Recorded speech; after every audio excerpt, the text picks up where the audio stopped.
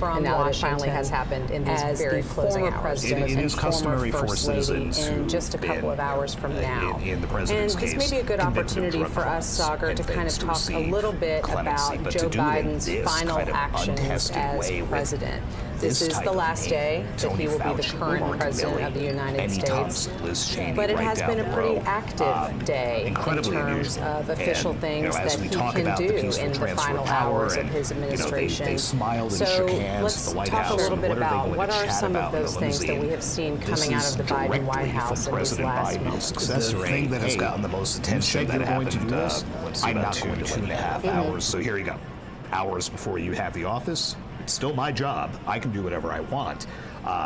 Just pretty stark to see it come out this morning. Certainly, and then again, that limo ride between where they are right now, you see on your screen in the White House, to where you see on the left-hand side, the U.S. Capitol building. That is something I would love to be a fly on the wall just to hear what is discussed and what goes on in that conversation. You're seeing now other images of Washington on the left-hand side, the U.S. Capitol down Pennsylvania Avenue, that traditional parade route where we expect Donald Trump to be traveling, but perhaps not officially in the parade that ordinarily would take place on an inauguration. That all has been called off and rescheduled to an event you see on the right-hand side in the Capital One Arena here in Washington, where there will be, it's still being called a parade, but we're not exactly sure that it will have the same sort of format, certainly not the marching down Pennsylvania Avenue, but that's where Donald Trump will be going after he is sworn in as president here in just a few hours. And we expect also to see him sign some of those executive orders that Sagar and I have been talking about, some actions that he can take as president and has promised to do, and said right there in Capital One Arena last night that he felt his supporters would be very pleased with the type of executive orders that he would be signing today. So we will keep an eye on all of those spots, but right now, the Trumps and the Bidens continue their coffee and tea private gathering there in the White House on the upper right part of your screen.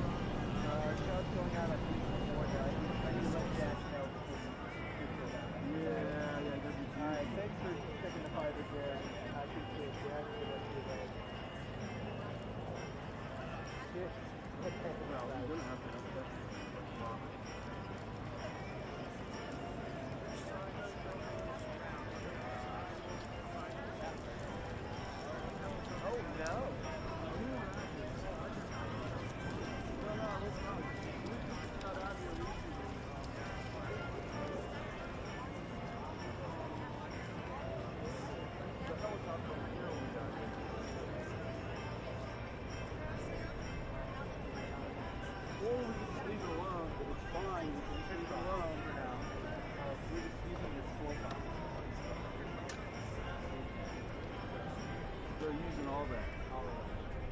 Yeah, so what you do is you got a piece of tape. Okay, I have zip ties. Hold that there. Actually, we get it. There we go. This would be the trick.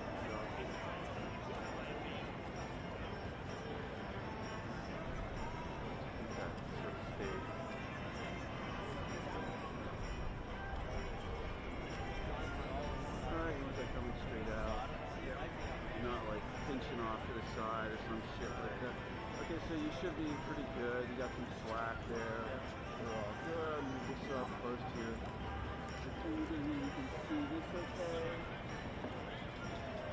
I would have just a little bit. Huh? So I can bring it down a little bit. Yeah, it's not too far down. Yeah.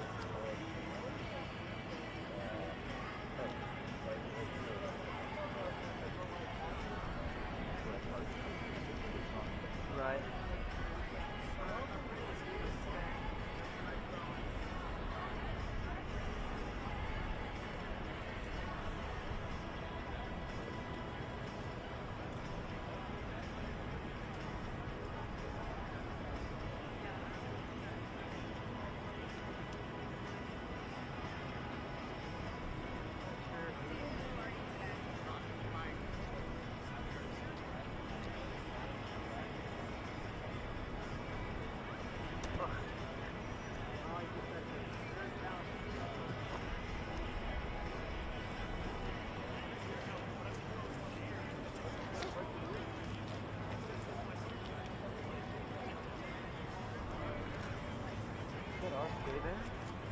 There.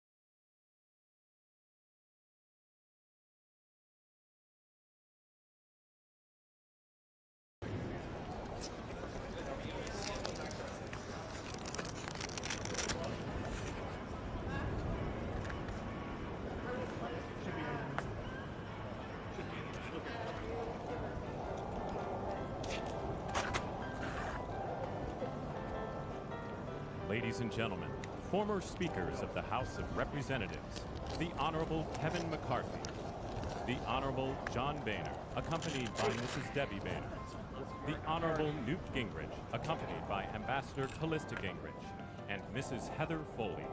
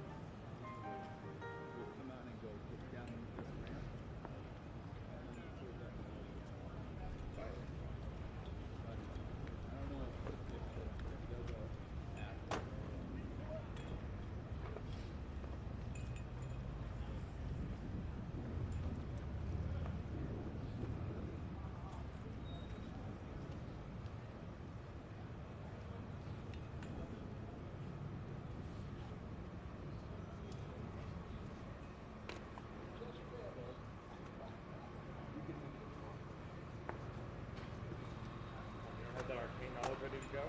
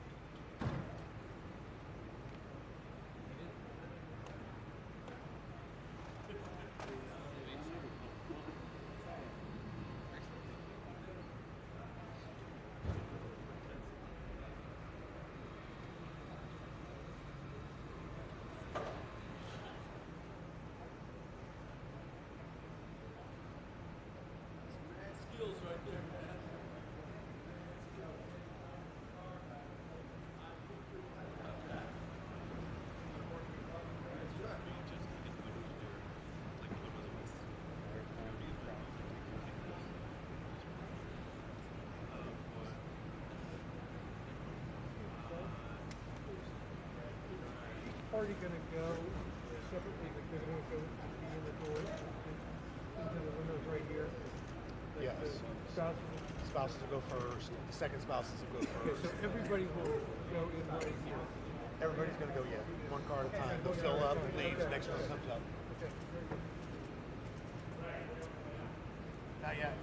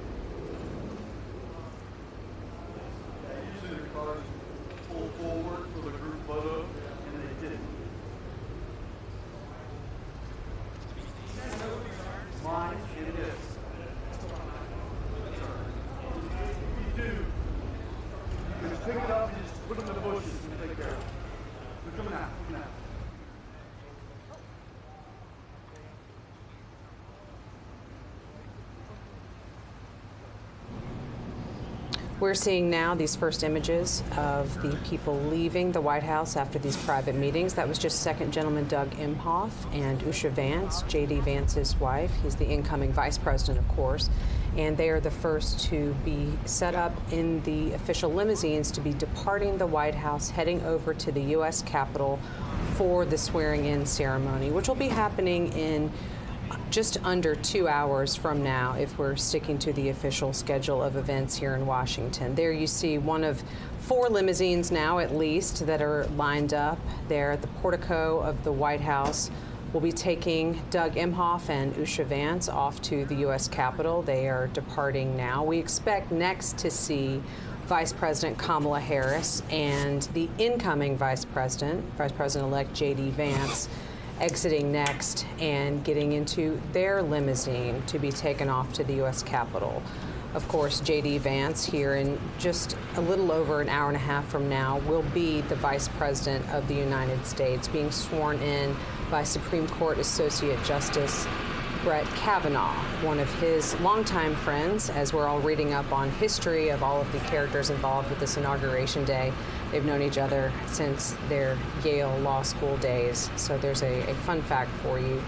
But here we're still looking at pictures of the White House where for the past little bit of time, under an hour, there's been a unofficial casual tea and coffee, off the record, at least not privy to reporters like me, but a meeting between President Joe Biden, First Lady Jill Biden, and the incoming President Donald Trump, President-elect, and Melania Trump, his wife. They have been gathering for one of these moments that we see on Inauguration days here at the White House. And soon, those two will also be getting into a car together and making that trip just a couple of miles down to the U.S. Capitol, where the rest of the official swearing in for Donald Trump's inauguration will be happening on this Monday, January 20th, here in Washington, D.C. So we're looking at those doors, waiting to see who's coming out next. Sagar, we can spend this moment, I guess, just to kind of talk a little bit about this last day in office for the Bidens, not just as an administration, but as a family. They have been living in the White House for 4 years. And once they leave here in just a few minutes, that move-out process really kicks in to do that turnover in between administrations. There's really only about 5 or 6 hours to get it all done. What all is going to be happening once they exit those doors? Yeah, it is a fascinating choreography that takes place right now at the White House. We're looking at the North Portico. Well, they arrived and they'll be leaving. On the other side of the White House, there are moving trucks lined up that will be waved in the instant that the Bidens and the Trumps leave. One group will be moving all the Biden stuff out. One group will be moving all the Trump stuff in. In between, stripping all the beds, shampooing the carpets, replacing what needs to be replaced. Linens, towels, whatever it might be. Closets stocked. The White House usher's office would have been in touch with the Trumps for the last few months about where certain things go, what are the favorite foods and snacks that we need to have in the various kitchens, in the residence, and elsewhere. We know all about Donald Trump and his penchant for Diet Cokes. You can rest assured that there is a lot of Diet Coke on hand, at least on the White House driveway right now. So, yeah, they've got about 4 or 5 hours of controlled chaos, as one former White House official put it, to get all the old First Family stuff out and make sure that when the new First Family comes in, they're good to go. They're not having to root through boxes like the rest of us when we move into a new place and, you know, where is that stuff for the kitchen, or where did we put the bike pump, whatever it is. That's all laid out in the mansion. Donald Trump's not going to have to be looking for any of that. Yeah, moving day is always a stressful time. Try not to think about that, because it's just, you're living in those boxes for months, but not when you're living in the White House, because there are plenty of folks to take care of that. And then there's the personal part of just leaving where you've lived for 4 years, a place that in Joe Biden's case, he tried so hard for so long to get into, and now has to leave 4 years later. And on his, perhaps his final tweet under the @POTUS account on X, It's a selfie with the president and the first lady with a snow-covered rose garden behind them and the Oval Office just on the other side. One more selfie for the road. We love you, America. So you can almost picture them stepping out onto the colonnade on this horribly cold D.C. day to say, hey, let's take a quick selfie. I mean, I've done that, walking along that when we're out covering White House events. But for the president and first lady to get to do that one last time, because as you said, when those doors open again and they walk out, that's it. They're boarding what would be known as Marine One and heading out. And that is the end of the Biden presidency. Yeah, it's just so interesting to think about, what you were just mentioning about that personal side of things. What we're watching are all of these official events, and what we know always is part of the tick-tock of a day, like Inauguration Day. There are set pieces. There are even specific times assigned to a lot of this, especially that noontime when it is according to the way that things are set out. It's not just we pick this time. It's like that is the official time. Now we're seeing those doors at the north portico of the White House open again. We see First Lady Jill Biden and incoming First Lady Melania Trump exiting and getting into their own limousine, where they will be taken over to the U.S. Capitol.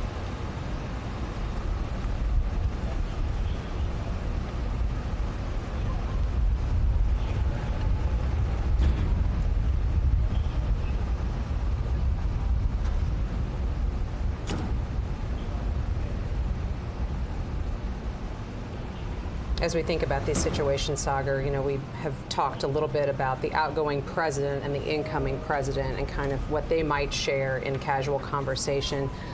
But this is also a first lady who's been here before. Melania Trump has been in the White House and has occupied that role. And I wonder kind of, she's at the end of this next term, she will have been first lady for longer than Jill Biden was. She will have more experience, but I just wonder what their conversations are like too, in terms of what they hope to accomplish or what Melania is thinking about in this next 4 years. And Melania recently told Fox that it's easier this time around. She's lived there. She knows what the space is like. She knows what they want. She knows which furniture they want to bring in. The incoming first family gets to redecorate the residence with things pulled from White House stocks and bring things from home that are sentimental or what have you. And she said, since we've been here, and I know what it looks like, we were kind of coming in blind last time, although Michelle Obama did invite her into the residence and gave her the tour 8 years ago. Again, a courtesy that Melania Trump did not extend Jill Biden 4 years ago. But she didn't need that this time. And in fact, she skipped Donald Trump's visit here after the election. She knew what it was about, and she knew what she was getting into, and she seemed visibly more comfortable in this interview with the prospect of, moving away from Trump Tower and moving away from these big gilded residences that they have in Florida and elsewhere, and moving into the White House. And taking pains to note that Barron Trump will have a bedroom in the White House for when he comes home to visit from college. He's not the little kid he was during the first Trump administration. He's now about, I think, taller than his father. Now it's a little bit jarring to see, frankly. He has definitely grown up and attending colleges in New York City. Now we see Vice President Kamala Harris and incoming Vice President JD Vance making their exit. Let's listen in as they depart for the U.S. Capitol.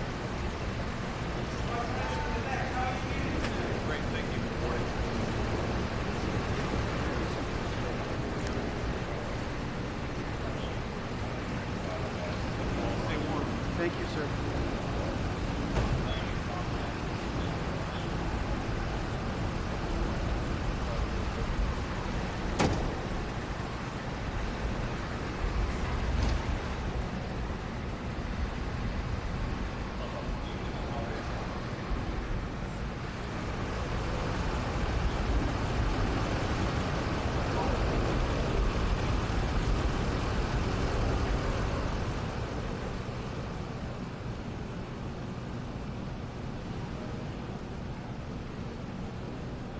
So there's just one pair left in terms of who we anticipate to be departing the White House and heading to the U.S. Capitol. That will be President Joe Biden and President-elect Donald Trump. who will be getting into what you see there, that limousine that's pulling up here at the north portico of the White House to take them to the U.S. Capitol for Donald Trump's second inauguration.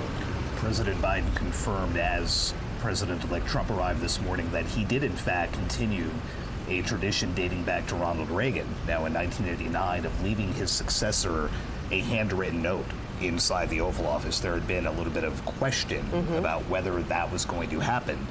Donald Trump left Joe Biden a note. Remember, he did not concede the race, still has not conceded it, but he did leave Joe Biden a note. President Biden has refused to divulge what was in that, except he called it shockingly gracious.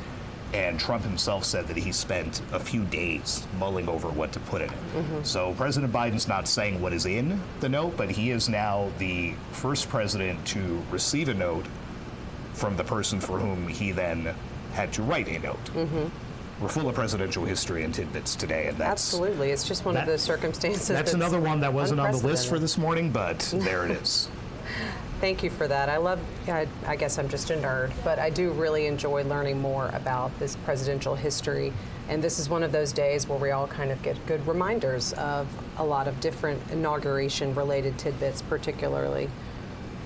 So much rich history here.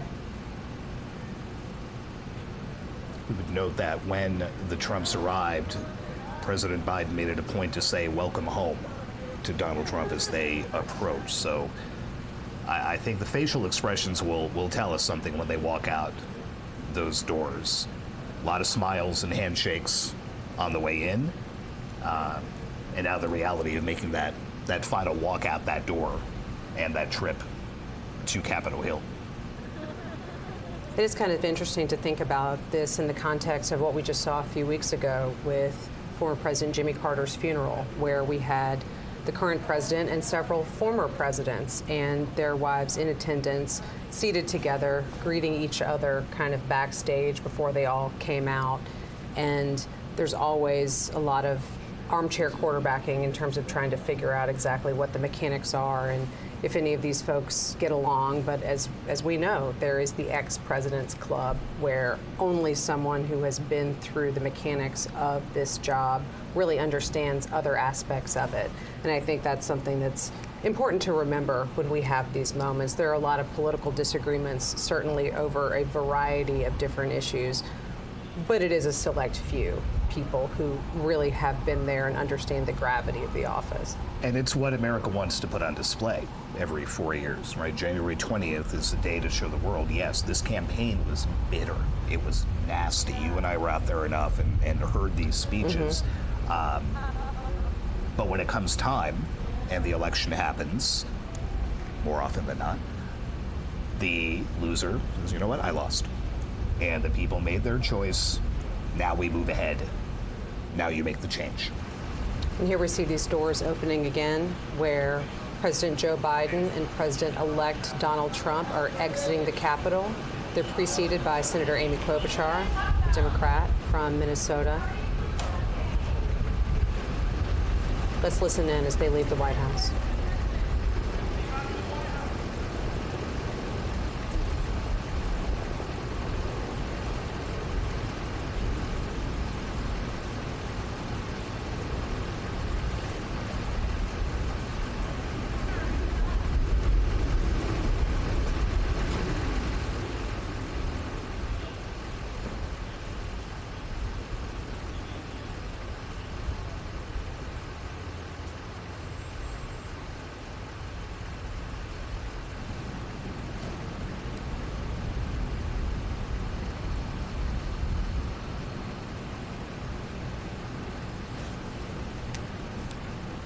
We're seeing Joe Biden and Donald Trump pulling away from the White House. Again, this is Joe Biden's last time exiting the White House as the President of the United States, and the last time that Donald Trump will make that same trip until he is president later on this afternoon.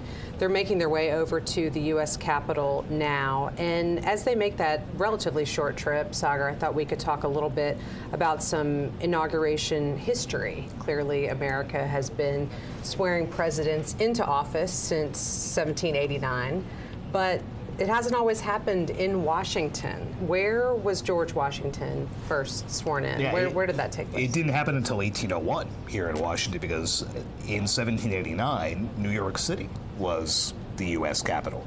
So George Washington had to go all the way from Mount Vernon in Virginia, get all the way up to New York City in bad weather. And so the swearing in didn't happen until, well, it then used to be March 4th was the date. It didn't happen until April 30th. And so George Washington took the oath of office there. "I walk on untrodden ground" was one of the lines that he uttered. 4 years later, he took it in Philadelphia, which, again, at the time, was the capital. It wasn't until Thomas Jefferson that the first oath was taken here. It has been taken here every time since, whether that was in the Capitol, whether the oath was in the White House, like Ronald Reagan was forced to take it 40 years ago. You had the exceptions due to tragedy. You had Lyndon Johnson take the oath aboard Air Force One on the tarmac at Love Field in Dallas after John F. Kennedy was assassinated. Calvin Coolidge, the vice president, was at his family farm in Vermont. No running water, no power. Warren Harding dies. A courier had to be sent to the Coolidge farm to tell the vice president that he was now the president. His father was a notary public.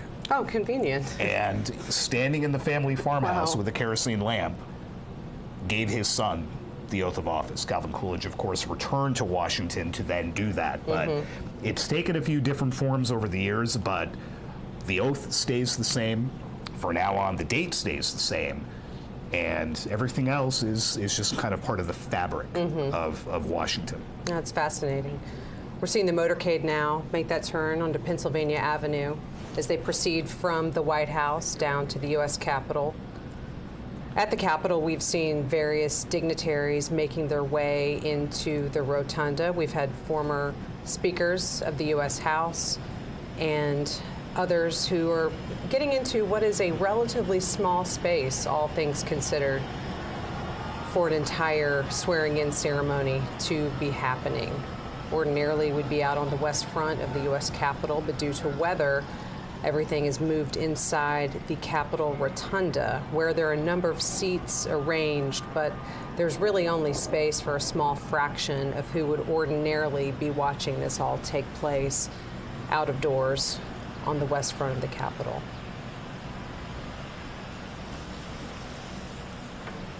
We've alluded to it so many times, but it's just so odd, having been in Washington for so long, to look at these streets, and there are basically police officers and a few tourists and what look to be perhaps some construction workers.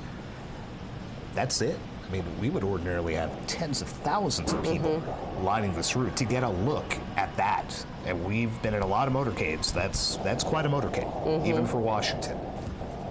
You know, with that look, heading up toward the United States Capitol, decked out in flags, and you can see those flags lining the street to give you a sense of just how cold it is here in Washington. That's the wind whipping those flags. And we saw the wind so intense there at the White House on the North Portico that I saw one of the flags kind of knock one of the Marines' caps backwards when they were holding the doors open for everyone. And it is extremely cold, but also blustery out there. So I'm glad you and I are inside.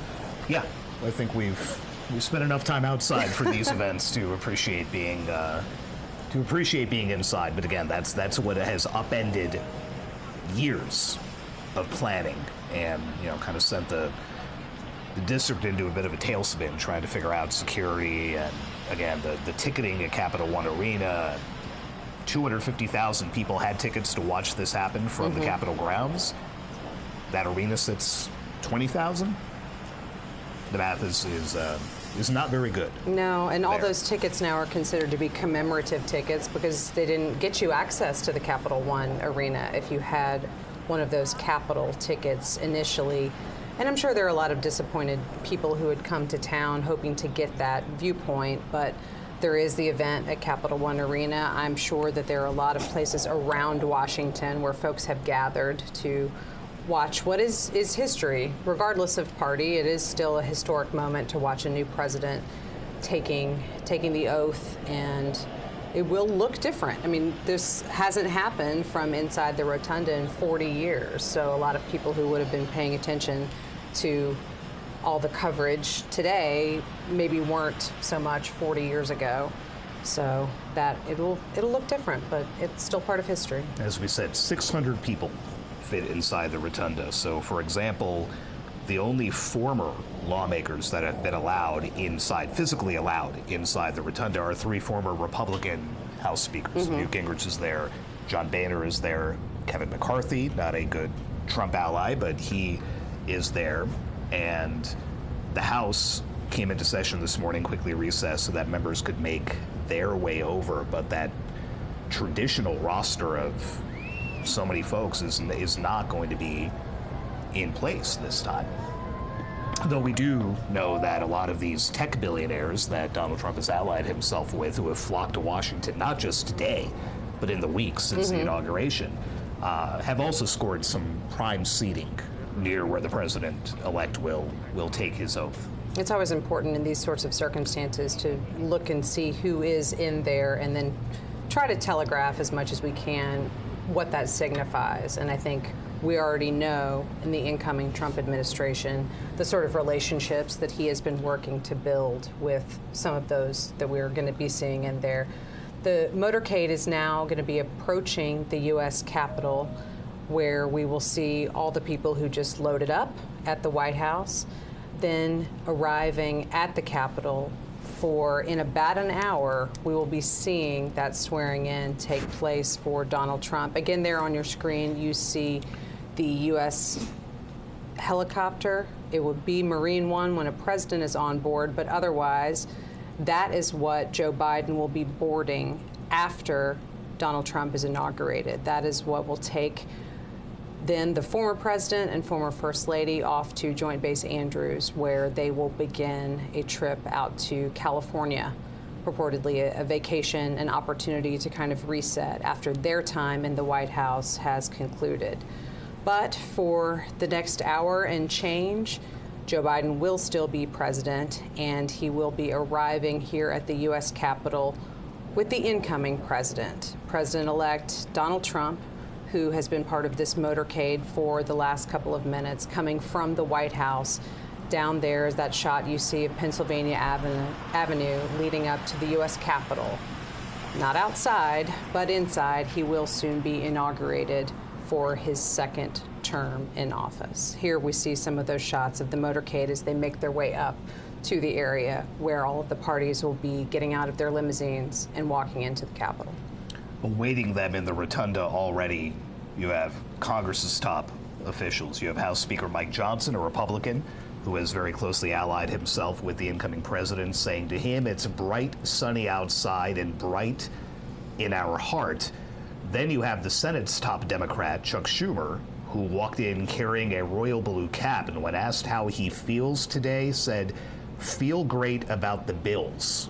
Now, that comes after the Buffalo Bills. Schumer, of course, from New York, beat the Baltimore Ravens last night to advance to the AFC Championship. So it was a way for Chuck Schumer to get in a plug for a home state team on the day after a big NFL playoff weekend.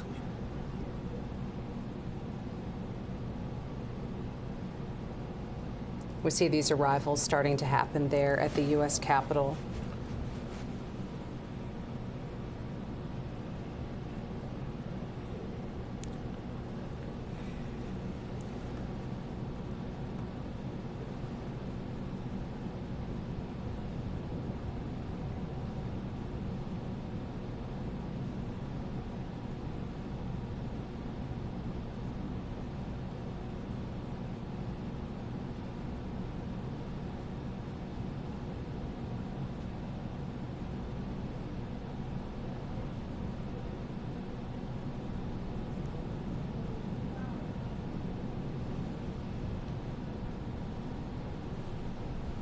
We understand there were some other officials there in the motorcade with the president and president-elect as they were making their way into the U.S. Capitol.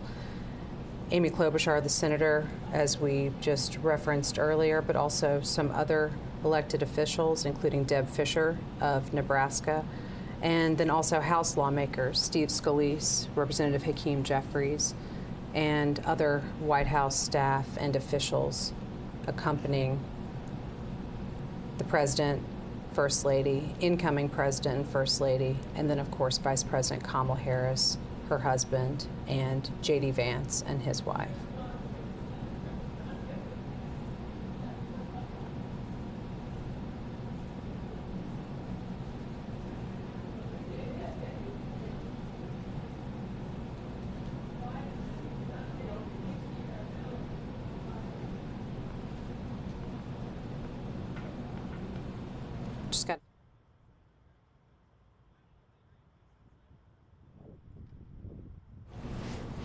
We just saw JD Vance and Usha Vance exiting their limousine, walking into the White House, or to the U.S. Capitol. You see even police officers who are used to this kind of thing in Washington want to get their picture taken in front of the helicopter. That's quite a shot for that officer to have. Marine One sitting in front of the Capitol dome. Not something you see all the time. No.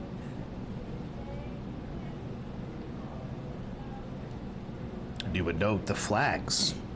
That one flag you can see flying in front of the Capitol dome back up at full staff after they had been lowered for the Jimmy Carter morning. We see now people from that motorcade have been making their way into the Capitol. That includes President-elect Donald Trump. We're looking now inside the Capitol Rotunda. There you see Elon Musk, one of those businessmen who are invited to be part of this very small, relatively speaking, swearing-in ceremony. There's Melania Trump.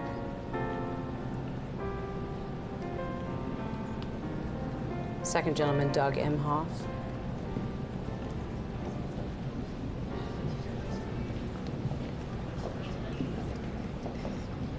Good morning, Mr. Vice President. How do you feel? There's JD Vance and his wife, Usha.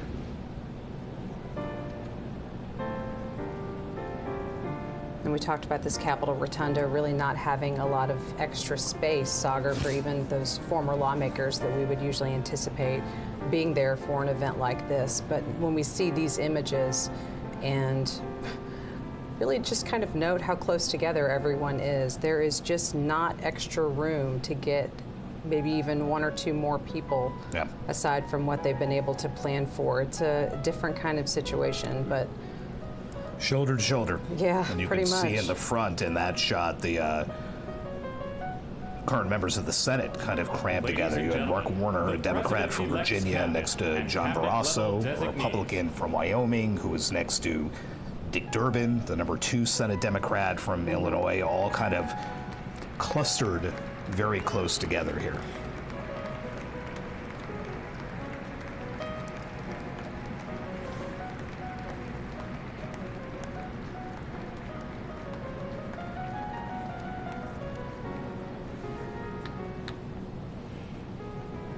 Talked earlier about Brett Kavanaugh being the one who will administer the oath to JD Vance. Vance is only 40. Be not the youngest vice president, but one of them. There was a 36-year-old vice president, but that was back in James Buchanan's administration in the late 50s. But there have been others in their 40s, Al Gore, Teddy Roosevelt, but breaking with a bit of precedent here. A fairly young JD Vance set to take the oath of office, followed, of course, by the oldest man to take the oath as president in Donald Trump.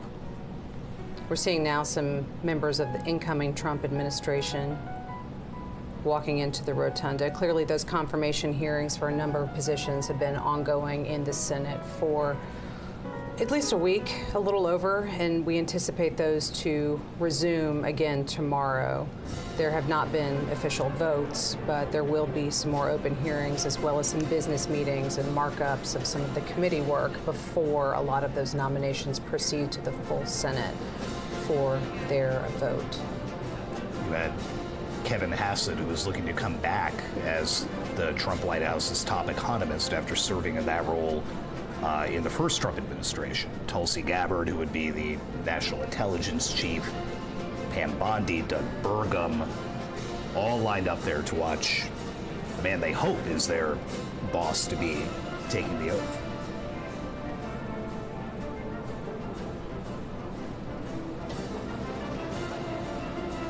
Susie Wiles, White House Chief of Staff.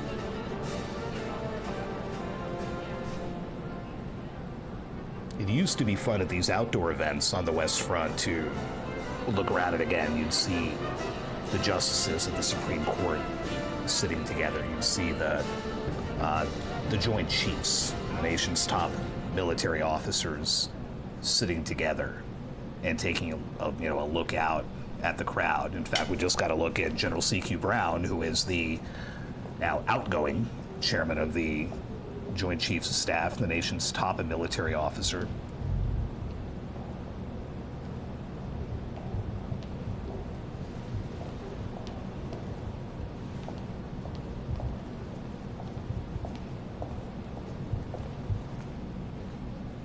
Former Vice President Dan Quayle and Marilyn Quayle making their way inside the rotunda. We don't get a lot of Dan Quayle sightings in Washington lately, but that's now 2 in 2 weeks after he was here for Jimmy Carter's funeral. Indeed. We talk about young vice presidents like JD Vance. Dan Quayle, basically an unknown congressman when George H.W. Bush tapped him to be vice president in 1989.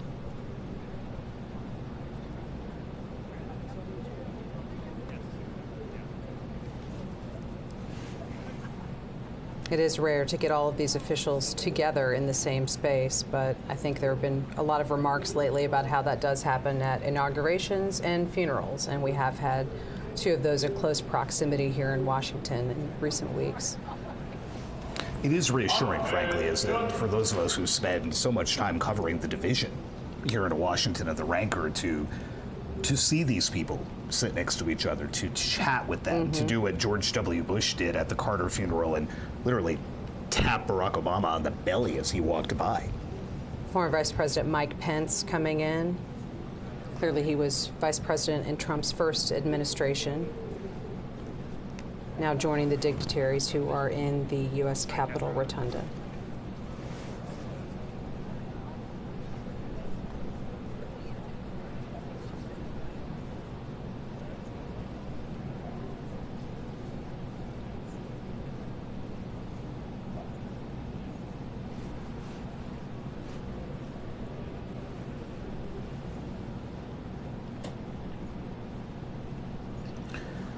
To see a lot of Elon Musk today. He will be speaking at the parade of sorts inside Capital One Arena later today. Has been almost a constant by the president-elect's side since the last time you and I were in this room in November for the election.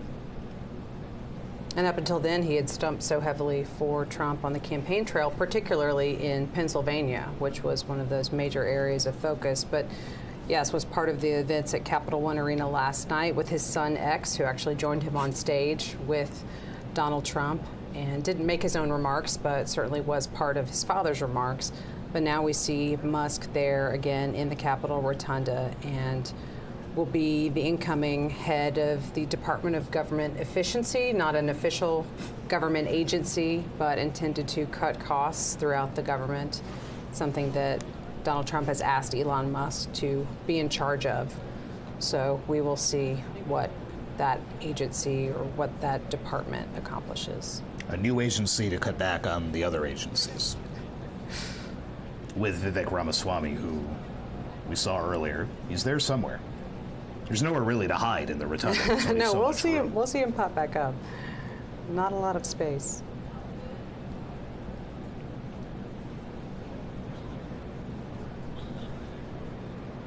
It looks a lot bigger when you're in there and there aren't 600 people.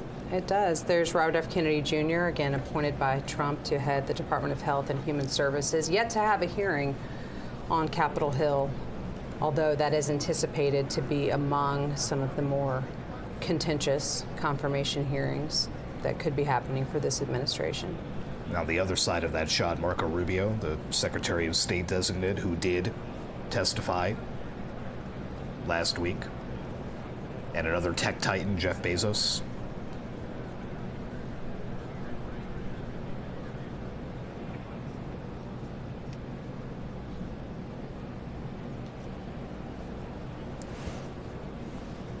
We talked earlier about what's in the Constitution about the inauguration. There's nothing about a parade, there's nothing about balls, there's nothing about how you get to and from the Capitol.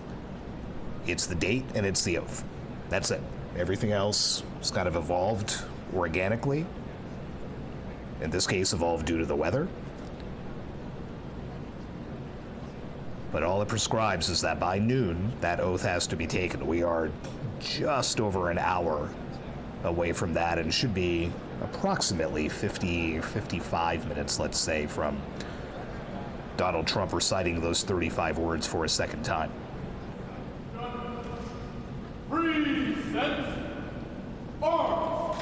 Former President Bill Clinton and former First Lady and Secretary of State Hillary Clinton coming into the rotunda.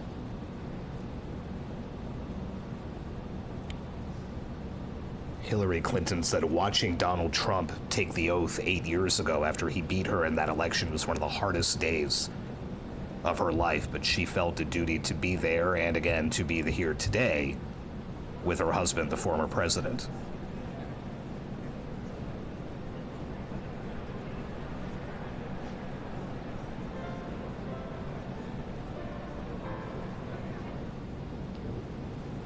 Former President George W. Bush and First Lady Laura Bush.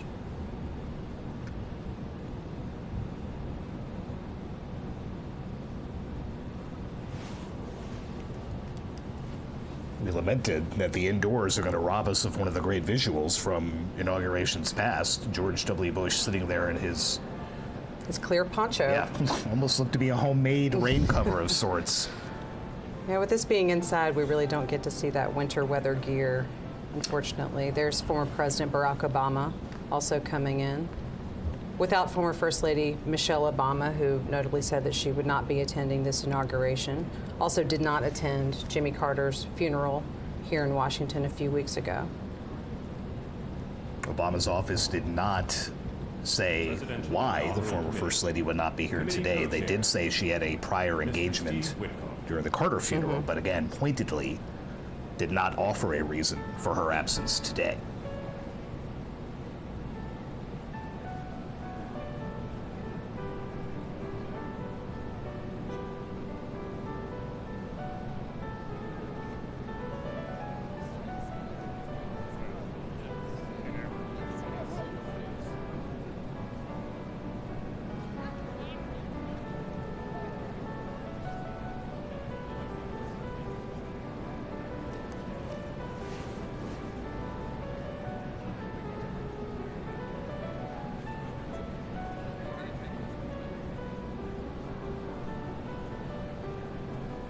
We're still taking a look inside the Capitol Rotunda there on the left-hand side, but on the right, that is again the Capital One Arena, where Donald Trump, after he is inaugurated, will be making his way in what would be the inaugural parade, is now subbed in for an indoor event there at Capital One Arena here in Washington.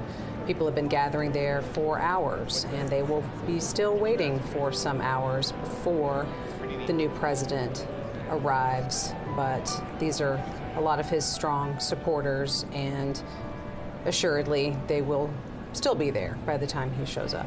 And as they watched the images from the rotunda on the big screen inside the arena, some boos as Mike Pence walked in, and then a lot more boos as Bill and Hillary Clinton were shown on there. Ladies and gentlemen, at this time, please take your seats.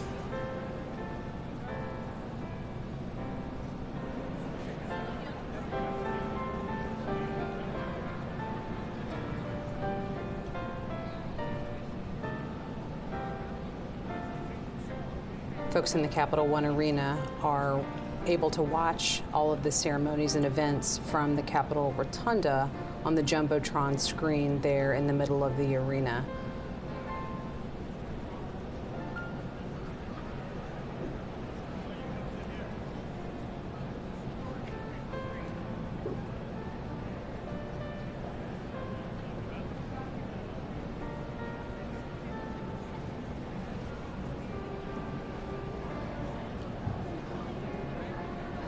Ladies and gentlemen, at this time, please be seated.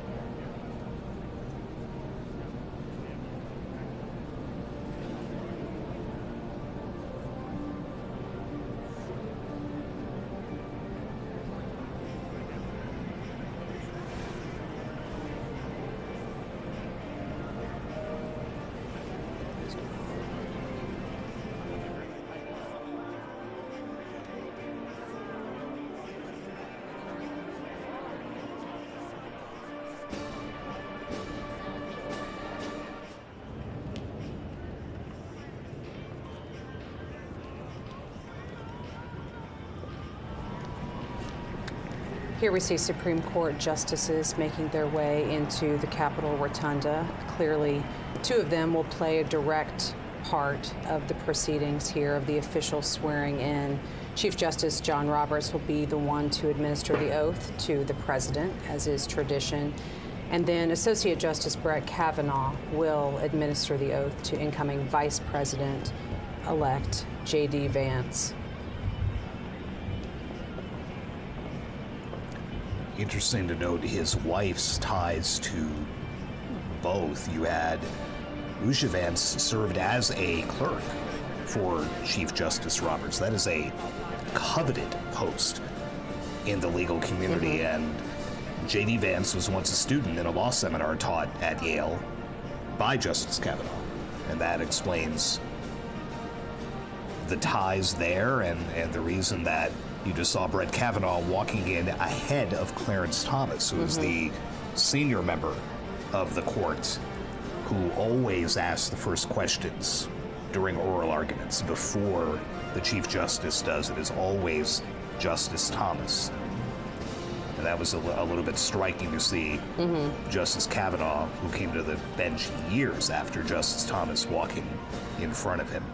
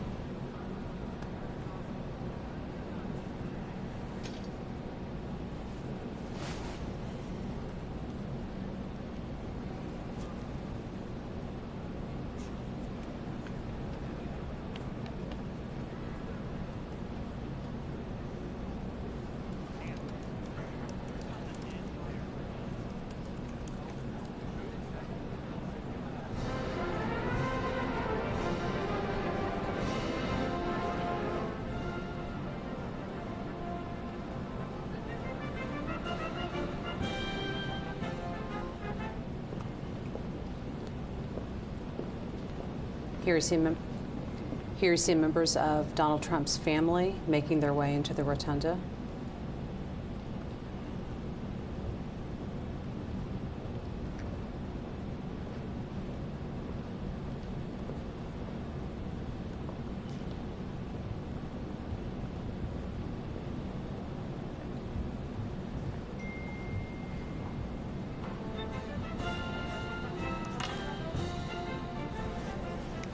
joked about Barron Trump earlier, but that shot of him with the slicked back hair a little bit there is very much looks like a late 70s, early 80s Donald Trump.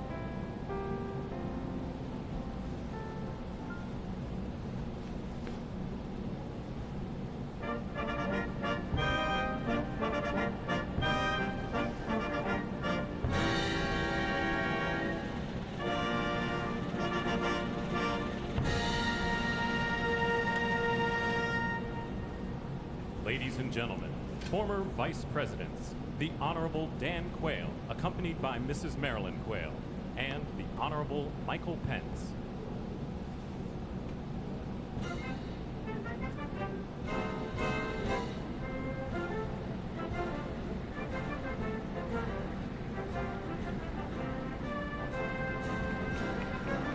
Standing ovation for those former Republican vice presidents who have just entered, Dan Quayle and now Mike Pence, who was Donald Trump's first vice president in his first term in office.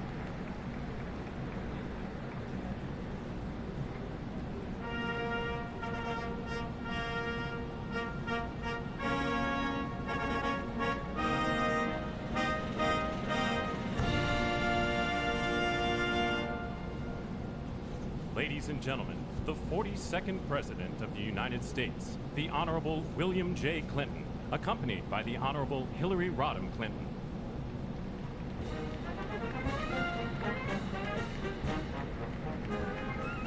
Now the former presidents start to make their entrances into the rotunda.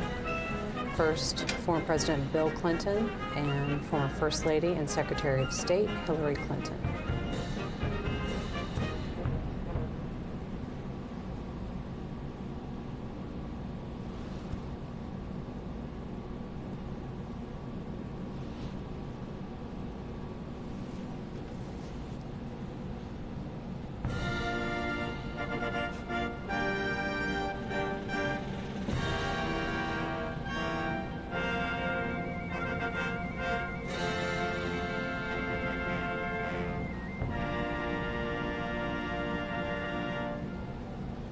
Ladies and gentlemen, the 43rd President of the United States, the Honorable George W. Bush, accompanied by Mrs. Laura Bush.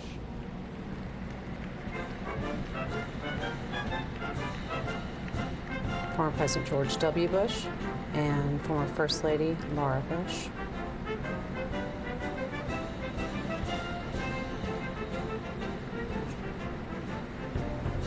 George W. Bush always looks like he has fun at these events, winking and nodding at people and smiling. Again, just simply tapping Barack Obama on the stomach on his way into the National Cathedral for the Carter funeral.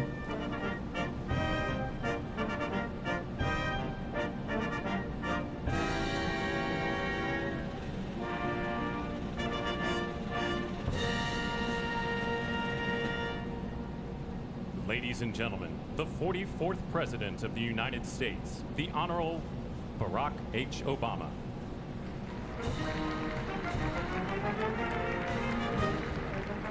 Former President Barack Obama, clearly the most recent president to precede either a Biden or Trump administration, because clearly now we will have the second of the Trump administrations. But before his first one, former President Obama was in office.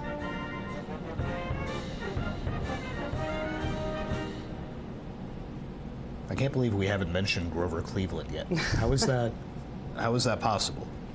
Let me just get that part out of the way. Donald Trump will be the first president to serve non-consecutive terms since Grover Cleveland, late in the 19th century. There you go. Sorry, that was I couldn't let that go. That had to be mentioned States, here at some point. The Honorable John G. Roberts Jr. and the Associate Justices of the Supreme Court of the United States. The Supreme Court justices officially coming into the rotunda. As we noted earlier, John Roberts, the Chief Justice, will administer the presidential oath, and he was immediately followed by Associate Justice Brett Kavanaugh, who will be swearing in JD Vance as Vice President. And you note at the end of that line, retired Justice David Breyer, right, joining some of his former colleagues. Of course, Ketanji Brown Jackson and Amy Coney Barrett on the end, the two newest justices.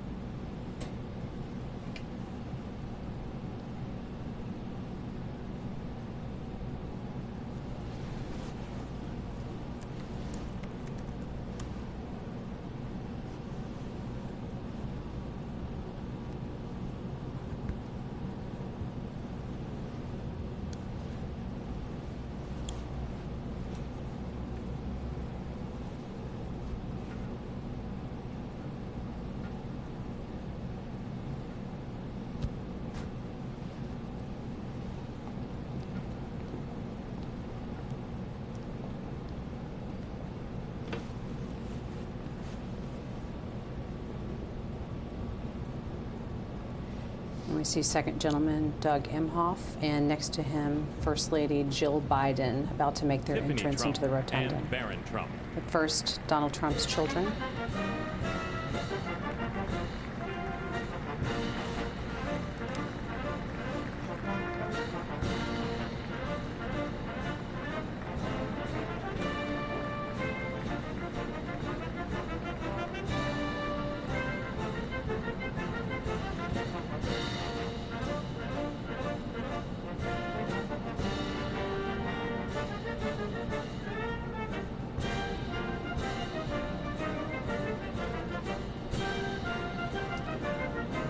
about those good seats that the tech titans have. I mean, they are all lined up immediately behind the president-elect's children. So, you know, something went into that seating chart. And we saw Jared Kushner earlier shaking hands with Tim Cook from Apple and Sundar Pichai of Google, right on down the road, Mark Zuckerberg.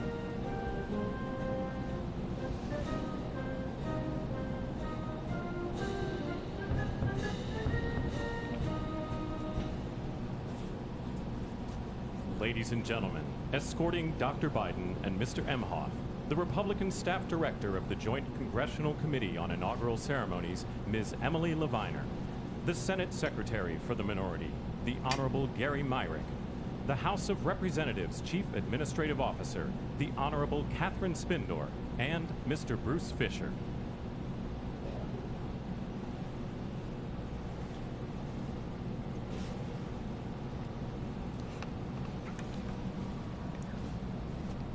Ladies and gentlemen, Dr. Jill Biden and Mr. Douglas Emhoff. Now, First Lady Jill Biden and Second Gentleman Doug Emhoff officially making their entrance into the rotunda.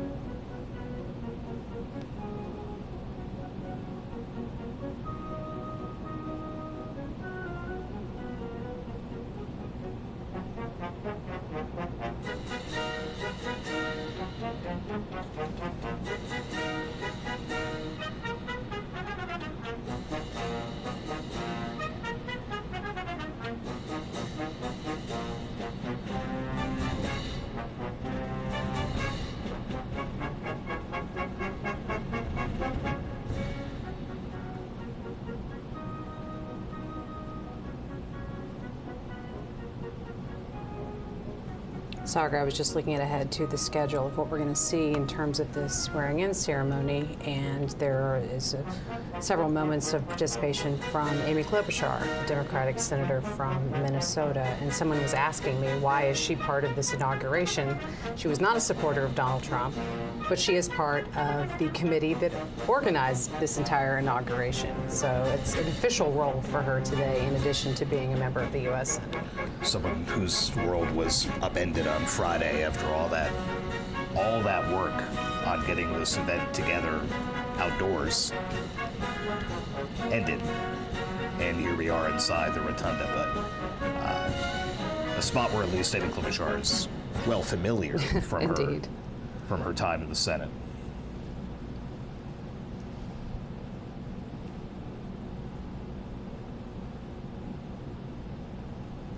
Very interesting mix of Republican and Democrat lawmakers standing together. You have Michael McCall, the Republican from Texas, Debbie Wasserman Schultz, a Democrat from Florida, standing shoulder to shoulder, and another sign of just how tight it is in the rotunda.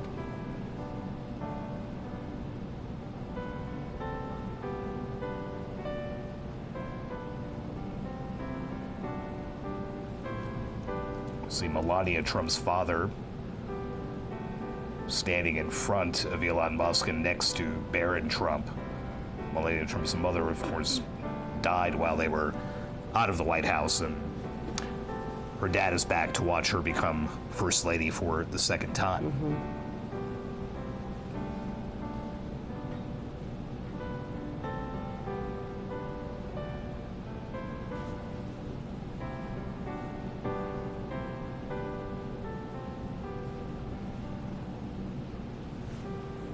According to the schedule that they had put out, and things in Washington rarely, if ever, happen on schedule, except things like the inauguration, should be seeing JD Vance take his oath as vice president in about 10 minutes from now.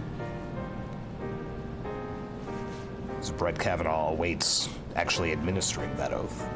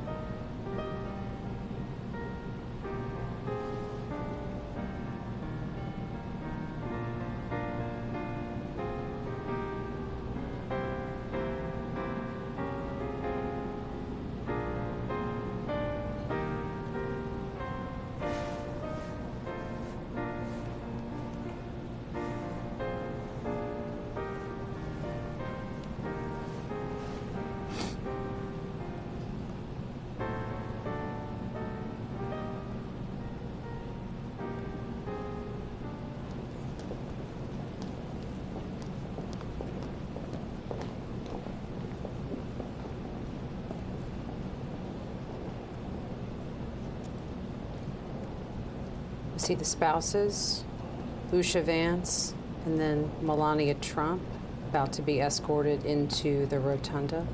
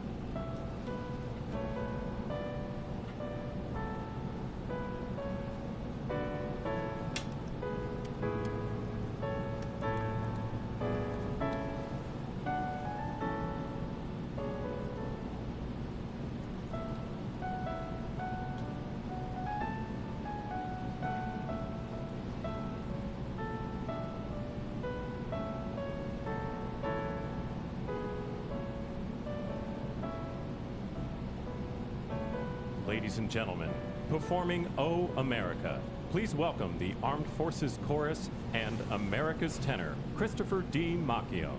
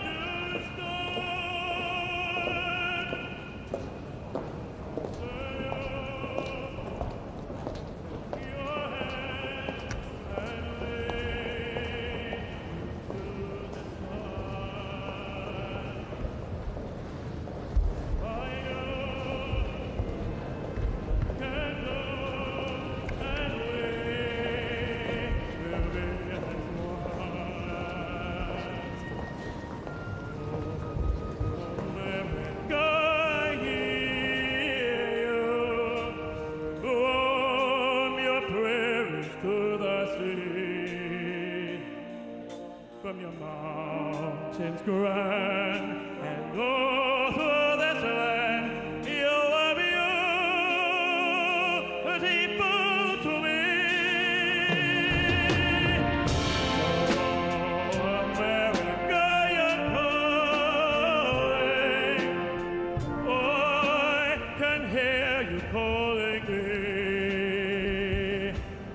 You are calling me to pay to the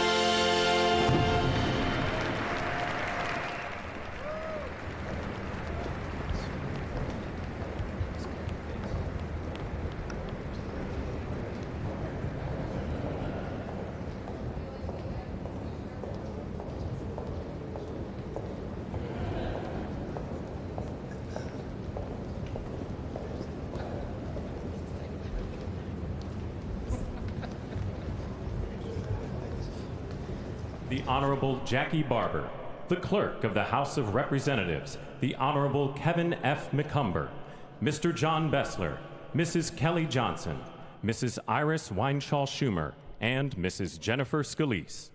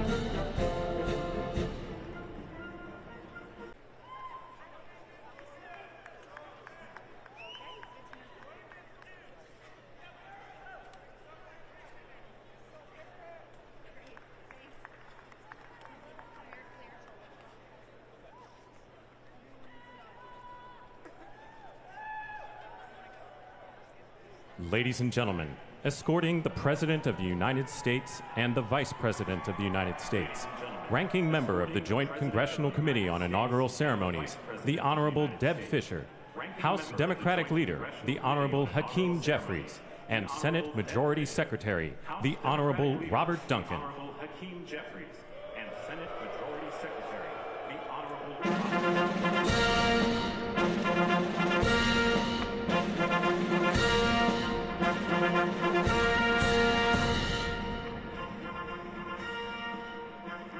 Ladies and gentlemen, the President of the United States, the Honorable Joseph R. Biden Jr., and Vice President of the United States, the Honorable Kamala Davy Harris.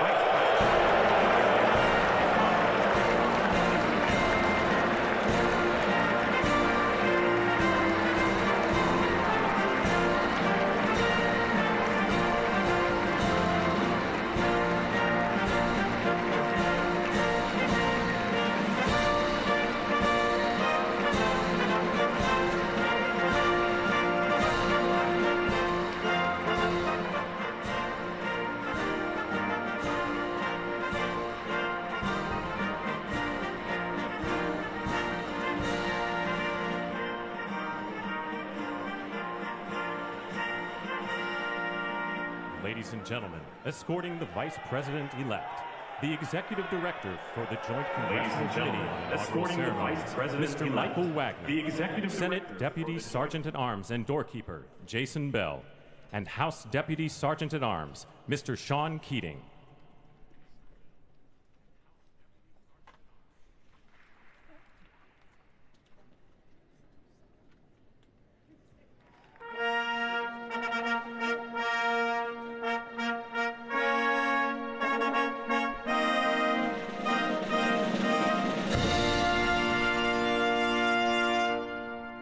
Ladies and gentlemen, the Vice President-elect of the United States, the Honorable JD Vance.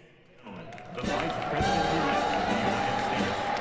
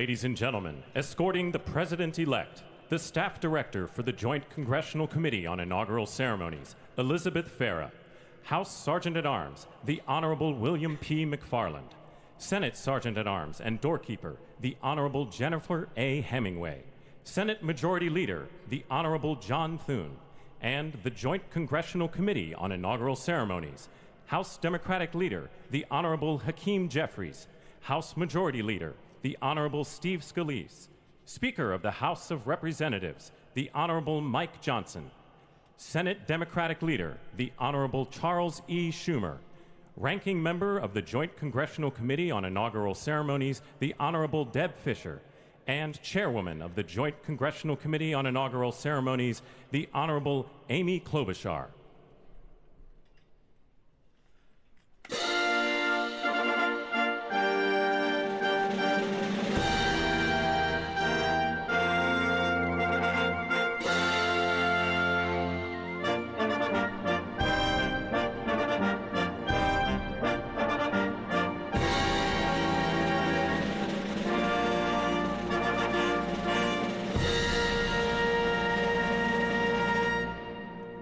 Ladies and gentlemen, the President-elect of the United States, the Honorable Donald John Trump. The President-elect of the United States, the Honorable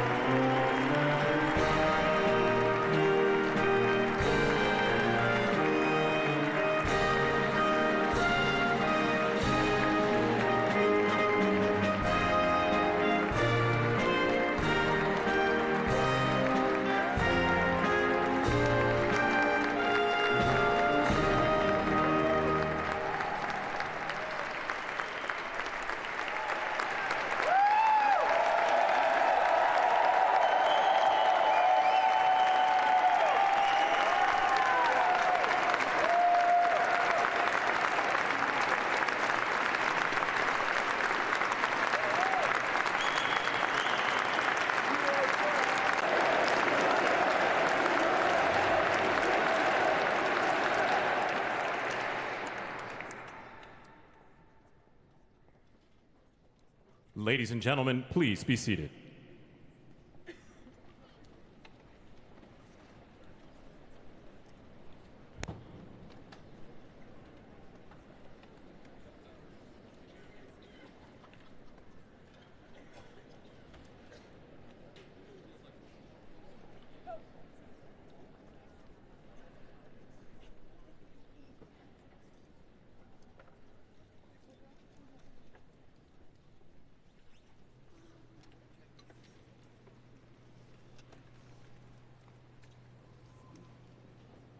Please welcome the Chairwoman of the Joint Congressional Committee on Inaugural Ceremonies, the Honorable Amy Klobuchar.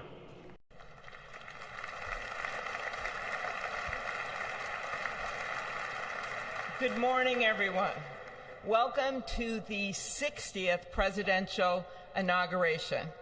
Today, President-elect Trump and Vice President-elect Vance will take their oaths of office, and we will witness the peaceful transfer of power at the heart of our democracy.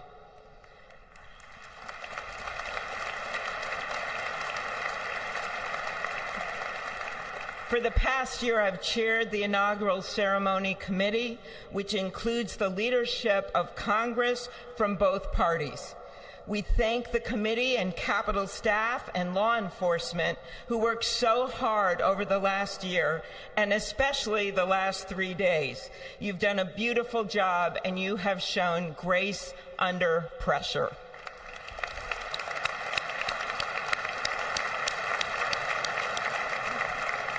Our theme this year is our enduring democracy.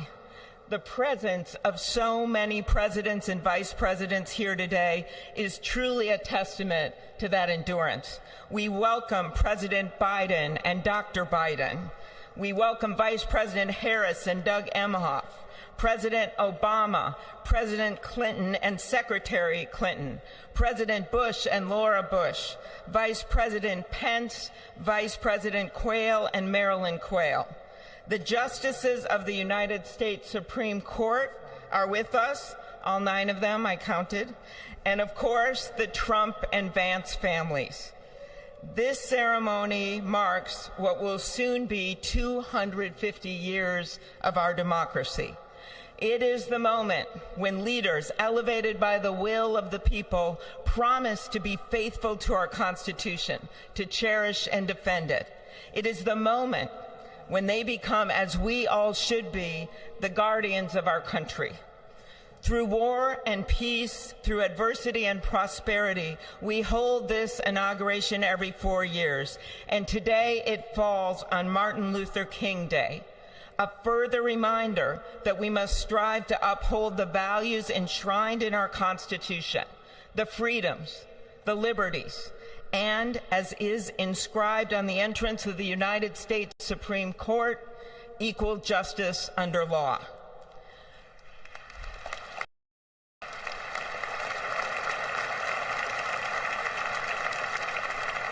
But what makes this moment more than a passing ceremony is all who are watching it across the country, the people of this nation, the ordinary people doing extraordinary things. President Kennedy, who at one point worked as a senator in this building and would often walk through this very rotunda, once said, "In a democracy, every citizen, regardless of interest in politics, holds office. Every one of us is in a position of responsibility. With that responsibility of citizenship comes an obligation not to seek out malice, as President Lincoln once reminded us, but to view others with a generosity of spirit despite our differences. With that responsibility of leadership comes an obligation to stand our ground when we must and find common ground when we can. With everything swirling around us, the hot mess of division, it is on all of us, to quote an incredible songwriter who just happened to be born in my state, to ensure that our nation's democracy is our shelter from the storm. There's a reason this ceremony takes place at the Capitol. In other countries, it might be in a presidential palace or a gilded executive office building. Here it is traditionally held at the Capitol, the People's House. It is a fitting reminder of the system of checks and balances that is the very foundation of our government, 3 equal branches of government. That is how, for nearly 250 years, our great American experiment, grounded in the rule of law, has endured. So, as we inaugurate a new president and vice president, let us remember that the power of those in this room comes from the people.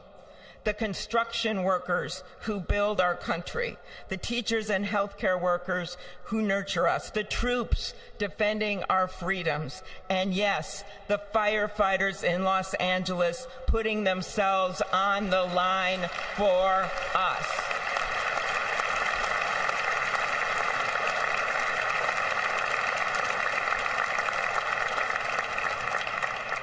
Our democracy's strength and grit must match theirs.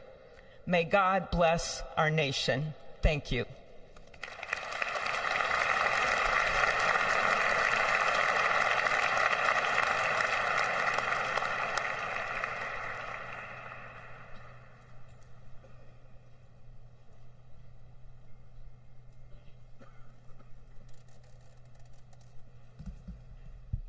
Good afternoon. Endurance through the years is the ultimate test. To persevere through time is the truest measure of an idea, an institution, and a nation. Our founders wrote the Constitution so that America could withstand all the twists and turns of time. They wrote it to guide us and to preserve forever our right of life liberty, and the pursuit of happiness. But as much as the truths and principles enshrined in our Constitution remain the same, our democracy promises the American people the power to change, to chart their own destiny. That's the beauty. That is the importance of democracy. It allows the endurance, the permanence of a nation through change. It allows nations like our United States both to avoid the obstacles and to seize the opportunities God has placed before us, all while staying true to our founding principles. Today is our country's 60th inauguration ceremony. Like all the others before it, it is a celebration of our right to set our uniquely American course. The past several years have been trying at times for many, many Americans, and also for the nations of the free world that we humbly strive to lead. In November, Americans chose again to steer this nation towards greatness, the secure, safe, and prosperous future that our founders envisioned for all of us. And today, we celebrate not only their decision to do so, but also the simple right and wisdom of a free people to make their own choice so that their nation might endure. And now, allow me to welcome Archbishop Timothy Dolan and Reverend Franklin Graham, who will deliver our invocation. Please rise.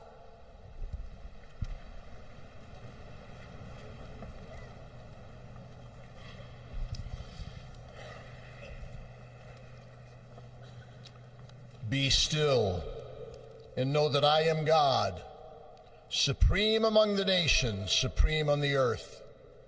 Let us pray.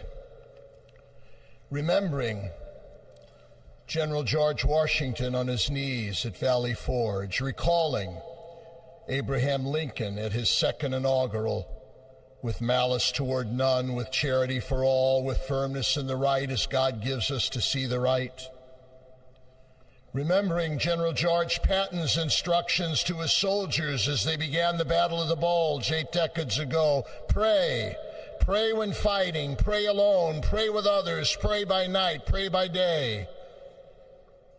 Observing the birthday of the Reverend Martin Luther King, who warned, without God, our efforts turn to ashes.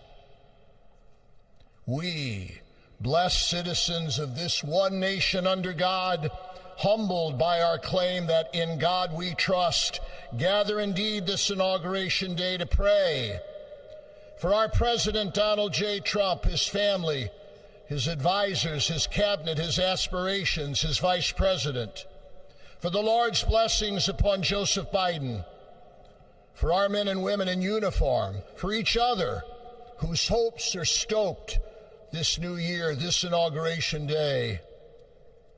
We cannot err in relying upon that prayer from the Bible, upon which our president will soon place his hand in oath, as we make our own the supplications of King Solomon for wisdom as he began his governance. God of our fathers, in your wisdom you set man to govern your creatures, to govern in holiness and justice, to render justice with integrity. Give our leader wisdom, for he is your servant, aware of his own weakness and brevity of life. If wisdom which comes not from you be not with him, he shall be held in no esteem. Send wisdom from heavens that she may be with him, that he may know your designs. Please, God, bless America. Please, mend her every flaw. You are the God in whom we trust, who lives and reigns forever and ever. Amen.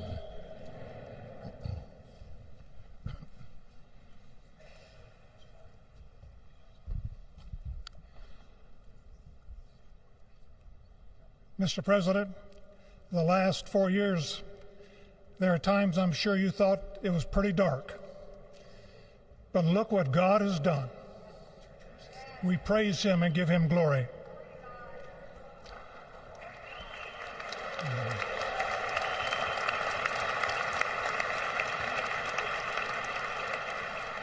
Let us pray. Our Father and our God, thou hast said, blessed is the nation whose God is the Lord. As the prophet Daniel prayed, blessed be the name of God forever and ever. For wisdom and might are his. He changes the times and the seasons. He removes kings. He raises up kings. He gives wisdom to the wise and knowledge to those who have understanding. Our Father, today, as President Donald J. Trump takes the oath of office once again, we come to say thank you, O Lord our God.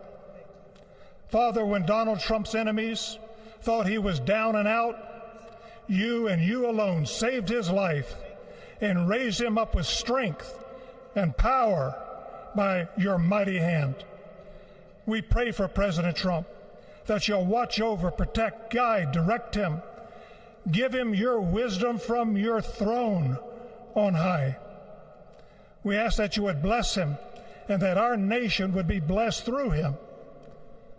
We also ask that you would bless and protect Melania as First Lady.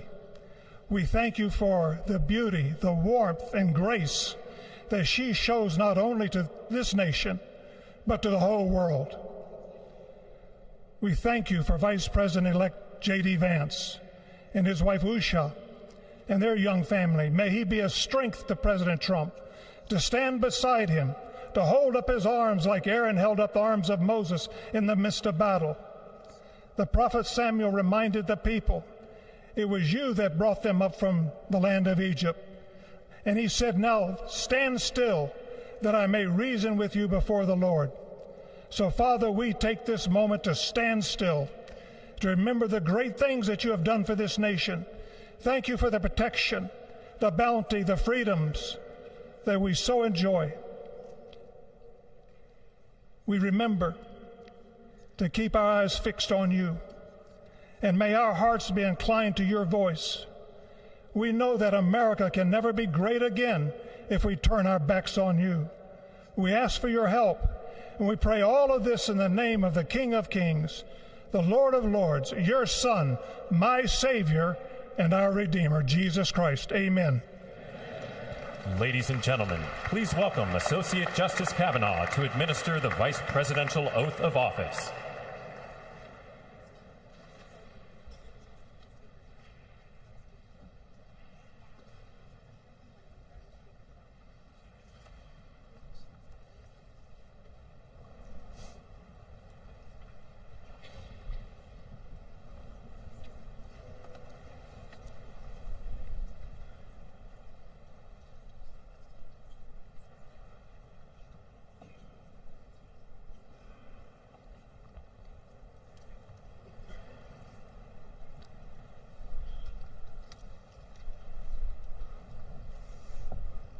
Please raise your right hand and repeat after me.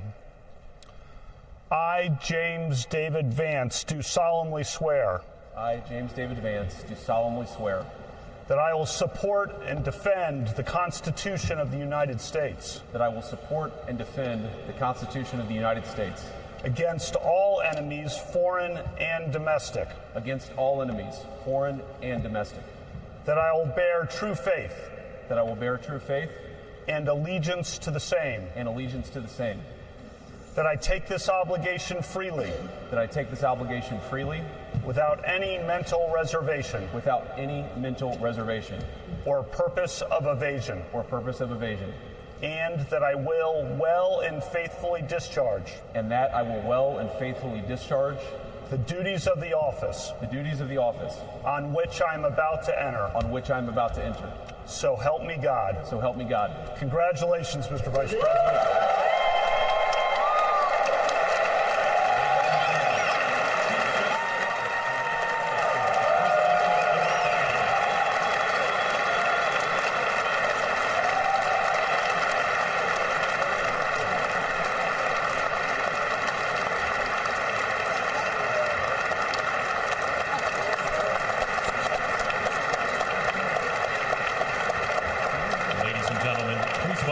Chief Justice Roberts to administer the presidential oath of office.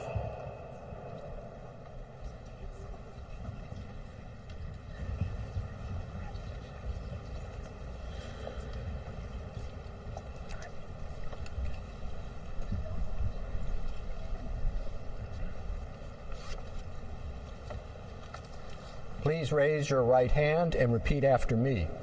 I, Donald John Trump, do solemnly swear. I, Donald John Trump, do solemnly swear. That I will faithfully execute. That I will faithfully execute. The office of President of the United States. The office of President of the United States. And will, to the best of my ability. And will, to the best of my ability. Preserve, protect, and defend.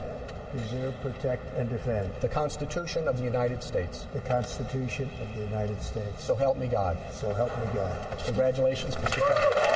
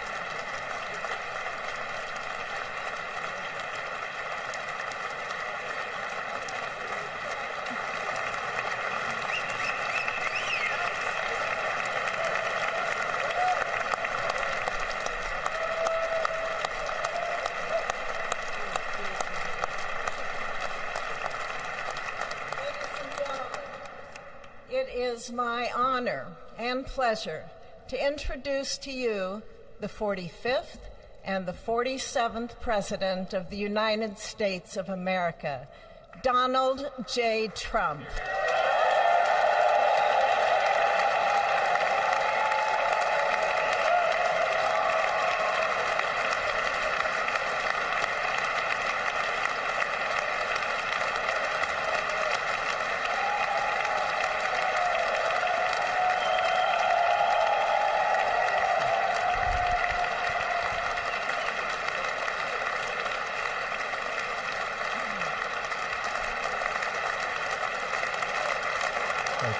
Thank you very much, everybody. Well, thank you very, very much. Vice President Vance, Speaker Johnson, Senator Thune, Chief Justice Roberts, Justices of the United States Supreme Court, President Clinton, President Bush, President Obama, President Biden, Vice President Harris, and my fellow citizens. The golden age of America begins right now.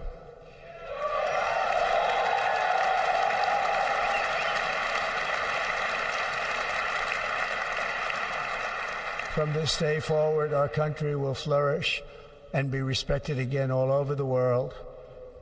We will be the envy of every nation, and we will not allow ourselves to be taken advantage of any longer.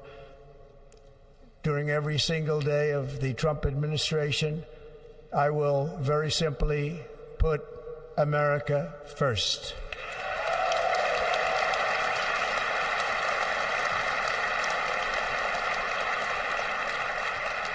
Our sovereignty will be reclaimed. Our safety will be restored. The scales of justice will be rebalanced. The vicious, violent, and unfair weaponization of the Justice Department and our government will end.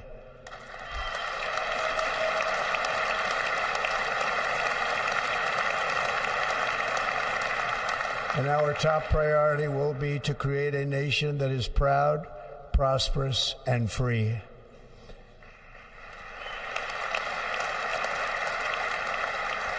America will soon be greater, stronger, and far more exceptional than ever before.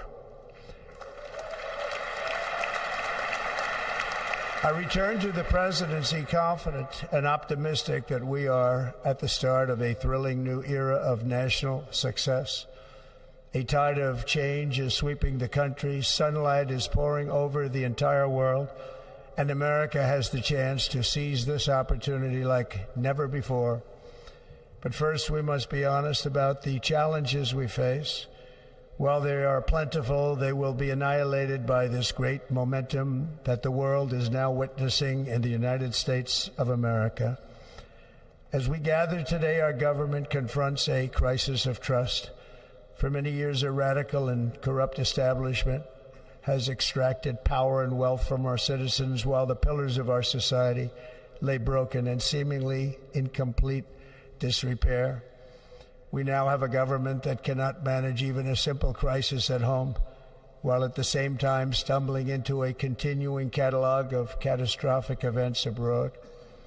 It fails to protect our magnificent, law-abiding American citizens, but provides sanctuary and protection for dangerous criminals, many from prisons and mental institutions that have illegally entered our country from all over the world. We have a government that has given unlimited funding to the defense of foreign borders, but refuses to defend American borders or, more importantly, its own people. Our country can no longer deliver basic services in times of emergency, as recently shown by the wonderful people of North Carolina, been treated so badly.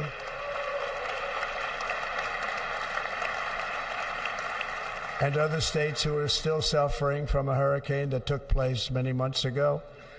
Or more recently, Los Angeles, where we are watching fires still tragically burn from weeks ago without even a token of defense. They're raging through the houses and communities, even affecting some of the wealthiest and most powerful individuals in our country, some of whom are sitting here right now. They don't have a home any longer. That's interesting. But we can't let this happen. Everyone is unable to do anything about it. That's going to change. We have a public health system that does not deliver in times of disaster, yet more money is spent on it than any country anywhere in the world. And we have an education system that teaches our children to be ashamed of themselves in many cases, to hate our country despite the love that we try so desperately to provide to them. All of this will change starting today, and it will change very quickly.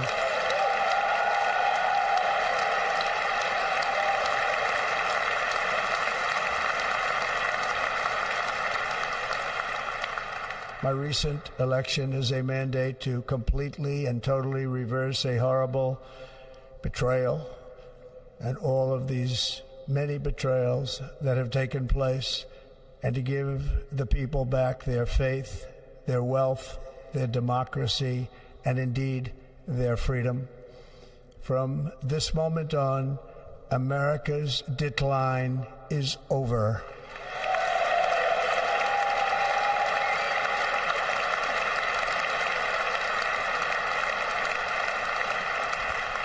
Our liberties and our nation's glorious destiny will no longer be denied, and we will immediately restore the integrity, competency, and loyalty of America's government. Over the past 8 years, I have been tested and challenged more than any president in our 250-year history, and I've learned a lot along the way. The journey to reclaim our republic has not been an easy one, that I can tell you. Those who wish to stop our cause have tried to take my freedom and indeed to take my life. Just a few months ago in a beautiful Pennsylvania field, an assassin's bullet ripped through my ear. But I felt then, and believe even more so now, that my life was saved for a reason. I was saved by God to make America great again.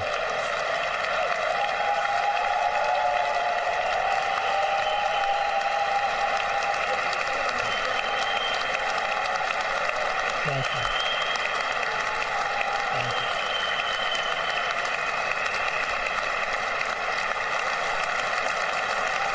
Thank you very much.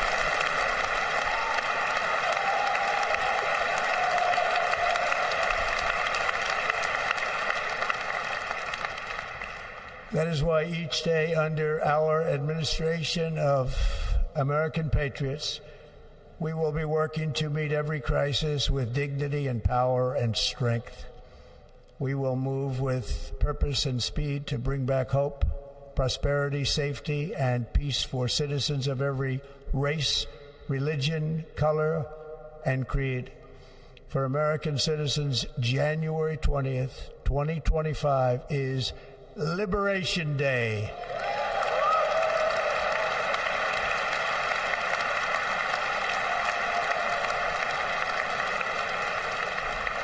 It is my hope that our recent presidential election will be remembered as the greatest and most consequential election in the history of our country.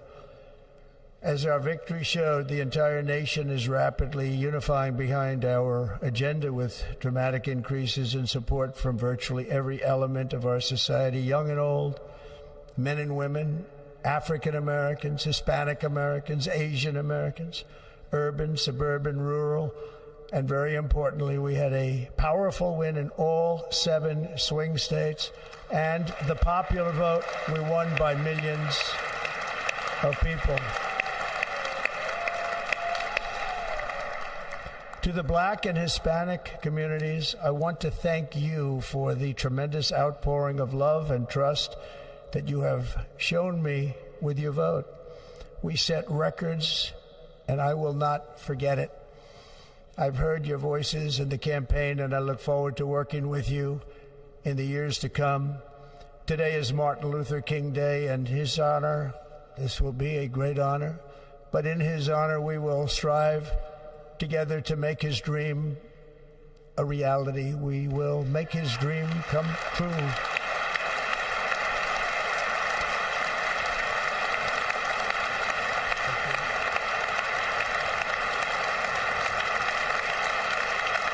Thank you. Thank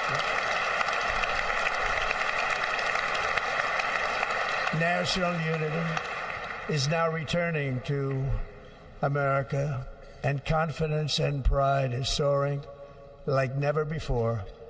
In everything we do, my administration will be inspired by a strong pursuit of excellence and unrelenting success. We will not forget our country. We will not forget our Constitution, and we will not forget our God. Can't do that.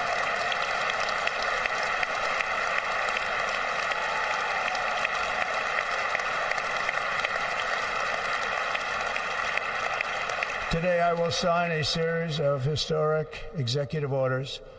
With these actions, we will begin the complete restoration of America and the revolution of common sense. It's all about common sense.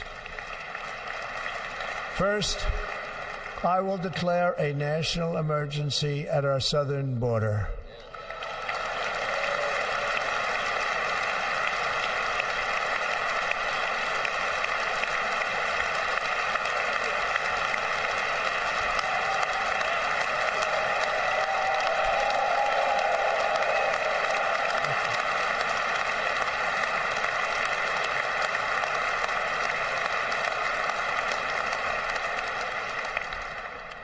Illegal entry will immediately be halted, and we will begin the process of returning millions and millions of criminal aliens back to the places from which they came. We will reinstate my Remain in Mexico policy.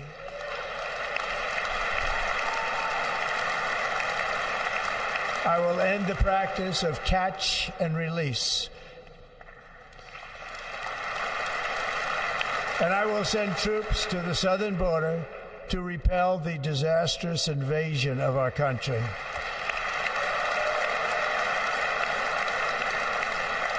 Under the orders I signed today, we will also be designating the cartels as foreign terrorist organizations.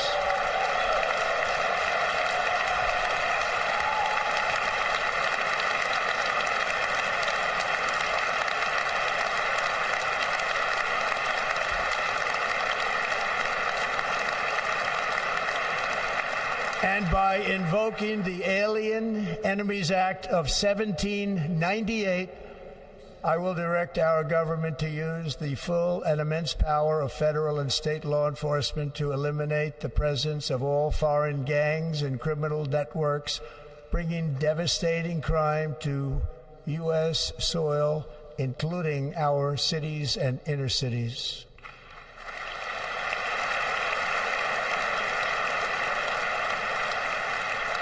As Commander-in-Chief, I have no higher responsibility than to defend our country from threats and invasions, and that is exactly what I am going to do. We will do it at a level that nobody's ever seen before. Next, I will direct all members of my cabinet to marshal the vast powers at their disposal to defeat what was record inflation and rapidly bring down costs and prices.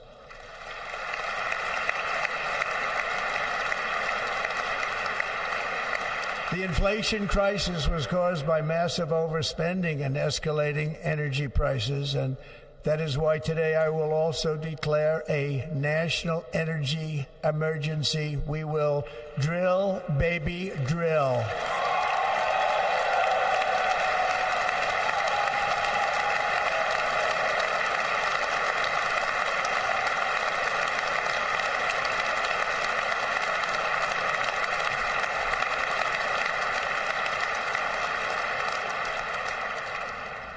America will be a manufacturing nation once again, and we have something that no other manufacturing nation will ever have, the largest amount of oil and gas of any country on earth, and we are going to use it.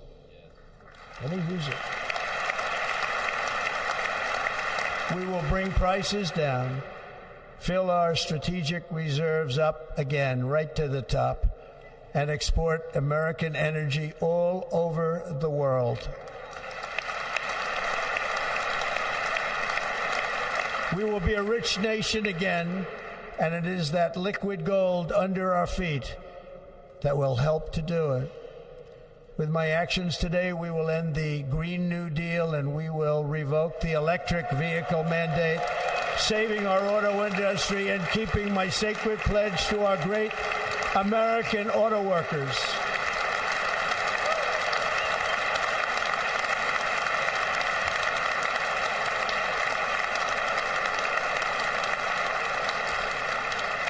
In other words, you'll be able to buy the car of your choice. We will build automobiles in America again at a rate that nobody could have dreamt possible just a few years ago. And thank you to the auto workers of our nation for your inspiring vote of confidence. We did tremendously with their vote. I will immediately begin the overhaul of our trade system to protect American workers and families. Instead of taxing our citizens to enrich other countries, we will tariff and tax foreign countries to enrich our citizens.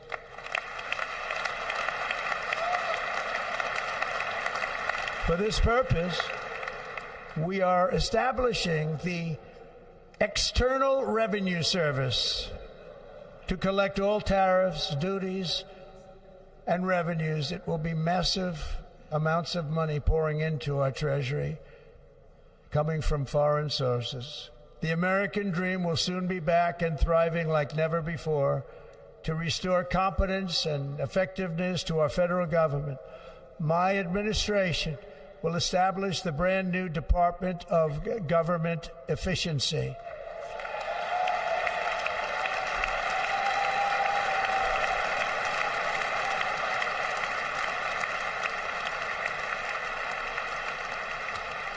After years and years of illegal and unconstitutional federal efforts to restrict free expression, I will also sign an executive order to immediately stop all government censorship and bring back free speech to America.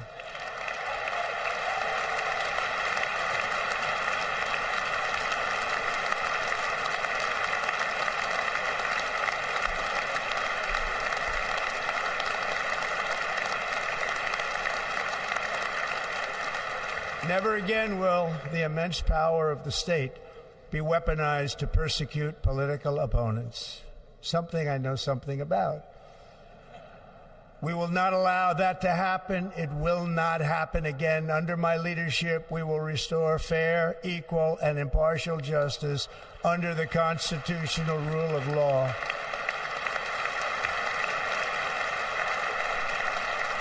And we are going to bring law and order back to our cities.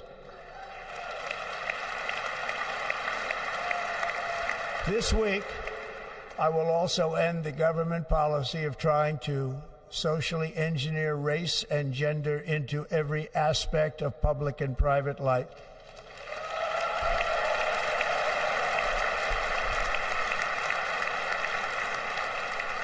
We will forge a society that is colorblind and merit-based.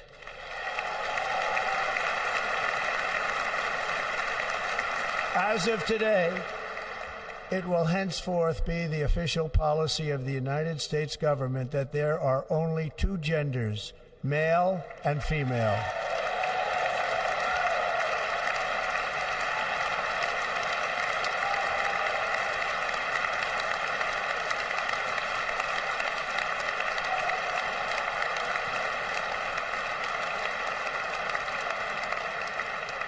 This week, I will reinstate any service members who were unjustly expelled from our military for objecting to the COVID vaccine mandate with full back pay.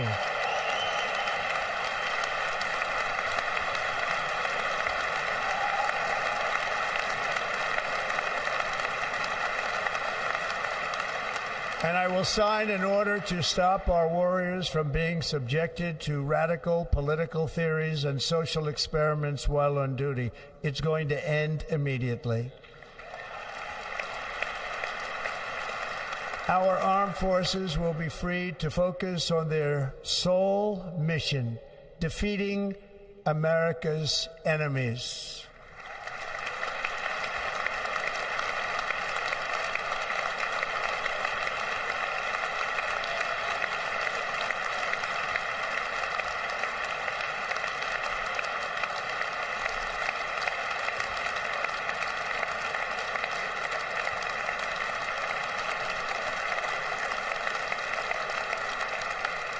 Like in 2017, we will again build the strongest military the world has ever seen. We will measure our success not only by the battles we win, but also by the wars that we end, and perhaps most importantly, the wars we never get into.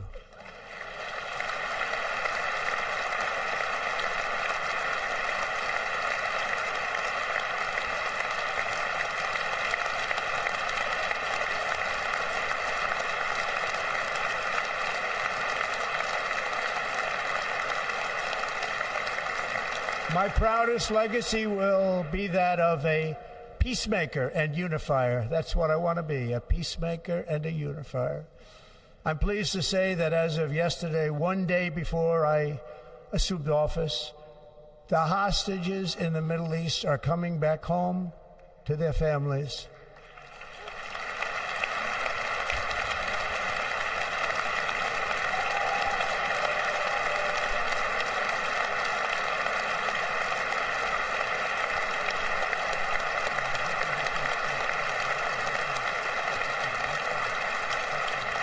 Thank you. America will reclaim its rightful place as the greatest, most powerful, most respected nation on earth, inspiring the awe and admiration of the entire world. A short time from now, we are going to be changing the name of the Gulf of Mexico to the Gulf of America, and we will restore the name of a great president, William McKinley, to Mount McKinley, where it should be and where it belongs.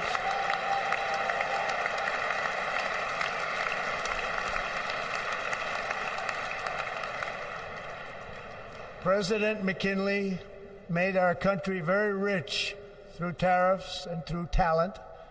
He was a natural businessman and gave Teddy Roosevelt the money for many of the great things he did, including the Panama Canal, which has foolishly been given to the country of Panama after the United States.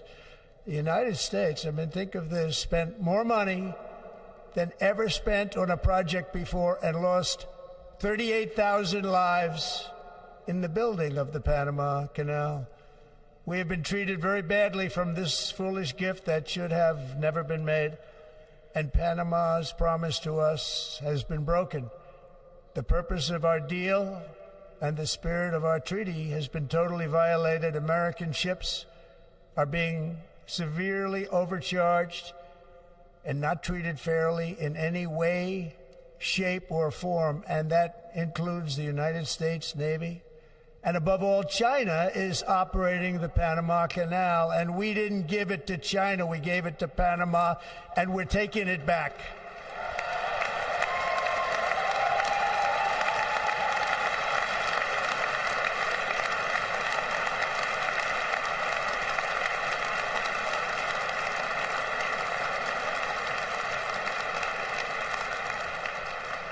Above all, my message to Americans today is that it is time for us to once again act with courage, vigor, and the vitality of history's greatest civilization. So as we liberate our nation, we will lead it to new heights of victory and success. We will not be deterred. Together we will end the chronic disease epidemic and keep our children safe, healthy, and disease-free. The United States will once again consider itself a growing nation, one that increases our wealth, expands our territory, builds our cities, raises our expectations, and carries our flag into new and beautiful horizons. and we will pursue our manifest destiny into the stars, launching American astronauts to plant the stars and stripes on the planet Mars.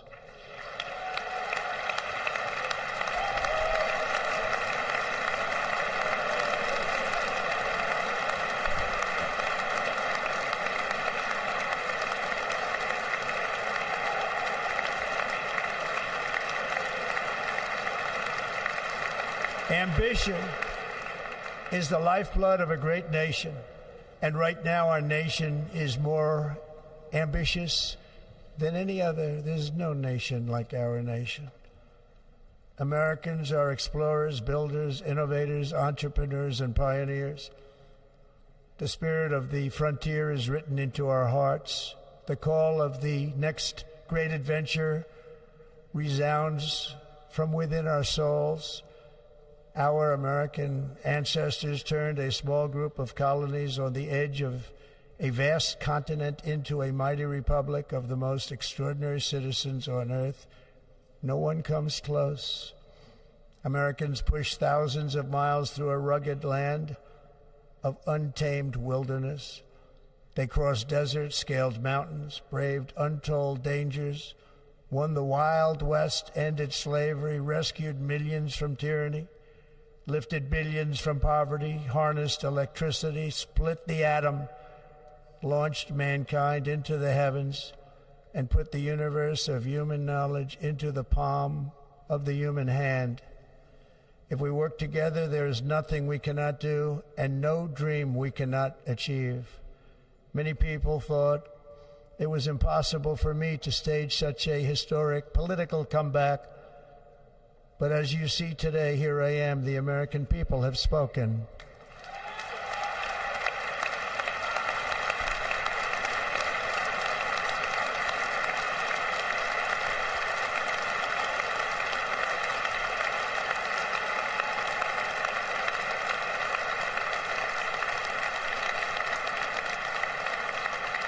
I stand before you now as proof that you should never believe that something is impossible to do. In America, the impossible is what we do best.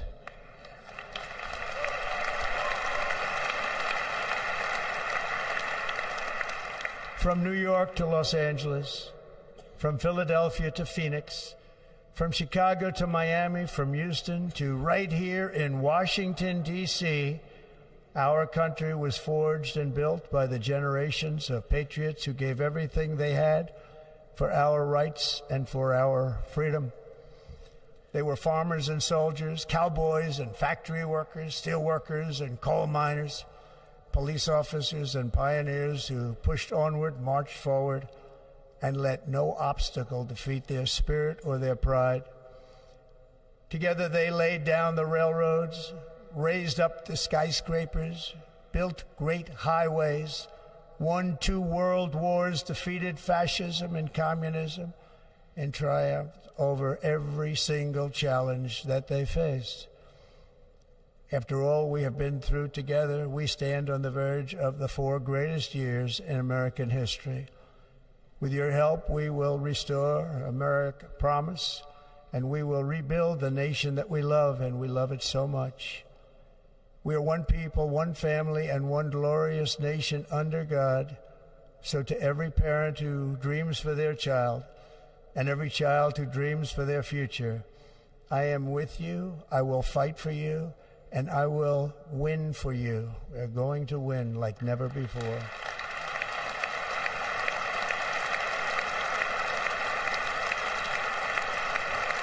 Thank you. Thank you.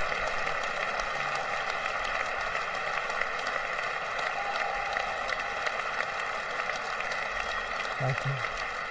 Thank you. In recent years, our nation has suffered greatly, but we are going to bring it back and make it great again, greater than ever before. We will be a nation like no other, full of compassion, courage, and exceptionalism. Our power will stop all wars and bring a new spirit of unity to a world that has been angry, violent, and totally unpredictable. America will be respected again and admired again, including by people of religion, faith, and goodwill. We will be prosperous. We will be proud.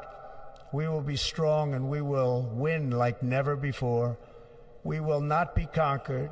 We will not be intimidated. We will not be broken, and we will not fail. From this day on, the United States of America will be a free, sovereign, and independent nation. We will stand bravely. We will live proudly. We will dream boldly, and nothing will stand in our way because we are Americans. The future is ours, and our golden age has just begun. Thank you. God bless America. Thank you all. Thank you. Thank you very much. Thank you very much. Thank you.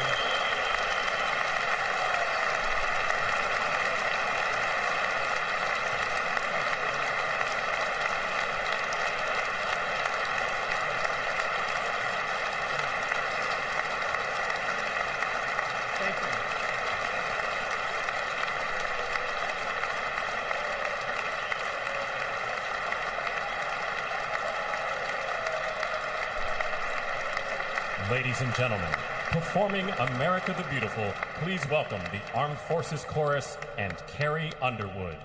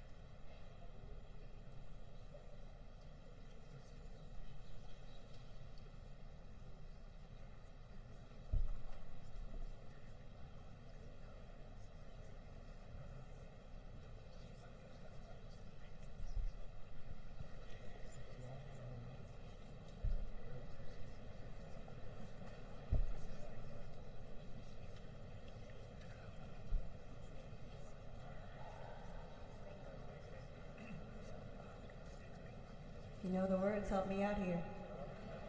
Oh, beautiful for spacious skies, for amber waves of grain, for purple mountain majesties above the fruited plain. America, America, God shed His grace on thee and crown thy good with brotherhood from sea to shining sea.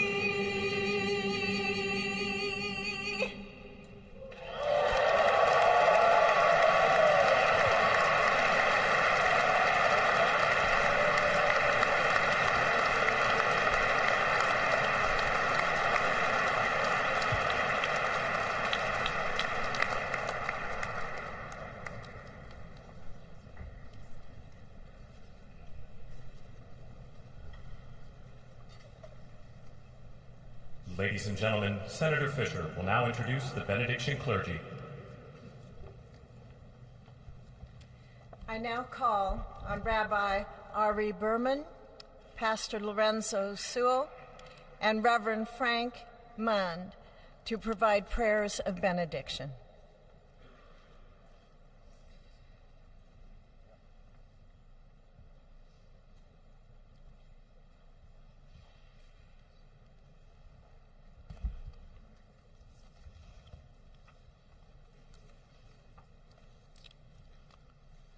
Let us pray.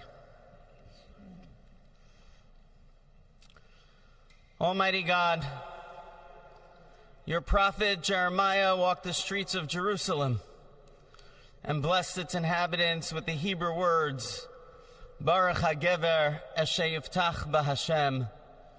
Blessed is the one who trusts in God.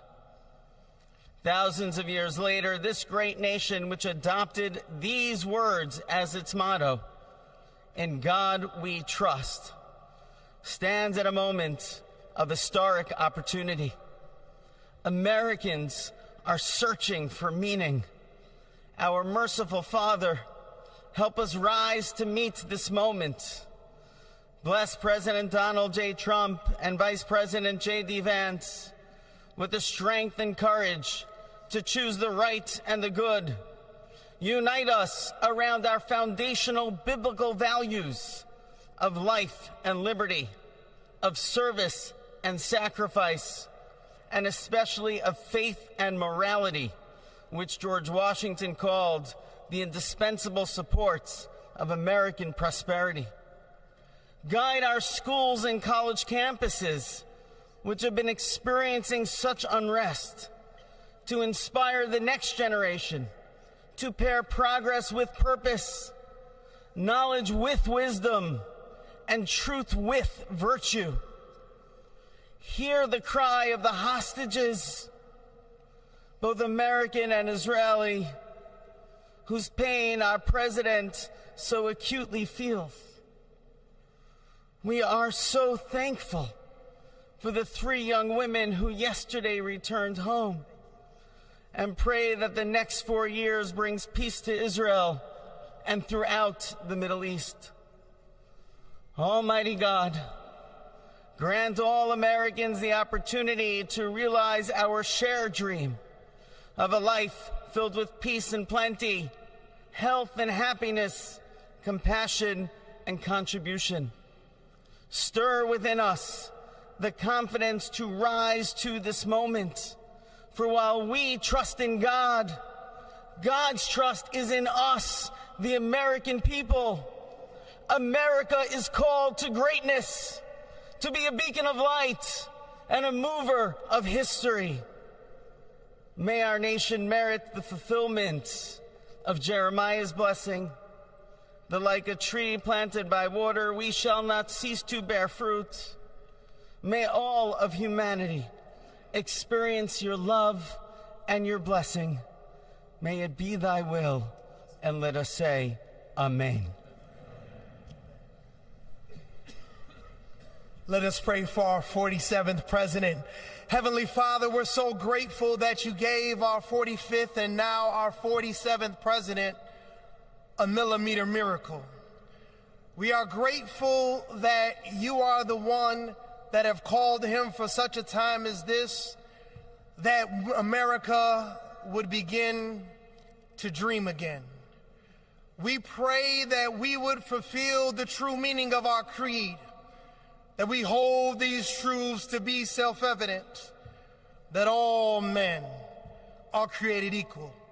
We pray that you use our president, that we will live in a nation where we will not be judged by the color of our skin, but by the content of our character. Heavenly Father, in the name of Jesus, we are so grateful today that you will use our 47th president so we would sing with new meaning, my country, 'tis of thee. Sweet land of liberty, of thee I sing. Land where my fathers died, land of the pilgrim's pride, from every mountainside. Let freedom ring, and because America is called to be a great nation, We believe that you will make this come true. So let freedom ring from the prodigious hilltops of New Hampshire. Let freedom ring from the mighty mountains of New York. Let freedom ring from the heightening Alleghenies of Pennsylvania. Let freedom ring from the snow-capped Rockies of Colorado. Let freedom ring from the curvaceous hilltops of California. But God, we're asking you not only that. Let freedom ring from Stone Mountain, Georgia. Let freedom ring every molehill in Mississippi, from every state, every city, every village, and every hamlet. And when we let freedom ring, we will be able to speed up that day where all of your children, black men and white men, Protestant and Catholic, Jew and Gentile, will be able to sing in the meaning of that old Negro spiritual, free at last, free at last. Thank you, God Almighty. We are free at last. If you believe where the Spirit of the Lord is, there is liberty. Come on, put your hands together and give your great God great glory.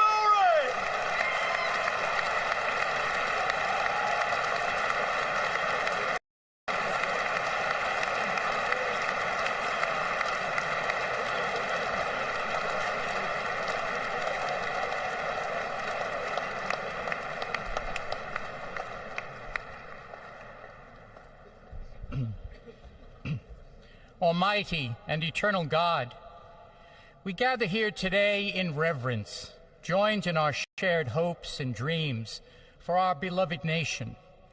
In this sacred moment of the inauguration of President Donald J. Trump and Vice President JD Vance, we turn our hearts to you, seeking your divine assistance and abundant blessings upon this pivotal moment in history.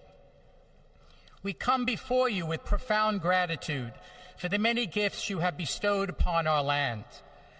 Thank you for the freedoms we cherish, for the strength of our communities, and for the resilience of our spirit. As our President and Vice President embrace their newly appointed roles, we humbly implore that your everlasting love and wisdom will envelop them. Grant them the clarity of mind to navigate the challenges that lie ahead, and the compassion to serve all citizens with fairness and integrity. May their hearts be filled with a giving spirit and sincere understanding for those whom they represent. May they be beacons of hope in times of uncertainty and prophetic voices in defending the dignity of all created life. We pray for a spirit of collaboration to flourish in our government and across our nation, fostering an environment where dialogue and heartfelt listening will prevail over division or discord. May each decision made by our President and Vice President reflect the values of justice and peace. As we embark on this new chapter, we also seek your comfort, O God, for those who feel lost or disheartened. In this time of transition, may your light shine upon them, reaffirming their belief in a brighter tomorrow. May we all strive to lift one another, supporting our fellow citizens with kindness and empathy, recognizing that together we can overcome any adversity. Grant us the strength to endure, the courage to face our fears, and the clarity to see the light that remains, even when clouds of uncertainty may gather. Inspire our new leaders to be champions for the vulnerable and advocates for those whose voices are often silenced. May they pursue policies that promote the well-being of all, seeking to build bridges that will foster unity and belonging. As we stand witness to this inauguration, we hold fast to our faith in the goodness of each of us and the possibility of change. We trust that with your guidance, O God, our nation can move forward to a future filled with promise, prosperity, and understanding. And finally, we lift our hearts in gratitude for the beloved parents of President Trump. Without Mary and Fred Trump, this day would never be the miracle that has just begun. From their place in heaven, may they shield their son from all harm by their loving protection, and give him the strength to guide our nation along the path that will make America great again. Let us go forth now with these words of President Trump's emblazoned on our hearts. As long as we have pride in our beliefs, courage in our convictions, and faith in our God, then we will not fail. We stand tall, we stand proud, because we are Americans, and Americans kneel to God, and to God alone. Amen. Ladies and gentlemen, please remain standing for our national anthem.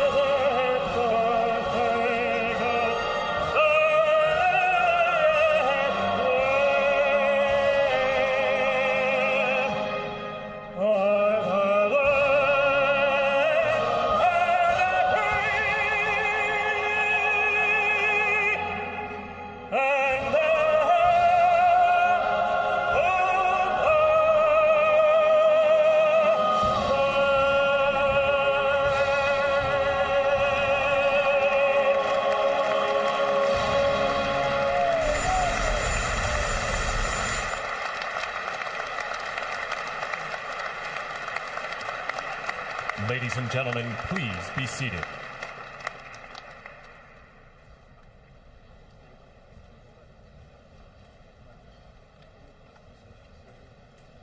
Ladies and gentlemen, please remain at your seats while the President and official party depart the platform.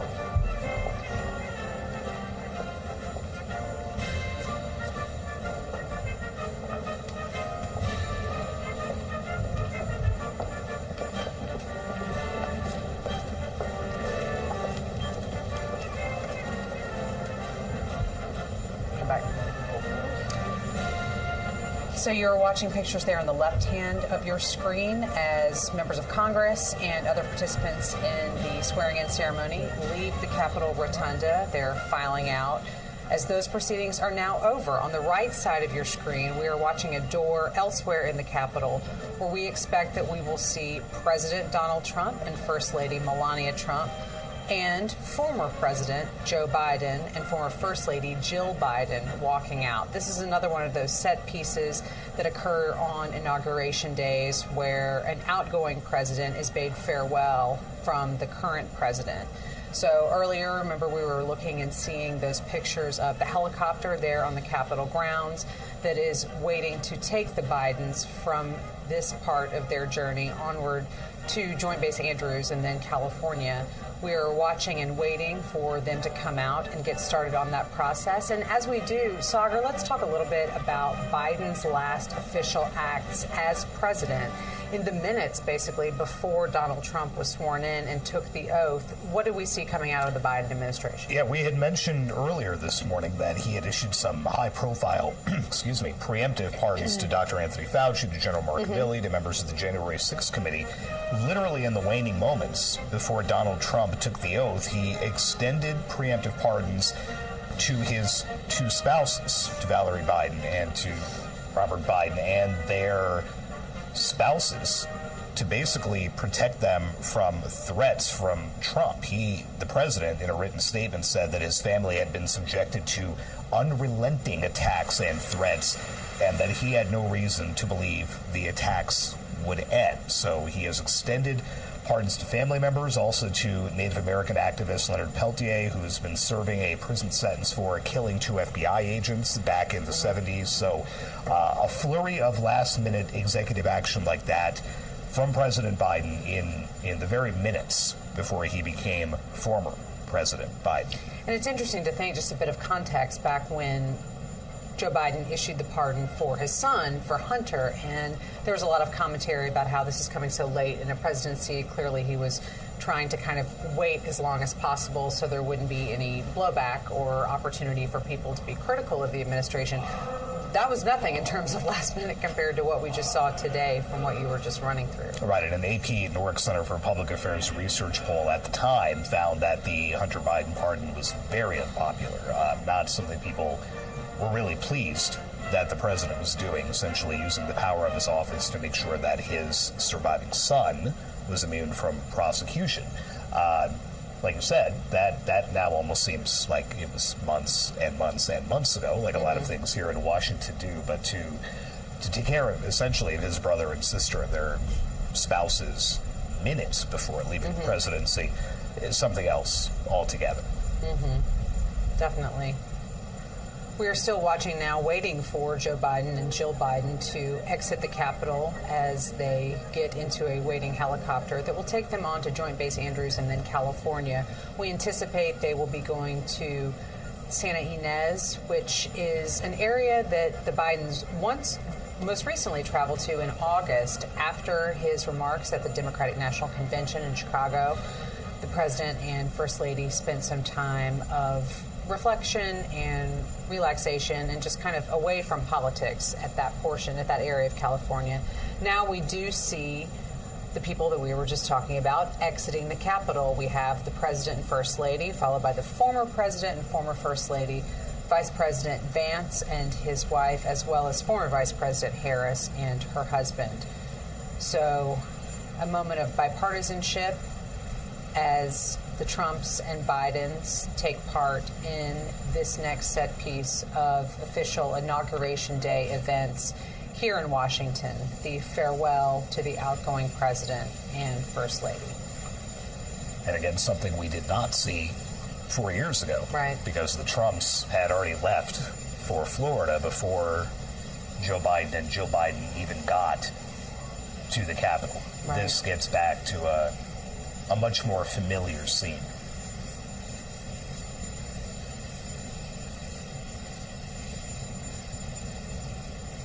It's been striking how much engagement now former President Biden has had with Melania Trump, with Donald Trump.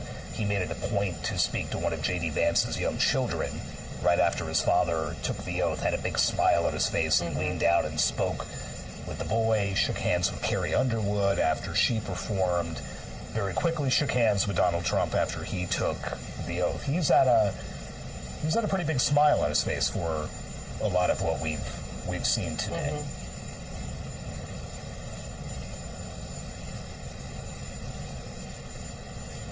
And I can't imagine the helicopter's rotors with the wind whipping up are going to feel very good coming up here. Having sat on the White House South Lawn way too many times when both of those men boarded Marine One. It's cold on a hot day. On a really cold day like this, not fun. It is still only here in the mid-20s here in Washington. Let's just listen in as these farewells happen at the Capitol.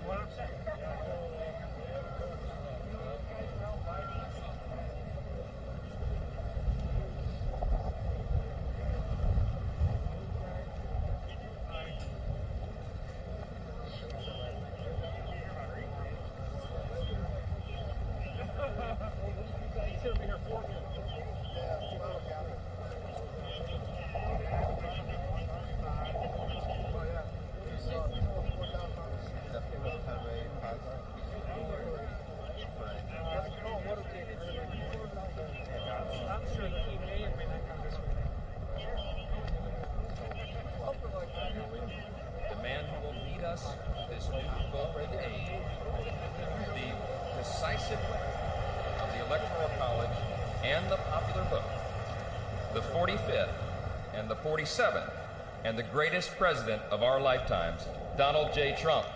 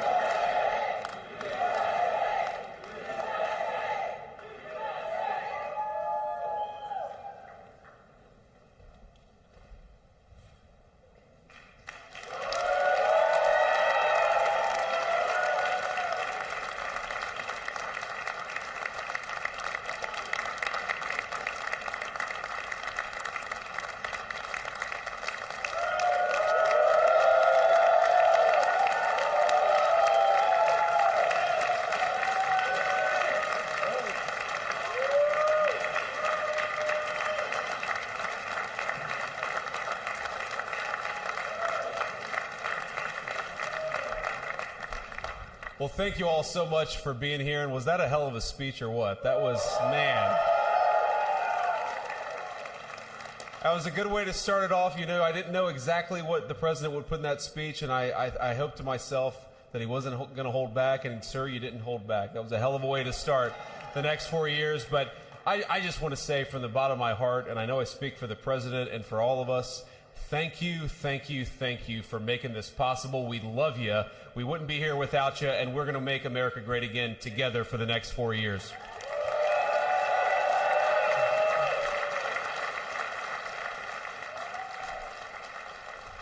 And the last thing I'll say is, you know, having stood outside for about 5 minutes to wave goodbye to the Bidens, thank God we moved that thing indoors, because it was a beautiful ceremony and it was cold as hell outside.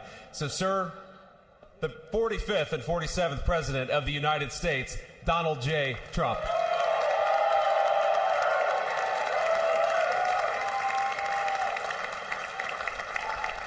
No, he's right. I looked, I said, oh, look at this beautiful sunny day.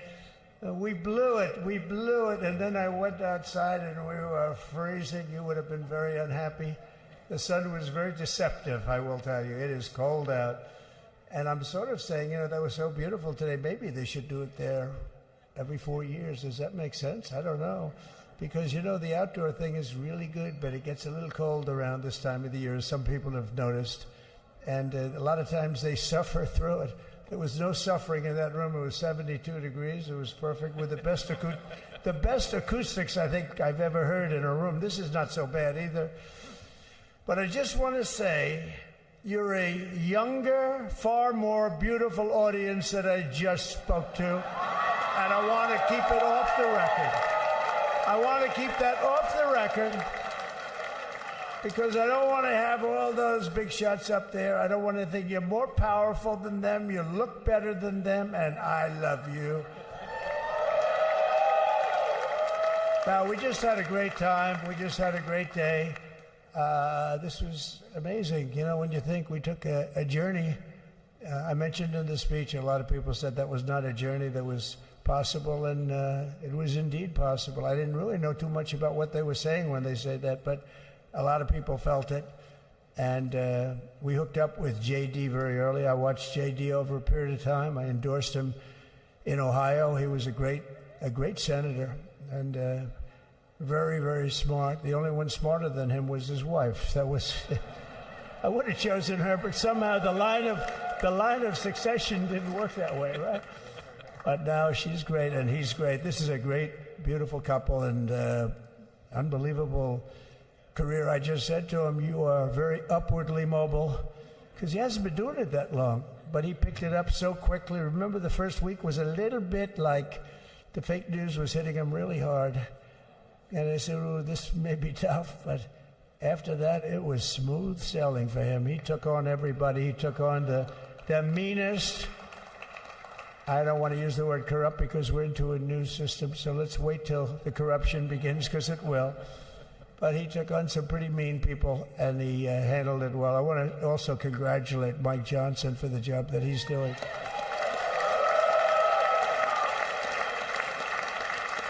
Steve, we gave him a majority of almost nothing, and then I said, to make it tougher on him, let me take 2 or 3 of the people, right? I said, he'll only have to suffer with that for about 3 months. How are they doing, by the way? Are they? Is that moving along? Totally unified. I said, do you mind if I take this one, that one, and a couple of others? He didn't mind. He can handle it. No, he's a man that's liked by everybody. I've never met a man like this. You've got how many is it, 219 or 220 or something? 220. And of the 220, 219 really like him. I noticed he got 1 negative vote once about 2 weeks ago. But I think even 220 like him, if you want to know the truth. And that's very unusual. I know a lot of nice guys in Congress, and they have 35 people that hate him. So if you have 35 people that hate you and you only have 1 or 2 or 3 votes, you'll have 5, I think. But that's going to be like, the good news is when we get to that 5 number, it's going to feel like a massive majority. You could be really nasty to a couple of them at least. So it's going to feel like hitting your head on the wall and stopping. It feels so good to stop, but he's done a fantastic job. And Steve Scalise is, he's our hero because, I was with him. You talk about being shot. I was with him. He got some bad ones, and his incredible wife, and she really loves him. You never know about that. I've been with other people. They were doing poorly, and the wife is like looking at her watch. She can't get out of the hospital fast enough. How's he doing? Oh, I don't know. He's all right. That woman was a mess. She was crying and crying. No, they're going to take him. They're going to take him. I told Steve when he finally woke up, it was a while, too. The doctor told me it was the most blood they've ever transfused in any patient. They've never done anything like it. And here he is, the picture of strength, right? And he's been a great friend of mine, right? With a family, because of a family. And what a job you did. It worked out pretty much better than we even thought, right? And I did have a couple of things, to say that were extremely controversial. And between JD and Melania and anybody else that heard, please, sir, it's such a beautiful, unifying speech. Please, sir, don't say these things. I said, I'm telling you, it's going to play great. They said, you're right. For this group of people, it's going to play great. You're the only ones I hurt by not, but we had some beauties, didn't we, Melania? She said, sir, calls me sir when she's angry. No, I'm only kidding. I better say I'm only kidding, or the press is going to pick that one up loud and clear. No, but she said, no, I think it would be terrible. It's such a nice speech. I think it's, it all depends on your delivery. How was the delivery? Was it good? But she said it's such a beautiful speech. You can't put things in there that you were going to put in. And I was going to talk about the J6 hostages, but you'll be happy because, it's action, not words that count. And you're going to see a lot of action on the J6 hostages. See a lot of action. And I was going to talk about the things that Joe did today with the pardons of people that were very, very guilty of very bad crimes, like the Unselect Committee of Political Thugs, where they literally, what they did is they destroyed and deleted all of the information, all of the hearings, practically not a thing left. They deleted all the information on Nancy Pelosi having turned down the offer of 10,000 soldiers. You wouldn't have needed 10,000. You could have had 500, and it would have stopped. Because we may have had 1 million people that day, the people that were there. You don't see any photographs, but we have a lot of great photos. But you don't see those photographs. They don't put them in. They show the people at the Capitol. But I was talking about that. I was going to talk about that. They said, please don't bring that up right now. You can bring it up tomorrow. I said, how about now in front of the I'll bring it up right now. You know, this little time delay is good because we're getting great reviews on the speech. Now watch. They'll take the speech and say, I didn't like it because he left there and he's talked to people.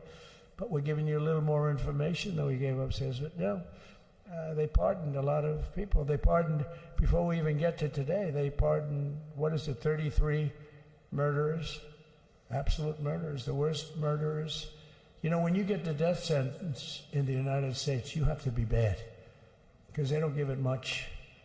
And he pardoned almost everybody having a death sentence. And if you went through the crimes that were committed, you wouldn't even believe them. The level of violence, the people that were killed, the innocence of people that were killed and children killed by these people. And he pardoned them for whatever reason.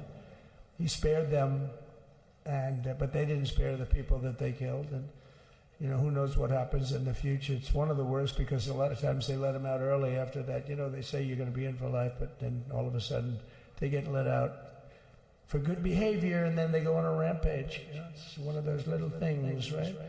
But I was going to talk about that. But I was really going to talk about the level of, you know, what's going on. Why are we doing this? Why are we trying to help a guy like Millie? Why are we doing Millie? He was pardoned. What he said, terrible what he said. Why are we helping some of the people? Why are we helping Liz Cheney? I mean, Liz Cheney is a disaster. She's a crying lunatic and crying Adam Kinzinger. He's a super crying. I never saw the guy not crying. He's always crying. I looked at him. I remember years ago he was actually on my side. And then one day, you know, when you don't want to kill people in wars, they turn against you. Liz Cheney hated the concept of not going to war with everybody. Let's kill everybody. Let's spend a lot of money on military equipment, you know, where her father works, right? And but what she did was incredible. Think of it. They destroyed and deleted all of that information that went on for almost 2 years against Trump. And the reason they did, because it was all false. Like the person that said, I tried to strangle a Secret Service agent. That's one of the toughest human beings I think I've ever seen. I actually had a friend saying, please don't change that, sir. You are the coolest sucker in history. Remember, she said, I put my hands around his neck because he wouldn't go to the Capitol. Made up fiction. And I was rebuffed. And the guy on the right is a massive weightlifter, probably stronger than me. Do you think he's stronger than me, honey? You know who I'm talking about. Possibly stronger than me. Slightly younger than me, like, I won't say how many years because I don't want to talk about that, but a lot of years. But I had a friend that said, why are you disputing that story? That's the coolest story I've ever heard. That I would attack a karate champion, get slightly rebuffed, and then throw my arms around a guy with a neck about this big. Even though there are bars, you know, there are bars, you can't really do that anyway. So I wanted to talk about that. But all of that stuff got deleted. And the reason it got deleted is they were all caught in lies. You know, Secret Service testified, and they said it didn't happen. Actually, the two guys were very embarrassed. They're suffering because their friends are saying, did Trump really do that to you? But they gained a whole new respect for me.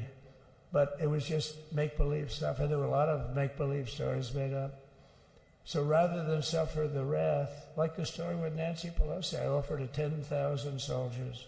She knows it. She admitted it on tape that her daughter made. She's a videographer or whatever you call her, which I'm glad she is. Oh, she can't be in good stead with Nancy. But Nancy said it was my responsibility as she's leaving the Capitol. She said it was, and it was. She's in charge of security at the Capitol. But I offered them up to 10,000 soldiers, even more. One time I said more, as many as you need. But you needed 400 or 500. If 4 or 5, you 10,000, that would be more than the number of people there by lot. But we offered her 10,000. Think of it, 10,000 soldiers. In other words, J6 wouldn't be J6. There would have been no J6. But she rebuffed them. She didn't like it. No, she didn't like it. Maybe she wanted that to happen. But she's guilty as hell. And now we would have to go through the process because they destroyed all evidence. They deleted everything. There's virtually nothing left. The other fake story and so many other fake stories. And many people came out on our side, and those people now would got to find them. There's nothing left. So that's a criminal offense. If that were a civil case, it would be a criminal offense. If that happened civilly where you did that, it would be a criminal offense. So I decided I'm not going to make this speech complicated. I'm going to make it beautiful. I'm going to make it a unifying speech. And then when they said we have a group of people that are serious Trump fans, I said, this is the time to tell those stories.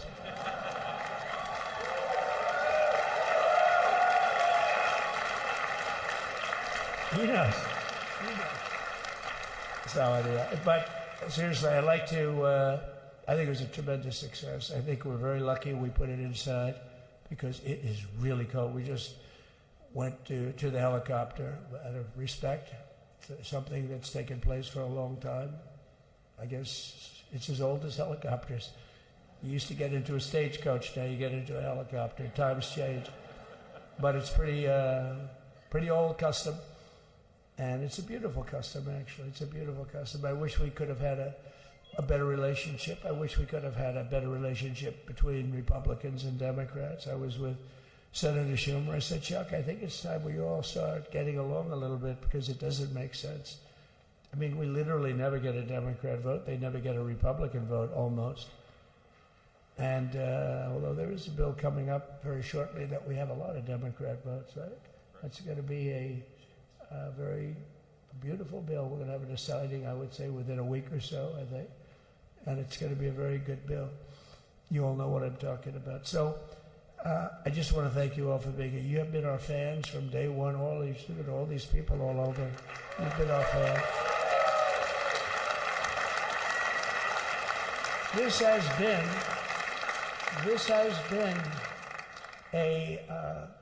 there's never been anything like it. There's never been anything like it. This has been a movement like no movement ever in history for probably any country, let alone this country. You know, if somebody's running for president, and if they go out and they announce they're going to Arizona, they're going to Nevada, they're going to someplace, if you have 200 or 300 people, that would be standard. Ronald Reagan would go out. I mean, outside of the last couple of days where people get a little excited, but even then you have a couple of thousand people. But if you're going to go someplace, any place, any one of the swing states, any one of the other states, I mean, how about the non-swing states? We won Alabama by 48 points. We won Tennessee by massive numbers. Wyoming, we won by numbers that are, nobody's ever seen numbers like that. And, you know, places like California, we did great, but when they send out like 38 million ballots, and nobody knows where the hell they're sending them, and then they come pouring back, the whole thing. You know, they passed a law in California that if you work in an election bureau and if you so much as ask for a voter ID, if you say, sir, ma'am, could I please look at your voter ID? They have the right to put you in jail. You're a criminal. Can you believe that? There's only one reason that happens. They want to cheat. So they had it where voter ID wasn't accepted. But now if you even ask for it, this is seriously a bill that was just signed, passed in their legislature, and it was signed. And I think when we get things cleaned up and we get back to a little bit of normalcy, I'm going to ask the Speaker to really get involved because I think we would have won the state of California because, you know, if you look at my numbers with Hispanic, we're at 56%. And we were winning. We won the Texas border that had never been won, as the governor said. He's doing a good job, the governor, by the way, of Texas. But as the governor said, it hasn't. Oh, did I get lucky? Did I get lucky? Supposing I said, you know, he's not here, but the governor of Texas has done a terrible job. Wow, look at you. You mean we couldn't get you up in the front row? I tell you. Supposing I said, JD, the governor of Texas, is not doing his job. You heard what I said. See, I didn't know you were there. I said he's doing a great job. He's doing a phenomenal job. But now you're going to have a partner that's going to work with you because you didn't have, not only didn't he have a partner, he had people selling the wall. right? We have a fence structure that we worked on, the governor worked on with me. And I didn't love it, to be honest with you. I wanted a nice precast concrete, 40, 50 feet high, like a beautiful, could have been a T-shape, Y-shape. I love construction. I wanted that sucker to go up maybe 50, 60 feet. It would have looked beautiful, a nice Y shape. And they said, the problem is, sir, they climbed that like a rabbit. I said, what do you mean? No way. And they brought some of these guys out. They climbed it like... And the other thing is you hit it with acid and the thing will disintegrate. They have things for concrete. So they needed very hardened steel, very special steel. And then they needed 7,000-pound concrete inside that steel, inside that steel. And then they have a rebar that's the toughest steel made. Very hard to cut. So this is why very little is cut. I mean, it's right. And then they put a anti-climb panel on top. I hated it. I said, it's so unattractive. And I said, why would that work? I don't believe it works. And I went to watch the Border Patrol, gave a display. We had actually 2 sets of climbers. The guys that climb up walls with drugs on their back, I mean, they got like 60, 70 pounds of drug, and they go as fast as you can walk. They go bip, bip, bip. Or we have Mount Everest-type climbers. And honestly, the drug guys were much better. I couldn't believe it. The drug guys blew them away, right? But it's true, the anti-climb panel, they couldn't get around it. They just couldn't. You didn't have it. So sometimes you sacrifice beauty for efficiency. And we did. So we built this wall, and we built over 500 miles of wall. That's why we had such good numbers. The famous chart that came down, very thankfully, the chart that came down on my right, Governor, had I not looked over there, I'm not speaking right now. You might be speaking here. You want to know the truth? You, JD, have got a lot of great people in this party, but I got very lucky, but we had the best numbers we've ever had. But I bought, what happens is when you fill it up, it's like water. You fill it up. Now we have 571 miles of wall. And they would always say, when we renovated a wall, so there'd be like a piece of plywood sitting there for 60 years, or a 2x4 sitting for 60 years on the ground and rotting. Because, and they'll say, you didn't build a new wall. Here we're building 50 feet up in the air, and 30 feet sections, 50-foot sections, all steel, all concrete, all everything. And all, by the way, they don't even want me to say this, but what the hell, it doesn't take that long time. They're all wired for all of the equipment. We put wires in everything so they can easily wire for all the different types of equipment. And if there's a doubt, we have a wire. Whenever we just look, you just find the wires all over the place up top, so we can just hook it up. We don't have to have wires on the outside, which wouldn't do too well, right? So anyway, so we built an extra 200 miles of wall, and the governor wanted to buy it. He tried to buy it, and they wouldn't sell it to him. He wanted to put it up himself. Could have been done in 3 to 4 weeks, 200 more miles, because when you do it now, they just keep going further out, further out, further out, getting around. So we did an extra 200 miles, and it was all bought. And they announced that they're not going to put it up. And that's when I realized they wanted open borders, and that's when I realized that people are going to come pouring through the wall like nobody's ever seen before. But you've seen it. A lot of you are here because of that. I made it my number one issue. They all said inflation was the number one issue. I said I disagree. I think people coming into our country from prisons and from mental institutions is a bigger issue for the people that I know. And I made it my number one. I talked about inflation too, but how many times can you say that an apple has doubled in cost? I'd say it, and I'd hit it hard, but then I go back to the fact that we don't want criminals coming into our country. We don't want the jails of every country in the world virtually being deposited into the United States. And that man had to suffer with it. And he did an unbelievable job. I'll tell you, he was a very popular governor, but now he's like an unbeatable governor because of your border policies. He was fantastic. And he really was. So. Governor Abbott he's a great man, great leader. And but it did make him did you do it? You didn't do that for politics. You did it because you wanted to do the right thing. But I'll tell you, it sure as hell worked for politics too. It's self-preservation, that's right. But no, because the people are demanding it. The people of Texas are demanding it. The people are demanding it all over. So anyway, so we built it, and they wouldn't let us use it. They wouldn't let the governor use it. And other governors, they wouldn't let him use it.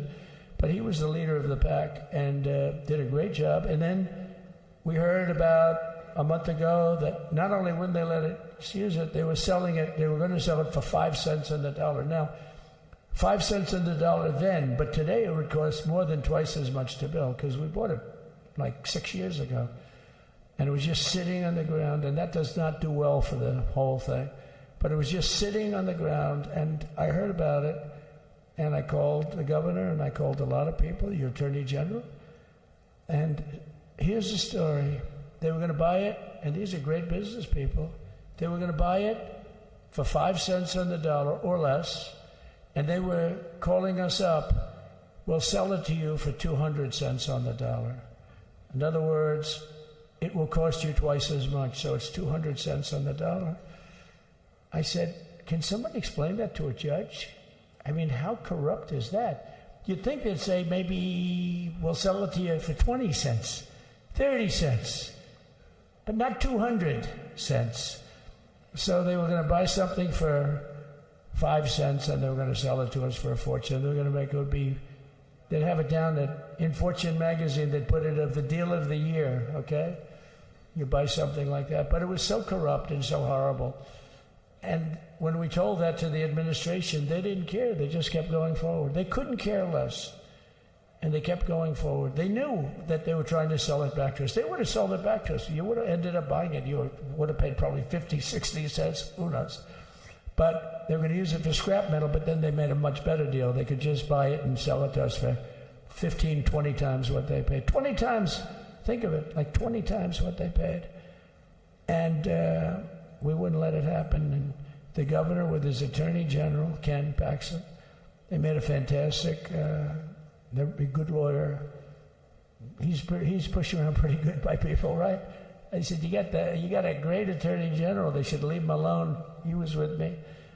But Ken and the governor went to court, and a judge actually became incensed and actually called for an investigation. How could a thing like this happen? So he stopped it. So we're waiting to put that wall up. And now that you have a new president, that wall will go up so fast. The governor will complain, sir. This is Greg Abbott, sir. Please, the wall is going up too fast. Please don't do that. You know the story about winning. No, we're going to win too much. We're winning too much. Please, let's stop. People always love that one. We'll do this with the wall. Governor Abbott calls, sir, the wall is going up too fast. We can't take it. We just can't take it. No, I think you'll be very happy if the wall goes up too fast, right? But we'll get that dude and we'll work with you on that. But it was a great decision by a great Texas judge, right? And it was beautiful to watch. He stopped them right in their track. I mean, they were literally loading the stuff onto trucks. It was terrible. Honestly, it was terrible. And he wouldn't take it. So I'm so glad I mentioned that they have a really good governor in Texas. And I swear, I didn't know he was here. I swear to you, it sounds like a setup. I didn't know you would end. Did I get lucky? I said the right thing. Because there have been moments when I wasn't so happy with him, you know? But not too many, I can tell you that. So anyway, it's good to see you too, Governor. Great. But I just want to thank everybody. You've been incredible. I recognize so many of you. It's so crazy. But this has been a long journey. This was a journey that started in 2015, probably started 20 years before that. People used to say, you're going to run for president? You're going to run? And I always said, no, I don't want. And then one day I said, let's give it a shot. And what I talked about then was the border, too. I think it probably was the number one issue for me. Back in 2015, 2016, I talked about the border. And now I talked about the border, but this border is much worse. We fixed the border. It was totally fixed. There was nothing to talk about. 2020, by the way, that election was totally rigged, but that's okay. It was a rigged election. You know the only thing good about it? It showed how bad they are, showed how incompetent, and frankly, historically, this is a much bigger event. If that would have gone like it should have. The bad thing about it is some bad things happened, like a lot of people in our country that wouldn't be in our country right now. So, you know, that's the bad part. But I will say that it started in 2015, and right from the beginning, we went to the top. Day one, they announced Trump, and Trump went to number one and stayed there for the whole primary. And then we took on Hillary, she didn't look too happy today. We took on Hillary. A very nice person, but we took on Hillary and we defeated Hillary, and then we did much better the second time in 2020. You know, we got millions more votes. We got millions, like 10, 12 million more votes than we did the first time. No president has ever gotten that many more votes. I got like 9 million more than anybody else had ever gotten. And they said we lost.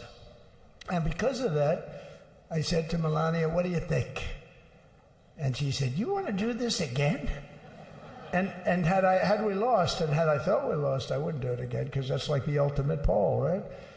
But I knew how well we did, and this time we made it too big to rig. It was so big. They tried. They tried like hell. But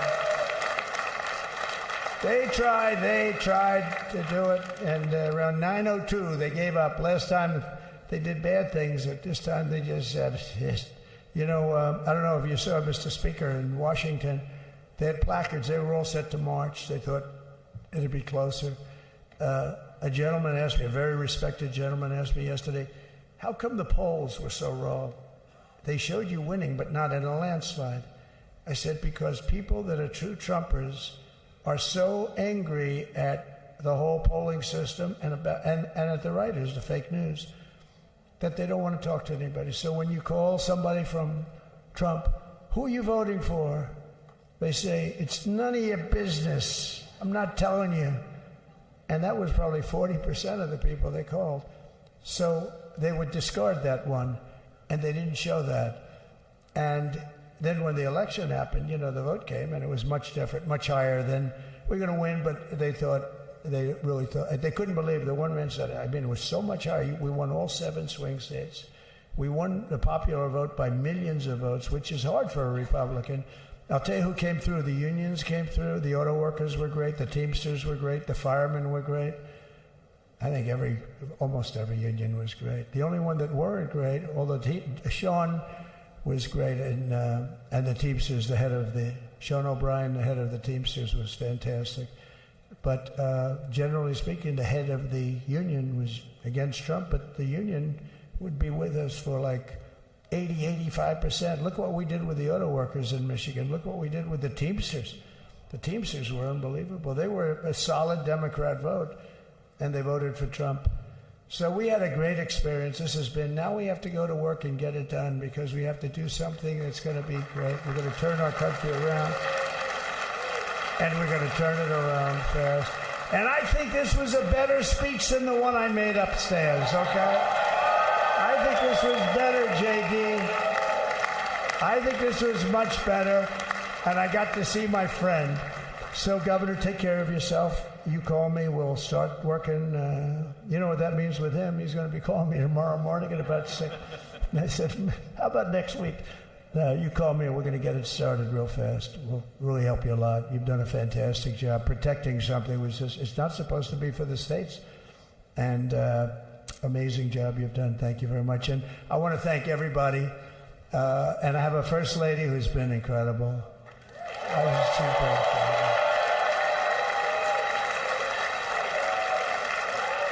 I shouldn't say this. I'm going to get hell when I say this, but her feet are absolutely aching. You know, those heels. And we thought we were leaving. We were going home. Sir, would you be able to go down and say hello to some of your other fans that are here? I said, oh, I didn't know that. Wow. Did you get to see pretty clearly the picture, I hope?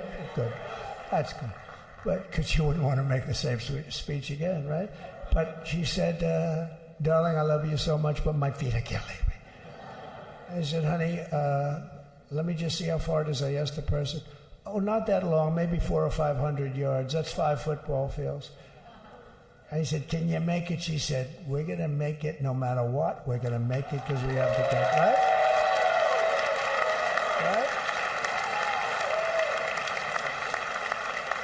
And then we went out to the helicopter, though, just prior to this and said goodbye. And it's a custom, and the wind is blowing like crazy. And with the hat that she's wearing, she almost blew away. We almost lost off her.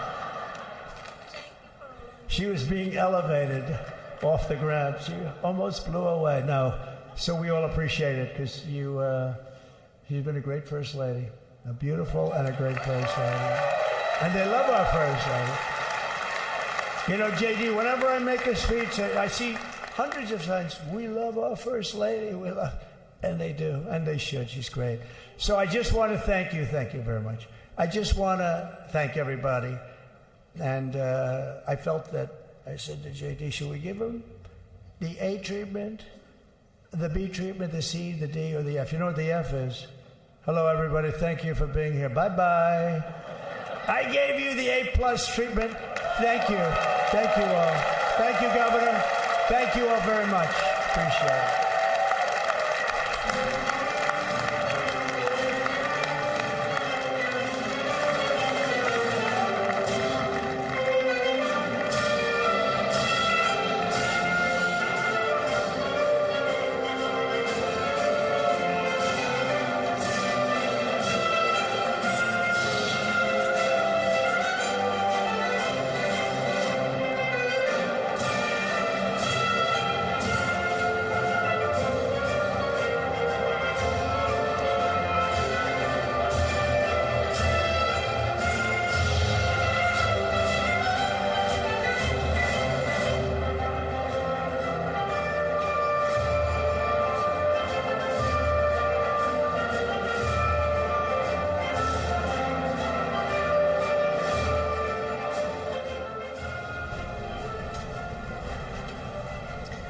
All right, so you were looking at pictures here from another portion of the Capitol where President Donald Trump has been speaking to supporters after his inaugural speech, actually in a speech that went just about as long or maybe even a little bit longer than his actual inaugural address. And this was kind of what we hear and expect as more of the campaign type rally speeches that we've heard, not as long or perhaps as animated, but more comfortable and familiar, and also flicking at some of the actions that we do anticipate President Trump will be working on as soon as he sits down at a desk and has those executive orders in front of him. All of those dozens, if not 100 or more executive orders that we expect the president to be signing today.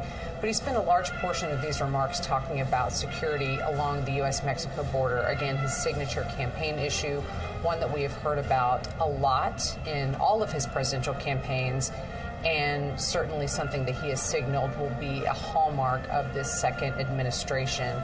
So these events have wrapped up here. There are still several other things on the official docket for the rest of this inauguration day. Another thing that has happened while we were listening to the president's remarks is former President Joe Biden and former First Lady Jill Biden have departed from Joint Base Andrews.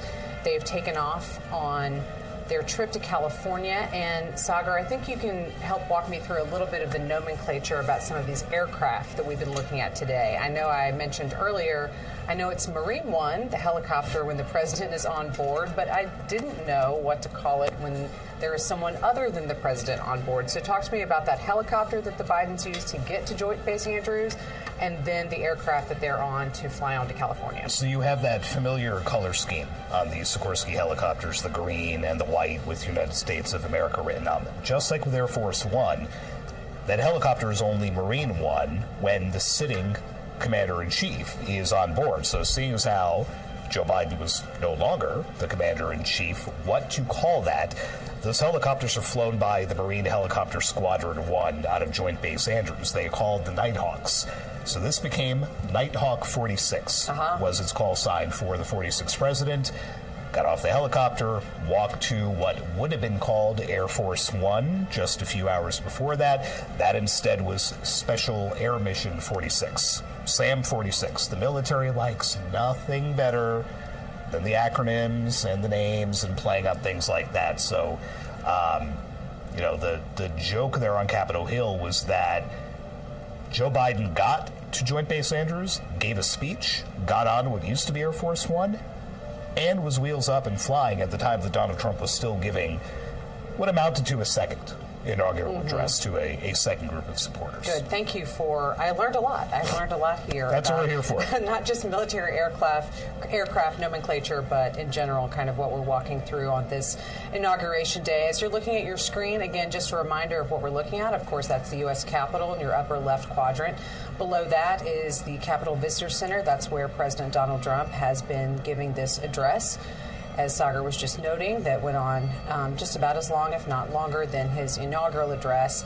But also on the right-hand side, that's a look at Pennsylvania Avenue. That's one of the pathways, the main thoroughfares here in Washington, that is tradition on Inauguration Days for the new president to traverse in some fashion. It's usually in the form of a parade, clearly with the weather and events being changed around today.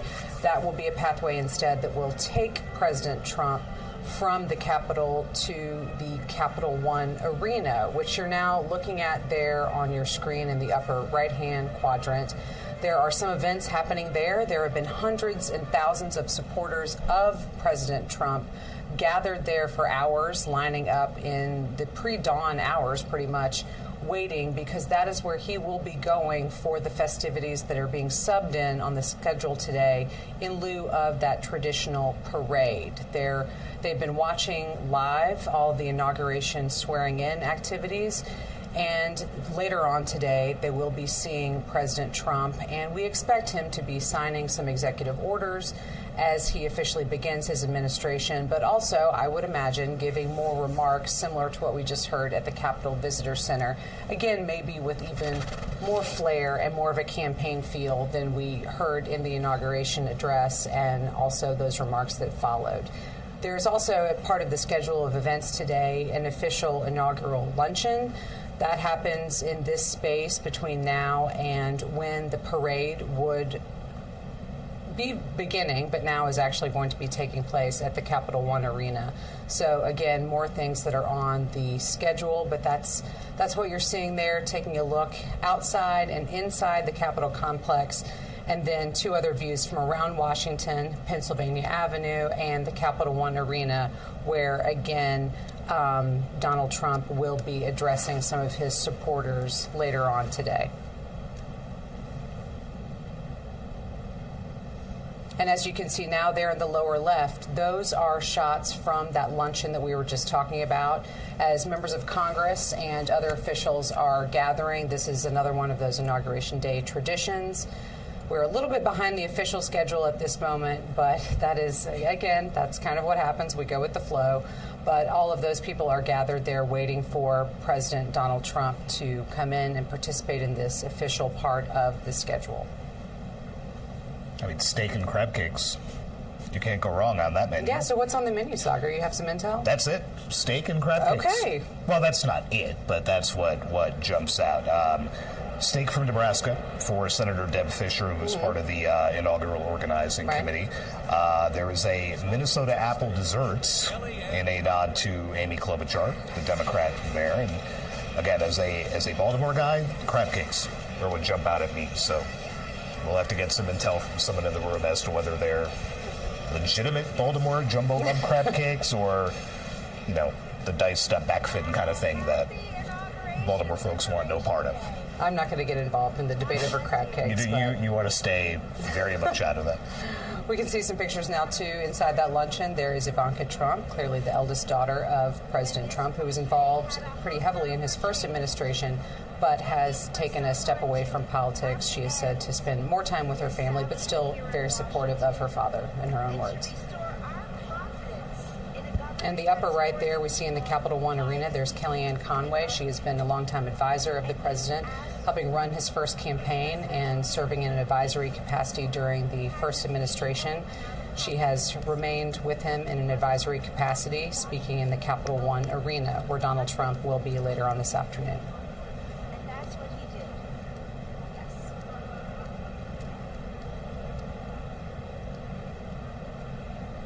Yes. The list of speakers for that event in the Capital One Arena is a Trump who's who as well. Elon Musk, of course, influencer Charlie Kirk. We saw former trade advisor Peter Navarro a few minutes earlier.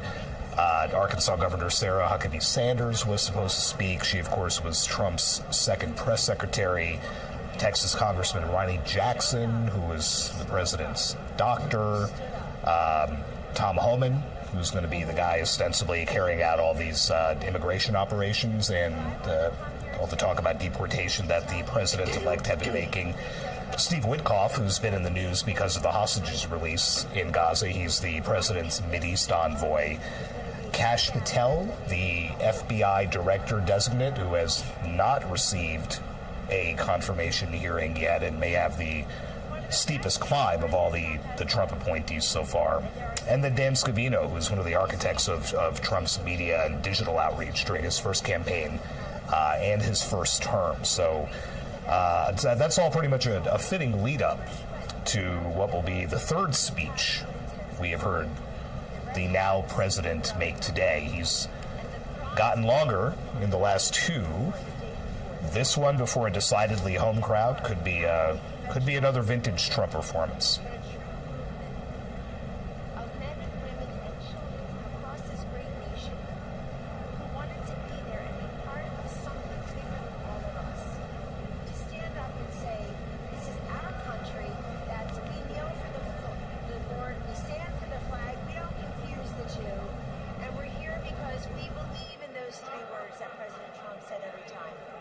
Secure the border, respect law enforcement, cut your taxes, repeal, replace Obamacare, get rid of Common Core.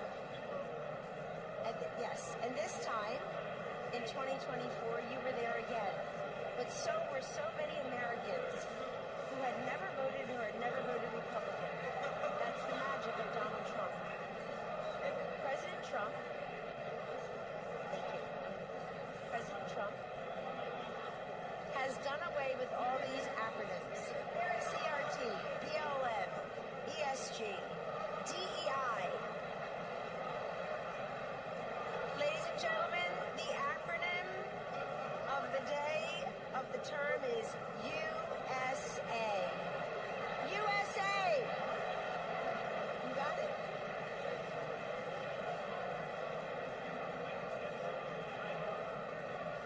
People in Washington love to fight. They love to fight. He's not fighting with Washington. He's fighting for you. And that's why you fight. So continue to stand up and speak up and show up and put up. And ladies and gentlemen, whether you were for him on day one or you or people you know did it on November 5th, 2024 for the first time, keep saying, look, let's bring more people into this movement. This is an optimistic, positive, forward-looking time for our nation, for our children, for our grandchildren, for our veterans, for the forgotten man, the forgotten woman, the forgotten child. President Trump, never forget, did not need to do this. He did not need to do this. He already had everything that people who go into politics want. Money, fame, brilliant, beautiful wife, golf anytime he wants. He did this for the people. And as we all know, he dodged a bullet. But ladies and gentlemen, the whole country dodged a bullet. In not having Hillary Clinton or Kamala Harris as our presidents. Welcome. Again, happy Inauguration Day. And we're just part of the warm-up band for the main act, Vice President JD Vance, and 45-47, President Donald J. Trump. God bless you and God bless the USA.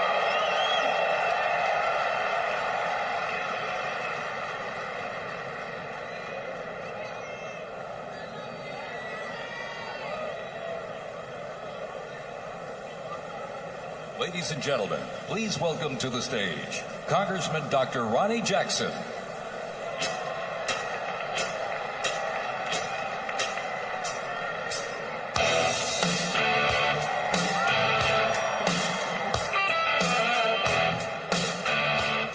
All right. Welcome, America, to the greatest day ever. I don't have to tell anybody in this room, these are my favorite people on the planet right here. You guys are the MAGA warriors. You guys, thank you. Thank you for everything you do. Well, I also don't have to tell you there's a new sheriff in town, right? Donald J. Trump was right about everything. Everything. I've known him for a long time. I was blessed to be his physician and work in the White House side by side with him. I was blessed enough to be with him on January 20, 2017, 8 years ago. I spent the day with him. I watched him give his inaugural address.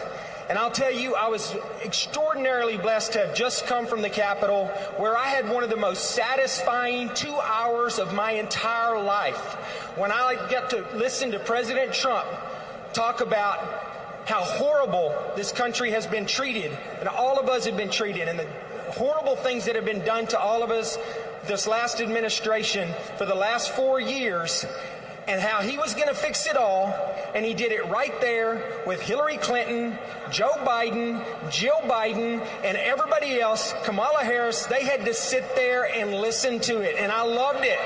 Loved it.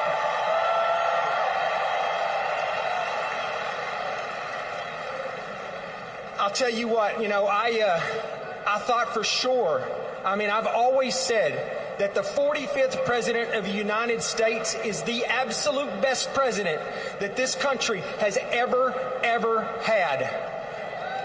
But you know what? I think the 47th President is going to be even better.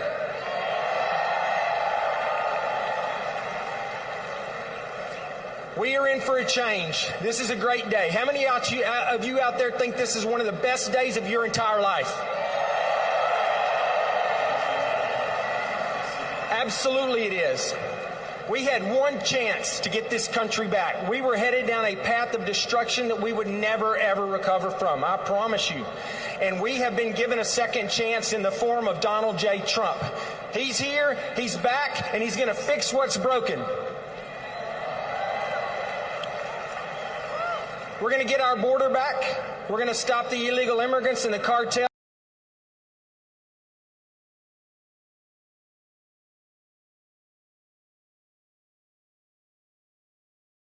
All back.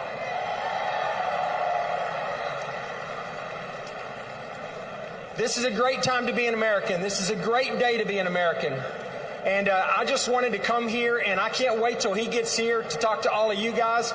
I want to thank you for what you've done, because he got elected because people like you got out and you voted, and you took neighbors who've never voted to the polls, and we all voted, and there was an overwhelming mandate in this country for Donald Trump to come in here and to take this country back. And so I know we're all excited to be here today. It's going to be super exciting when he gets here in a minute. I just wanted to come up here and tell you how much I love you, how much I appreciate you. I want to say God bless you. God bless the United States of America, and God bless Donald J. Trump. Thank you, guys.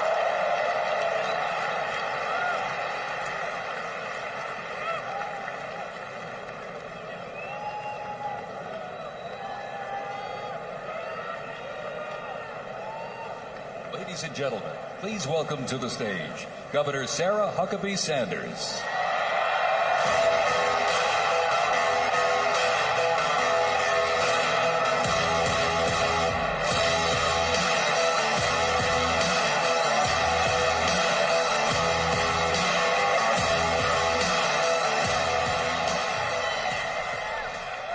What a great day to be an American. I have to admit, it's a little surreal to be back in Washington, D.C. right now. 8 years ago, I was one of the very first... We watched the helicopter. It was freezing. The sun is a little deceptive. Yes, it is. So what would you like us to do? Sign your orders. Official documents. Okay, I assume they're going to be happy with these documents? Yeah, they're we might not be here. It's the next It's a tradition. Sir, the first is 22 cabinet and cabinet level appointments for your signature. Okay.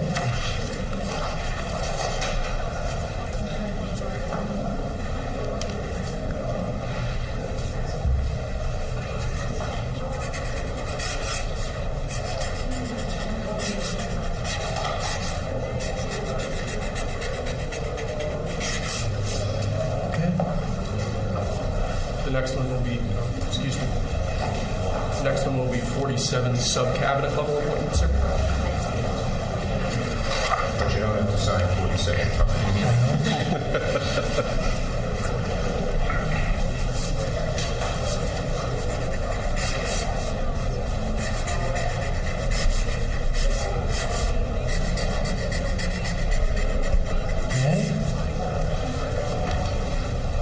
Thank you, sir.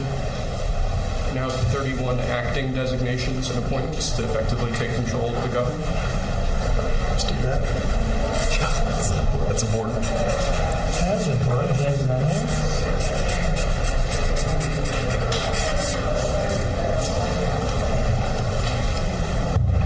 And we have 15 commission chairman and acting chairman appointments.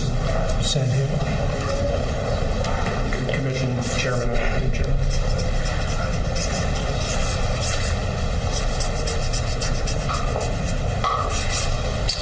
He was number one at Harvard also. You know that? Good counsel. They have something in common. Thank you, sir. Lastly, we have a proclamation ordering that on all future inauguration days, including this inauguration day, that flags shall be flown at full mast. Very important.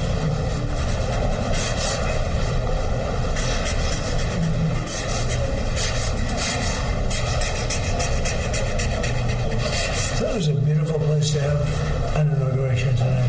The sound was so good. The temperature was 72 degrees, but the sound was so good. So, maybe something to think about. Thank you. Okay. Good acoustics. Yes. All right. Now That's thank it. you. We go to lunch. Great. Very Nice good. to meet you. Sorry. Lunch. There we go. Take that. See you. Thank you, Mr. President. Sir.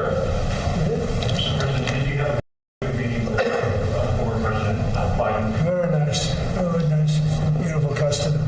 Mr. President, He goes back as long as helicopters. Before that, it was a stagecoach. But it was, I thought it was beautiful. Thank you. Great job. Great job. Thank you. Chuck. Mr. President, do you have any reaction to the pardons President Biden did at the last minute? Well, I'm not going to discuss it now. I think it was unfortunate that he did that. We won't discuss it now. There's plenty of time to discuss it. Thank you very much, guys. Should we go to lunch? Very much. Okay. Good to lunch. Ready for lunch? Okay. Thank you.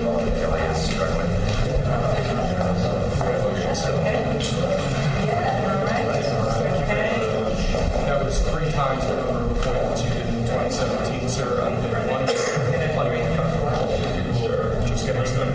A lot of good work to do. So we're going to stop it. Council.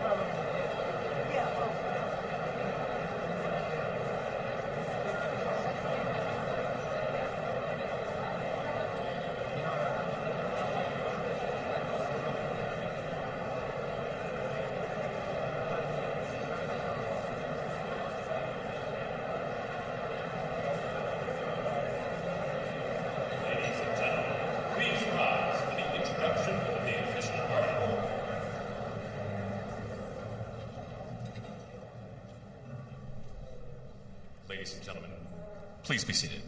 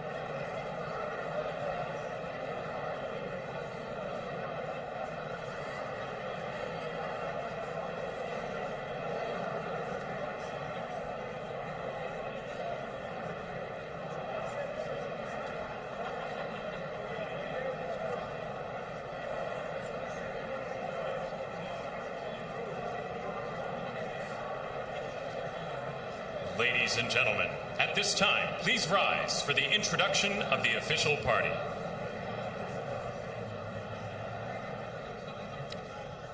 Please welcome members of the Joint Congressional Committee on Inaugural Ceremonies, the Speaker of the House, the Honorable Mike Johnson, accompanied by Mrs. Johnson, Senate Democratic Leader, the Honorable Charles Schumer, accompanied by Mrs. Weinschall Schumer, House Majority Leader, the Honorable Steve Scalise, accompanied by Mrs. Scalise, and House Democratic Leader, the Honorable Hakeem Jeffries. So events are officially getting underway here at this luncheon that is occurring inside the U.S. Capitol. Again, this is one of those traditional Inauguration Day events where we see members of Congress, other invited guests, and also the President. Donald Trump will be joining this crowd shortly. They have been gathering. Many of these people were in the rotunda for the swearing in.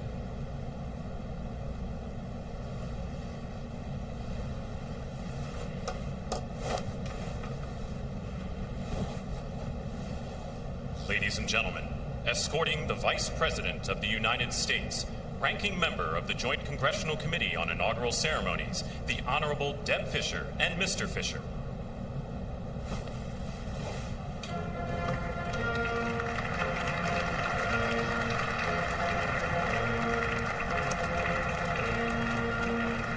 Ladies and gentlemen, the Vice President of the United States, the Honorable JD Vance, accompanied by Mrs. Vance.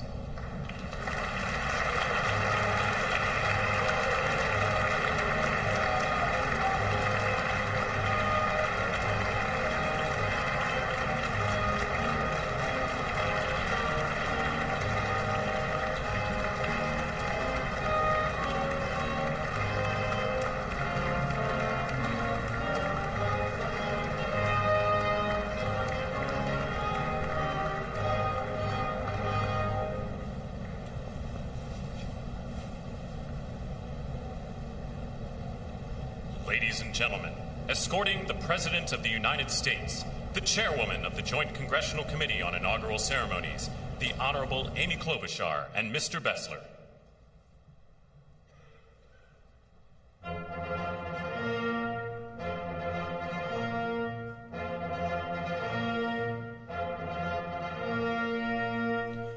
Ladies and gentlemen, the President of the United States, the Honorable Donald John Trump and Mrs. Trump.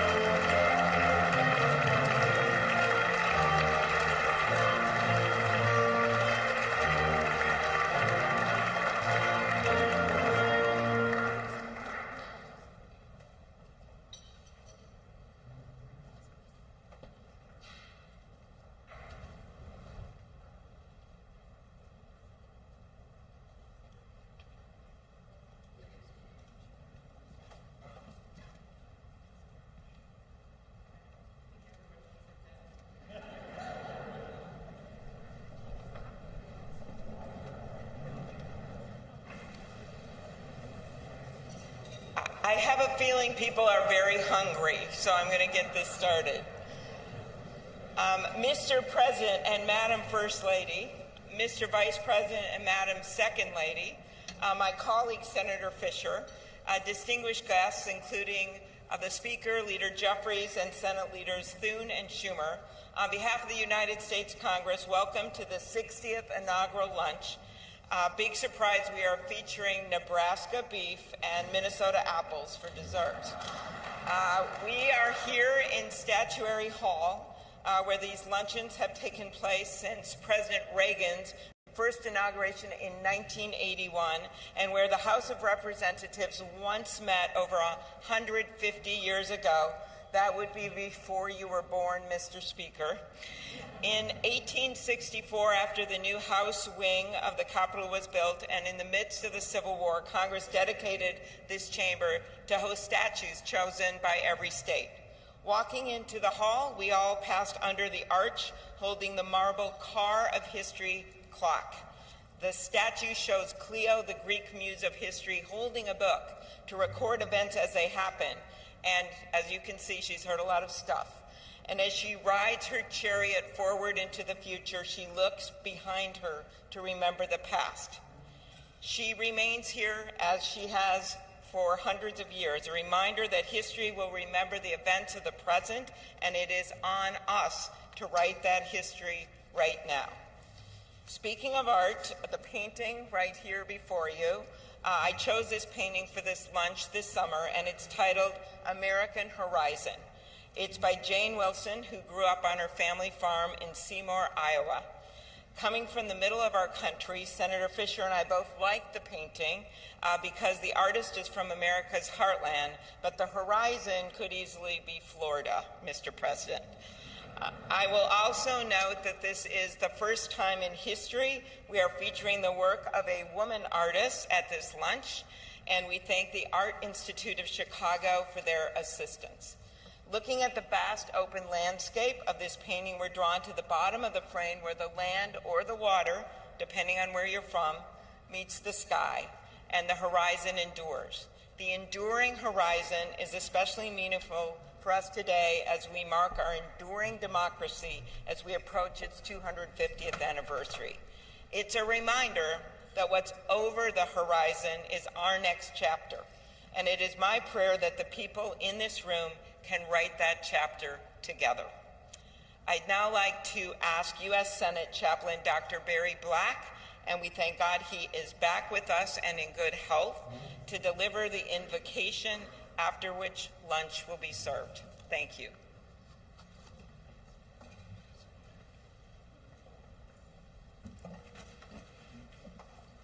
Let us pray. King of kings and Lord of lords, whose kingdom is above all earthly kingdoms, and who judges all lesser sovereignties.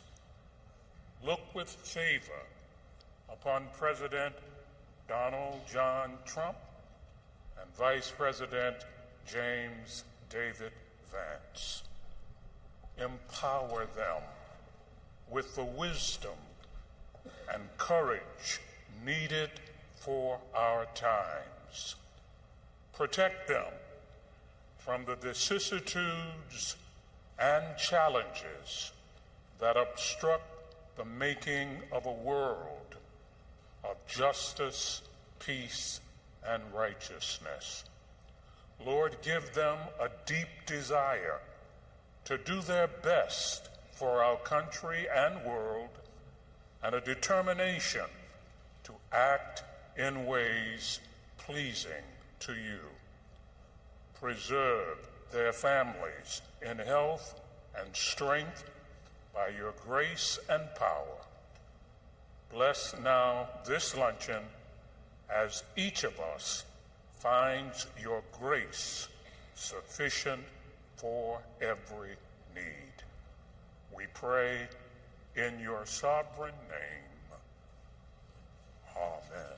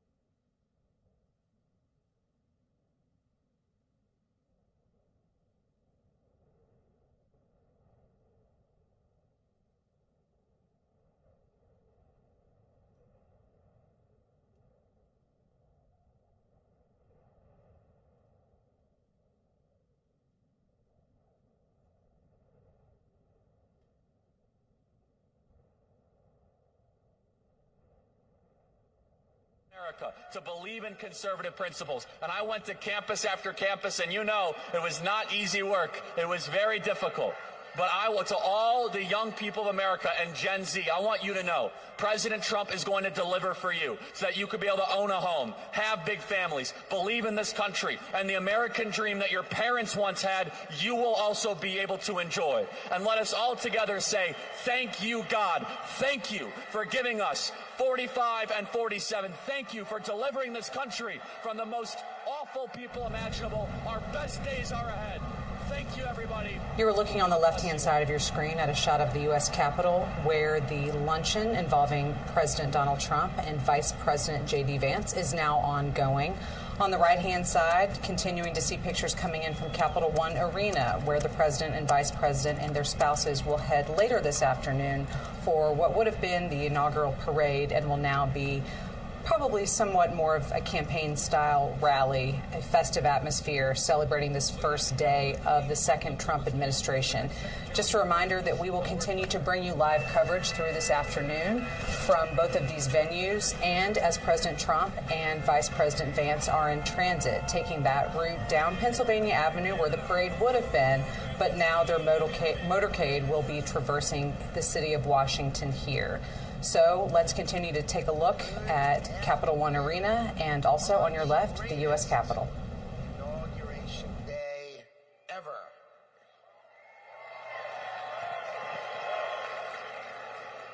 Today is one of the most important days in American history because Donald J. Trump is right now heading back to the White House. I could not be prouder to be standing before you because 77 million Americans voted for Donald Trump to make sure that it is always America first.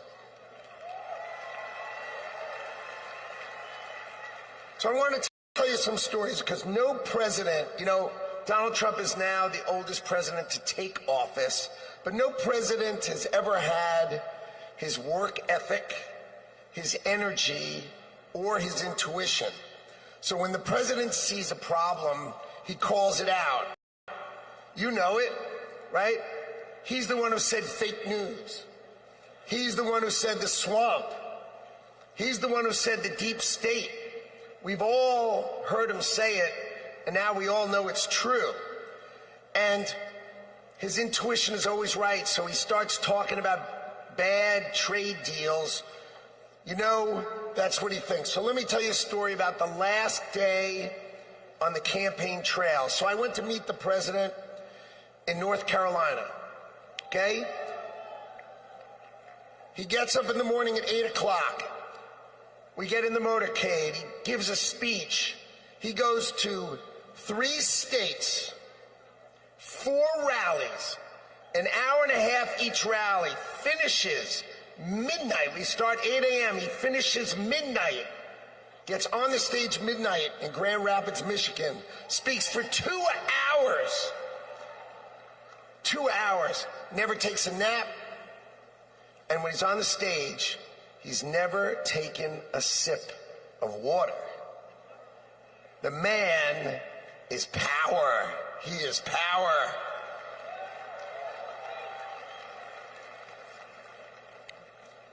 See, no other president will let the administration do it. He's going to help us fix America. So, I've never been in politics before. I spent my life working and building companies, and I worked hard to build a life that really it's only possible in America. But on September 11th, when we saw our darkest day, it changed my life forever. See, my company was located on the 101st to the 105th floors of the World Trade Center. We lost 658 of our 960 New York-based employees. My younger brother Gary got killed. He was 36. My best friend Doug, 39. 658 of my friends and colleagues got killed. So 9/11 could have broken us, but we Americans, we're strong. We don't break. So we all, my employees and I, we dedicated ourselves to rebuilding the company so we could take care of the 658 families that we lost.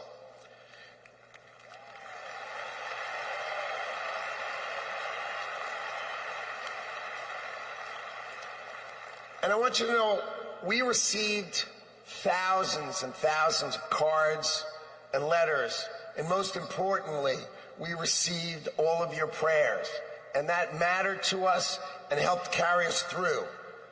So the events of September 11th, they instilled in me a sense of community and dedication for the country. So when the president asked me to join him in his administration, I jumped at the chance. So I was the co-chair of the transition team, which helped pick for the president and helped sort of set him up so he could pick all the nominees. And then I'm really proud to tell you that President Trump has nominated me to be the next Secretary of Commerce for the United States to serve all of you.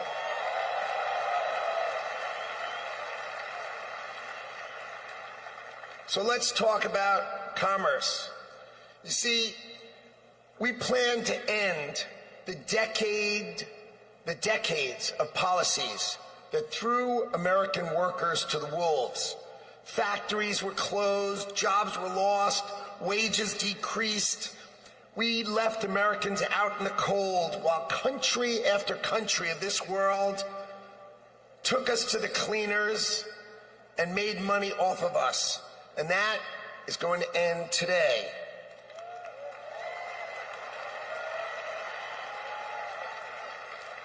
At the start of the 20th century, America was the richest country on earth, and we defended our workers from unfair trade policies with tariffs. And we only made money. We had no income tax. All we did is charge other countries And foreign companies, if they wanted to sell to America, you had to pay for entry. Okay, so imagine this. The U.S. government had no income tax. Americans got to keep all their hard-earned money, and foreigners paid the price.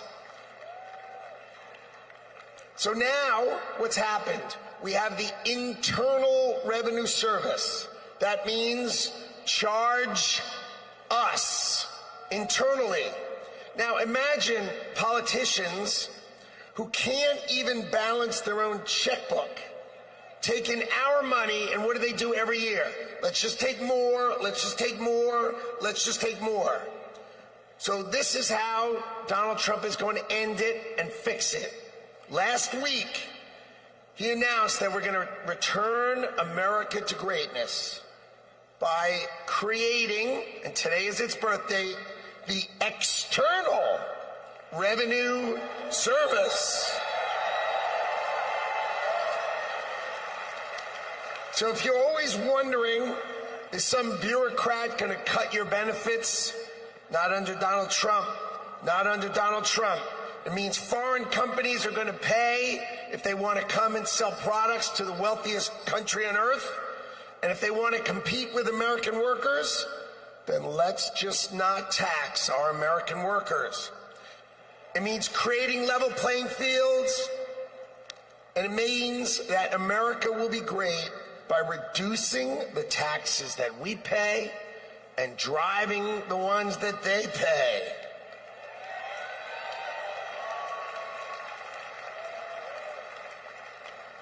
So what that means is the External Revenue Service will put up tariffs or walls that protect you.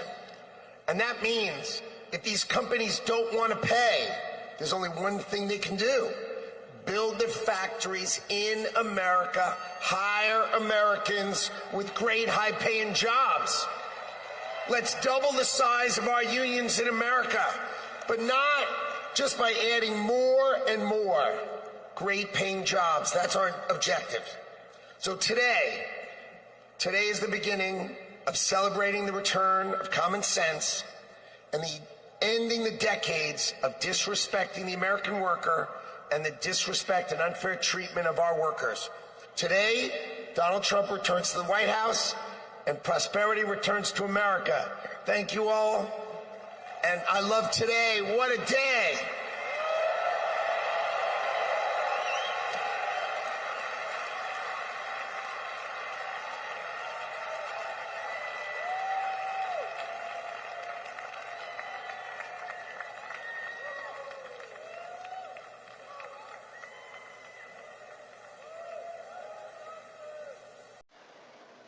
Ladies and gentlemen, please welcome to the stage Governor Glenn Youngkin.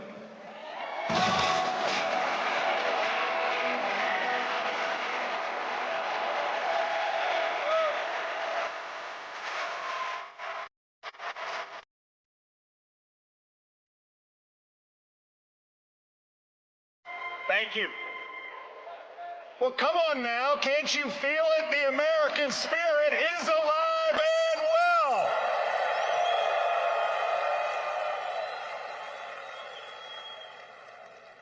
This is the dawn of the golden age of America because we inaugurated the 47th President of the United States of America, Donald J.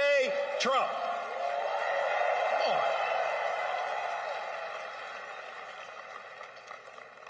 What a day to be in Washington, D.C. You know, I live right across the river in Virginia. And by the way, in Virginia, we know that taxes have to be low, jobs have to be plentiful, and it's your money, not the government's. But we also know that in Virginia and in America, freedom is not free. We know that our military heroes and their families sacrifice everything. We know that law enforcement stands in the breach. We must back the blue, and I want everybody here to give a rounding applause for the 25,000 military and police officers keeping us all safe today in Washington, D.C.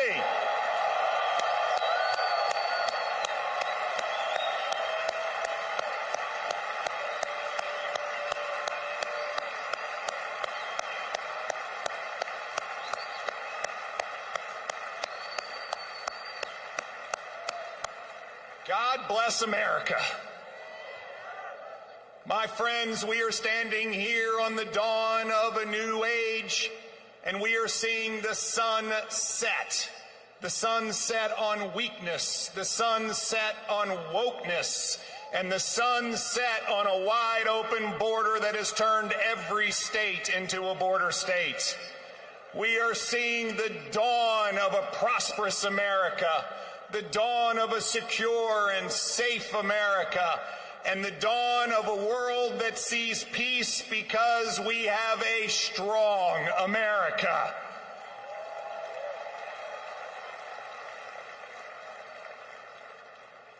Our new president, Donald J. Trump, has never, ever lost faith in America. They tried to take him down legally.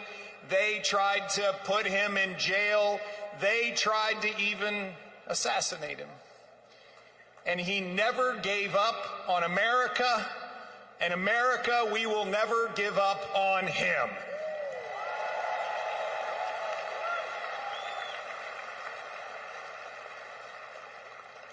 And as we stand here on this dawn of the next golden age in America, we all have a responsibility. It is our responsibility to stand every day in support of this administration, to do everything that we possibly can do for America's success. President Trump deeply believes this, and both he and JD Vance have already gone to work. He is signing executive orders. He is closing the border. He is bringing down inflation. He is stepping into the breach. Ladies and gentlemen, it is time for America to be prosperous again. It is time for America to be safe again. It is time for America to be strong again. And it is time for America to be great again.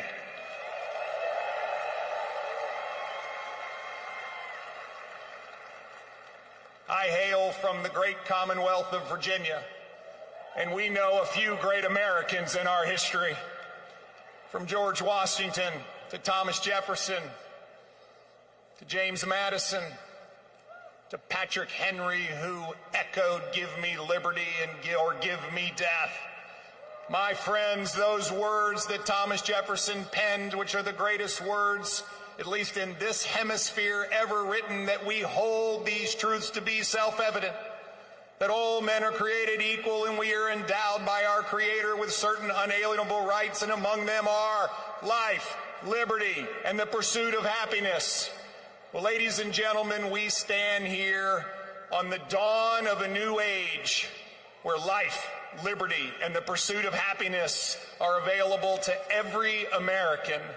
And we must stand together as we collectively say, God bless America, and God bless Donald J. Trump and JD Vance. Thank you all very much. God bless you.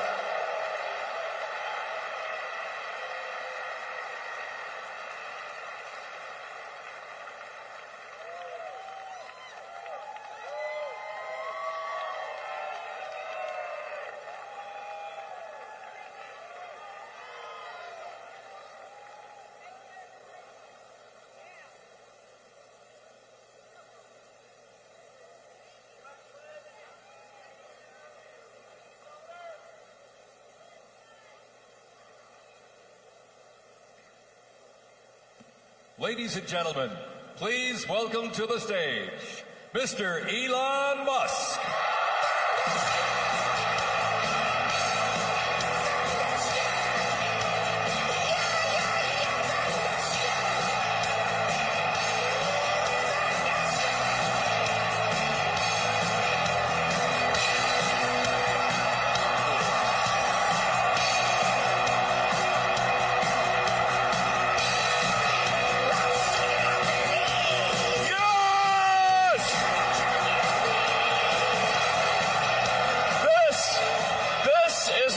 Victory feels like. Yeah. And this was no ordinary victory. This was a fork in the road of human civilization. Okay. Can You know, there are elections that come and go. Some elections are, you know, important, some are not. But this one, this one really mattered. And I just want to say thank you for making it happen. Thank you.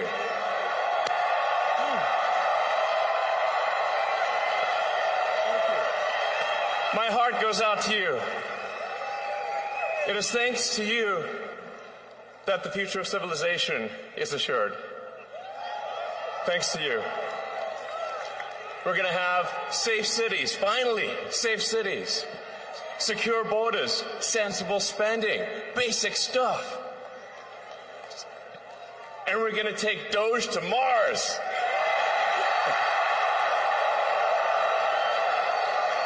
I mean, can you imagine how awesome it will be to have American astronauts plant the flag on another planet for the first time?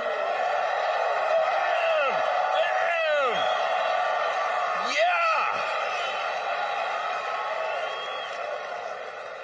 How inspiring would that be? You know, there's always problems in life. You know, there's this problem, solve that problem. But you know, there need to be things that inspire you. There need to be things that make you glad to wake up in the morning and say, I'm looking forward to the future.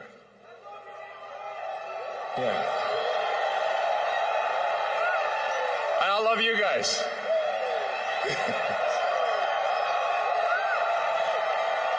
So,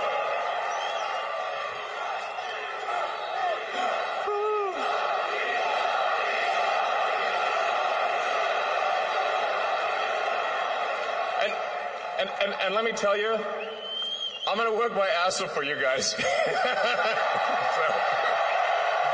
I really will. So, and yeah, but I'm super fired up. For the future. It's going to be very exciting. As the president said, we're going to have a golden age. It's going to be fantastic. And one of the fundamental things, one of the most American values that I love is optimism. And this feeling like we're gonna make the future good. We're gonna make it good. So, man, I can't wait. This is gonna be fantastic. So thank you again, and yeah, I'm just so excited about the future. Thank you guys. Thank you.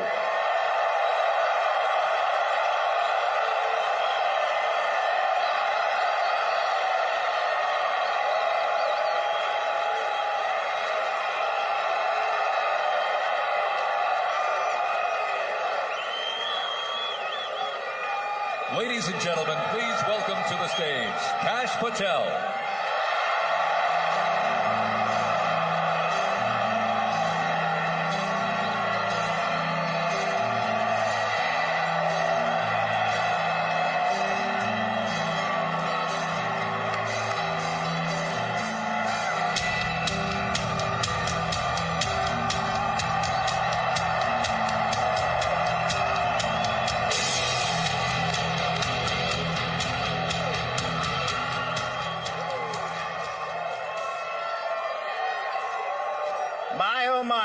Follow Elon Musk when he tells you you're going to take you to Mars. I'll tell you how. He and I share something deeply. We love the American dream. And we have been given a gift by God today to usher in a new dynasty because we just inaugurated Donald J. Trump as our 47th president. And we just inaugurated JD Vance as our Vice President of the United States. And we did that because the American dream is alive and well, because you chose that our dream can be the dream for our children and the dream for our world. And we are at a crossroads here in America, but our future is bright because you had the courage to stand for your convictions. So I'm humbled here to talk to you about why I love the American dream. My story is pretty simple. It's unique, and some of you share in it. My parents were born and raised in East Africa. My father in the 1970s fled a genocidal dictatorship in Uganda, where he saw 300,000 of his countrymen murdered, where he saw what lawlessness would do if it was allowed to break through the system of constitutional justice. He fled, like so many others. He married my mother. They moved here. They waited in line. They stood in line because the American dream was worth standing in line for.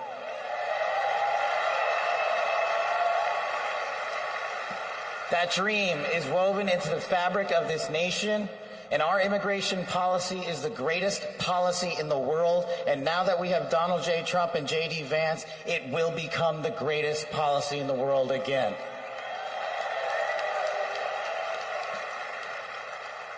But dreams and hopes aren't enough, my friends. We got to get to work. And we got to accept the realities that too many of you know from your communities. President Trump launched in his first term priorities of national security, law enforcement, economy, and global diplomacy. But now we have to retread some of that. And I'd just like to go over a few of the things that our community has been living under these last few years. In the last calendar year alone, we had 100,000 drug overdoses. In the last calendar year alone, we had over 100,000 rapes. In the last calendar year alone, we had 17,000 homicides. That is unacceptable in 2025 in the United States of America. That is why we need constitutional law and order. When I read the statistic that for the age group of 18 to 45, the #1 cause of death is CCP fentanyl. We are not prioritized to go after the threats that face this country, and most of all, that face our future generations. But thank God we will be, starting right now.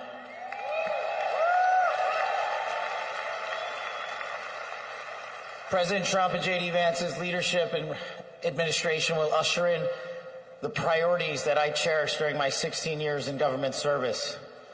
That we will always, always honor the men and women who wear the cloth of our nation and stand on that wall and tell you nothing's getting by them tonight. And so to them, thank you.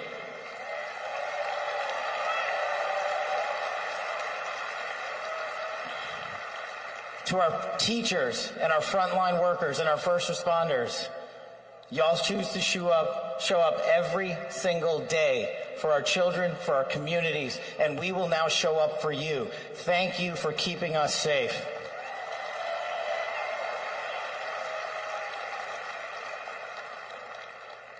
To the men and women in law enforcement, and maybe I'm biased on this one, our police officers, our sheriffs, our federal agents are some of the greatest warriors that God has ever created. And we will put them first because they have our backs, and now we will have your backs.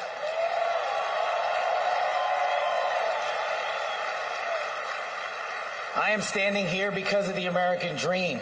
I am not standing here because of the color of my skin. I'm standing here because I earned my right on this stage, and you earned your right to be here with me.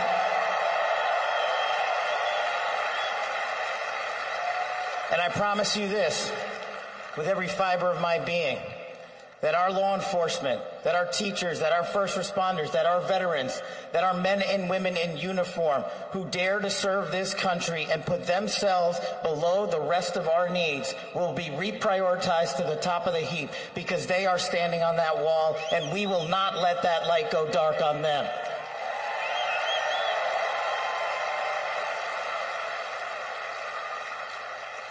Whether I was a national security prosecutor, a public defender, President Trump's deputy director of national intelligence, his chief of staff at the Department of Defense, or so many other roles that I was humbled and privileged to serve when I swore an oath to that Constitution, which I hope to do so again one day soon. You have my word that you have ushered in a dynasty of change. You have ushered in a dynasty that will allow our children to live this American dream. My American dream. I am living the world's American dream. I am the son of lawful immigrants. We worked our tails off just like you all do, and I'm going to make you a deal. I promise you I will never quit on your children. I will never quit on their children, because this American dream does not belong to me. It does not belong to them. This American dream belongs to the world.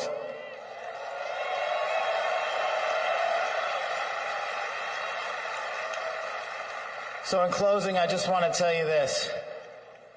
It's pretty cool to be speaking in Capital One Arena right before the boss.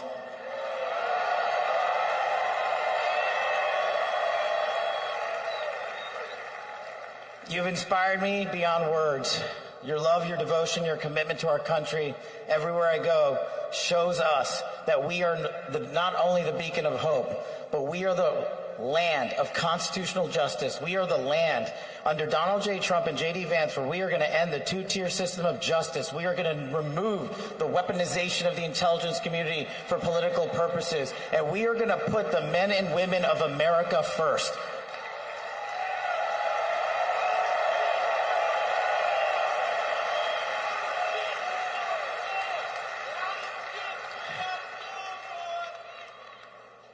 So listen, there's just one thing left to do. We all got work to do. We've got the greatest president and the greatest vice president in the history of the world. And so I just need you all to do a little bit more. Every time you see a law enforcement officer, every time you see a veteran, every time you see a teacher, shake their hand. Give them a little bit of your time, because they're giving us all of our time. And don't forget to enjoy the ride, ladies and gentlemen. God bless America. God bless these United States of America. God bless every one of you. I'm living the American dream. My name is Kash Patel, and I ain't going anywhere. Let's go to work.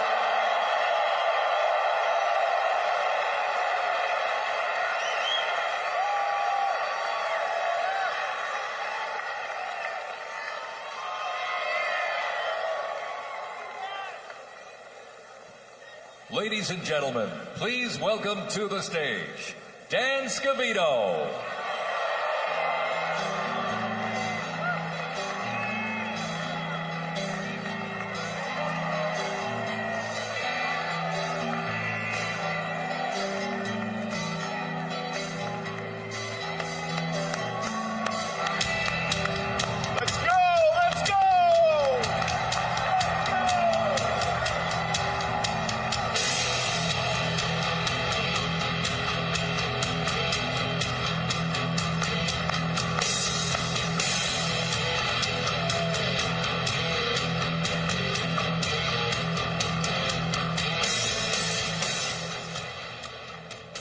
Hello, Patriots. How's everybody doing this evening? We're back!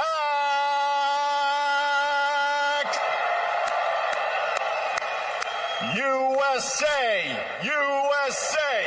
USA! USA! USA! USA! USA! The 45th and the 47th President of the United States of America will be here shortly. He's down at the Capitol. He'll be in a little while. He'll be here. They asked me to come out and say a few words and say hello to you great American patriots that came from all over the country. Thank you for being here today.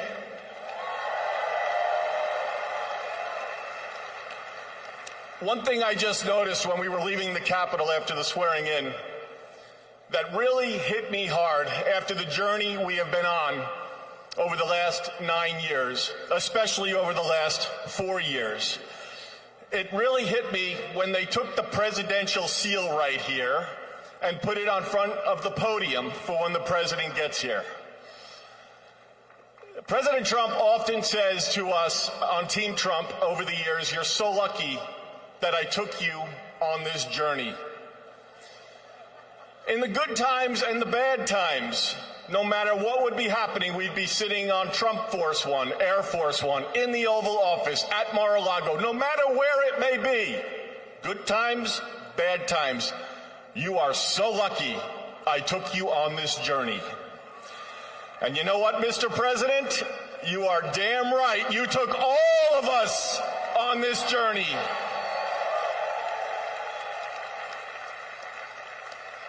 There's been a lot of stops along the way from 2016 when we started back in 2015 with a small campaign team flying around the country, doing rallies, small team, 6, 7, maybe 8 people.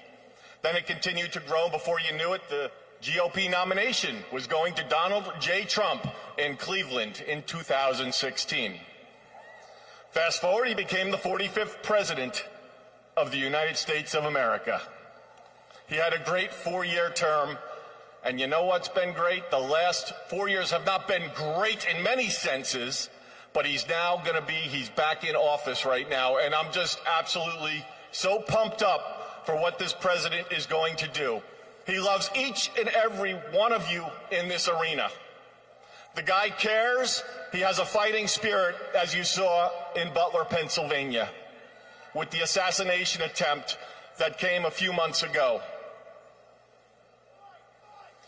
You could say that again. Fight, fight, fight.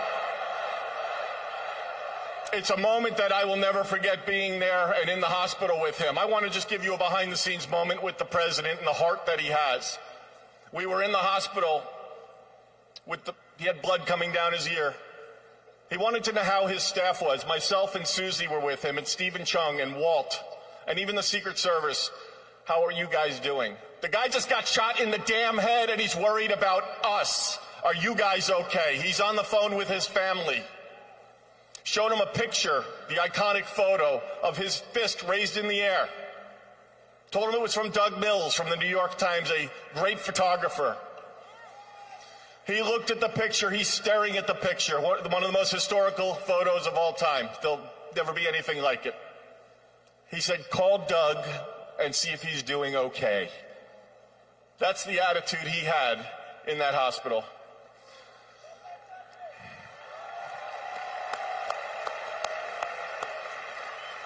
Our president has been resilient through a lot,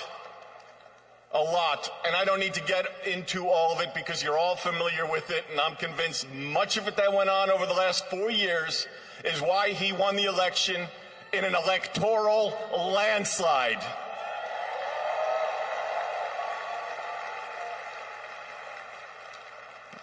In Butler, Pennsylvania, when he got up and he raised that fist and he shouted, fight. He will do that for every one of you, for the United States of America. He will always put America first, without question. He loves what he does. He's got a great administration and a great team behind him. What a journey. McDonald's, drive-through window, garbage trucks showing up at a rally, and him on the plane putting on his orange vest. Sir, are you going to take that off? I'm going to the rally in my orange vest. The guy is 1 in a trillion. There will never be anybody like this man again.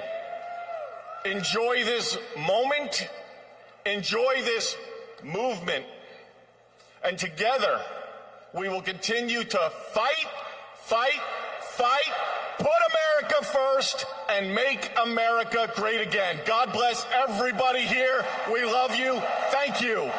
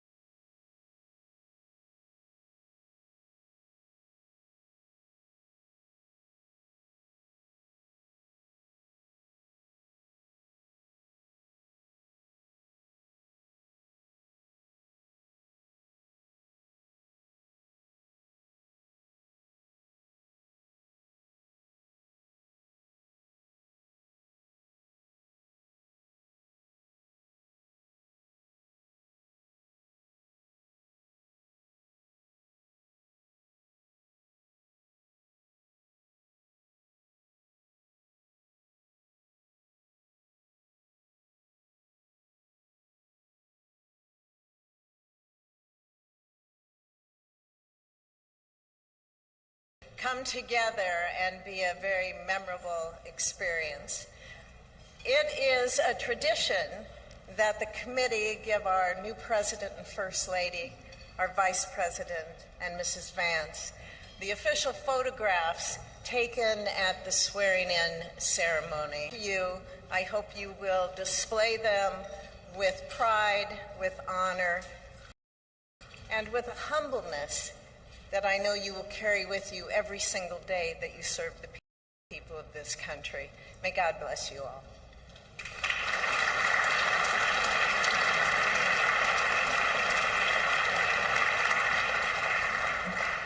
Thank you, Senator Fisher.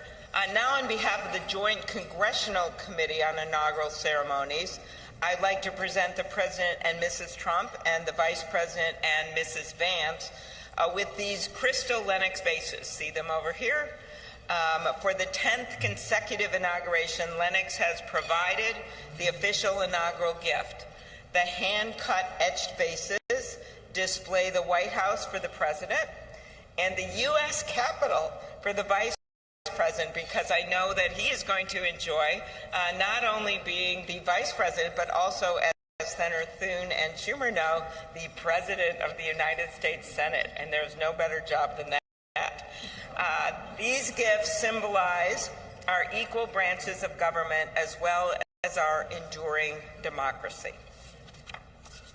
There they are.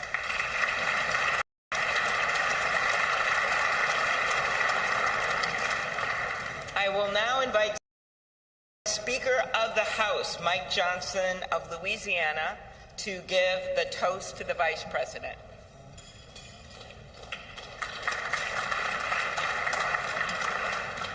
Thank you so much. It is my great honor to offer a toast to our new Vice President, Mr. JD Vance. JD, you wrote something very poignant in your memoir, actually many things very poignant, but let me quote you here. What separates the successful from the unsuccessful are the expectations they had for their own lives. That's really meaningful. That expectation is a powerful thing. We remember the people in our lives who provided that to us. We all need that. Everybody needs hope and encouragement. They need a greater expectation. We need people in our lives who will make us look farther and reach higher. JD's written a lot about the people in his life that have done that. He's written about, we know the great story of your grandparents and what they did in your life. He's written about his professors and mentors that he met in law school. He writes speaks a lot about his gracious, beautiful wife, our new second lady, Usha. Is a great inspiration as well. And JD, you yourself have been inspiring people. Your story really has. It's one of the reasons that I believe God has raised your platform as he has, because you've been so faithful to tell that story and to inspire so many others. And so our hope and our prayer is, as you continue to do this, that as you go to help us execute on the America First agenda, that you also do what you've been doing so well all along, and that is providing a model for what is possible in America. What a great story. What an inspiring story you've had, and it's just getting started. I pray specifically that you inspire a lot of the young men in America. Some of them feel hopeless and stagnant sometimes, and you're a great example to all of them and to all of us, that if you work hard and you play by the rules and you do the right thing, you can make a better life. You're now the Vice President of the United States, my friend. So everyone, will you please join me in raising a glass to our own mentors, the people who inspired all of us, to the possibilities of our own future, to these great new horizons. What a perfect choice this was for the painting, the artwork today, and to the great example of our new Vice President, Mr. JD Vance. You're here.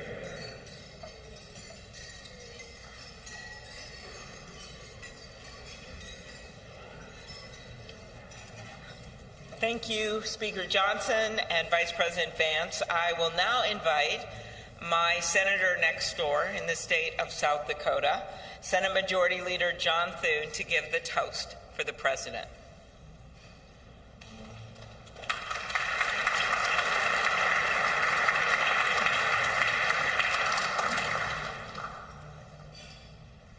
Well, Mr. President, Madam First Lady, congratulations. It is an honor for all of us to be able to be here today with you on this historic day as we celebrate your inauguration. Mr. President, one of the most important influences in my life when I was getting started in politics was Ronald Reagan. His philosophy of limited government, his belief in peace through strength, the strength of his convictions, were all things that appealed to me. But I was also drawn by his optimism and by his belief in America. And Mr. President, those are qualities that I see in you. One of the things that resonated throughout your campaign was the unshakable belief in our country and in her citizens. You remind us of everything that's possible in America. I'm looking forward to working with you over the next 4 years to build up our great country. It says in the scriptures that if you ask for wisdom, it will be given to you and given to you generously. And so I pray, and our prayer is, that God will richly bless you in the years ahead and grant you not only strength, but wisdom. And ladies and gentlemen, I ask you to join me in raising a glass to the President of the United States, President Donald Trump. Hear, hear.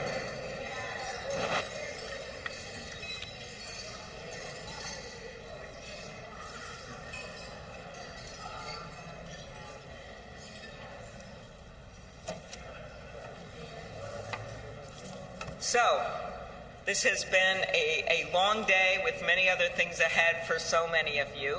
But I want to thank you for attending the 60th inaugural ceremonies. And as we close, we ask that you pick up a gift.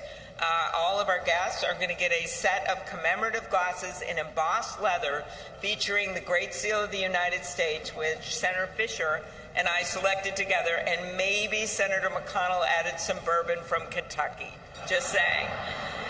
It is now my privilege to conclude this luncheon by asking Margaret Kibben, the chaplain for the House of Representatives, to deliver the benediction. Thank you. And we know we love this eagle podium. It's pretty good, Mr. President. Ladies and gentlemen, please rise for the benediction.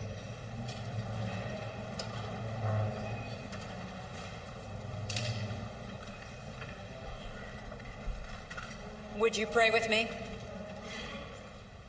Holy and merciful God, having witnessed another successful moment in the experiment that you have entrusted into the hands of the American people, we pray your blessing on our 47th President of these United States, Donald J. Trump, and Vice President James D. Vance. Ensure that this mantle of singular responsibility that you have laid upon our President's shoulders remains secure in your will and safeguarded in your keeping. Uphold him as he preserves, protects, and defends the Constitution to the best of his abilities, relying on your divine help. God of power and might, grace and mercy, grant that your spirit of counsel has access to the President's heart to search it, to his mind to examine it, to his will to test it, that his faithfulness would bear witness to your truth. Surround him with angels and advisors who will serve as your agents to guide and guard him. Caution and encourage him to remain upright and blameless in your sight. Buckle the belt of truth around his waist. Place the breastplate of righteousness over his heart. Fit his feet with readiness, that your gospel of wisdom and justice will shine forth throughout President Trump's administration. We offer this prayer to the one whose voice we follow, to guide all that we do and all that we hope for. Amen. Ladies and gentlemen, please be seated.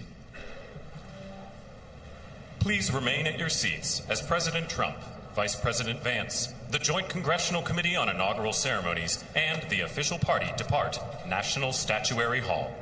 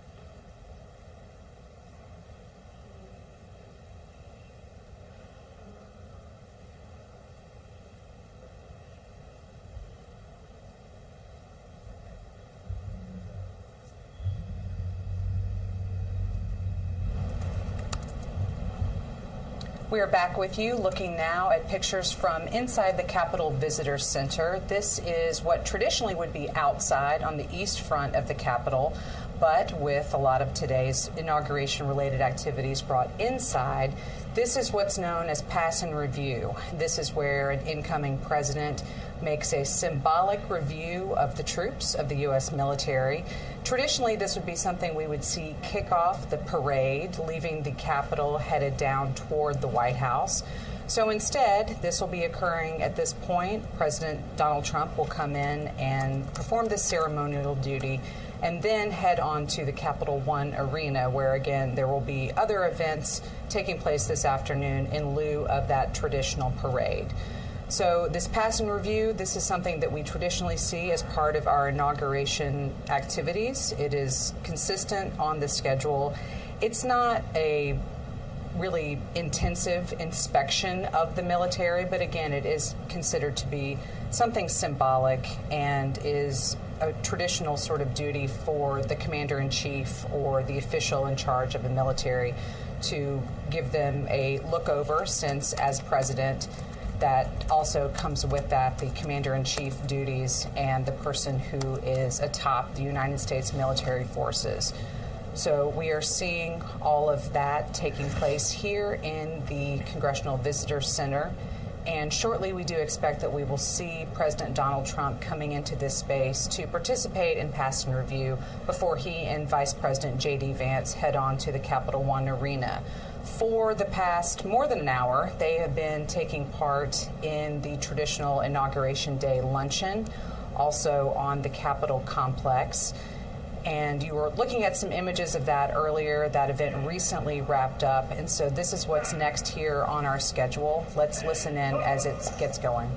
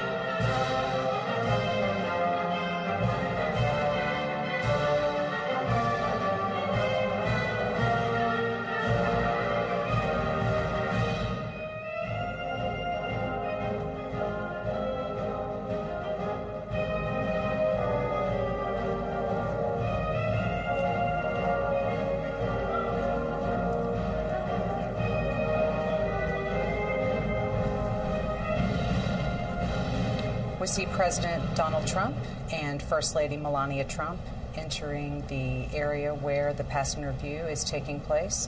So let's listen in as the newly incoming president does his official inspection of the U.S. military forces.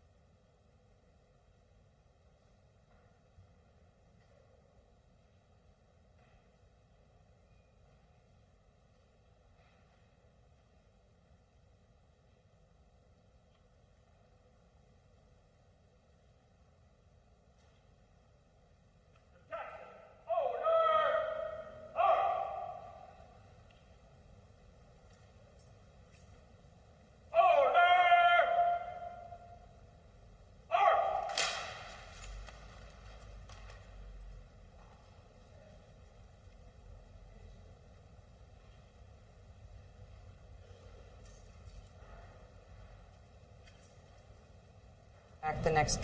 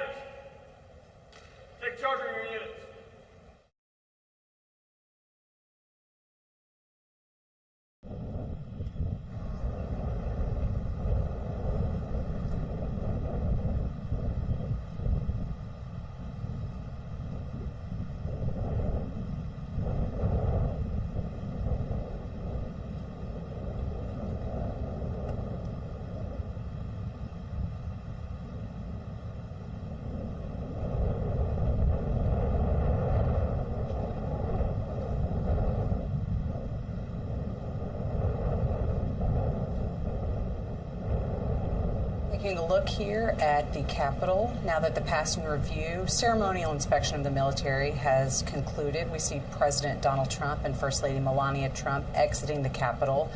Their motorcade has been awaiting them. This will be their initial trip as President and First Lady officially getting into these vehicles that will be their official modes of transportation, at least when they're on the ground in Washington and throughout the world, really. These same sorts of vehicles will be transporting them.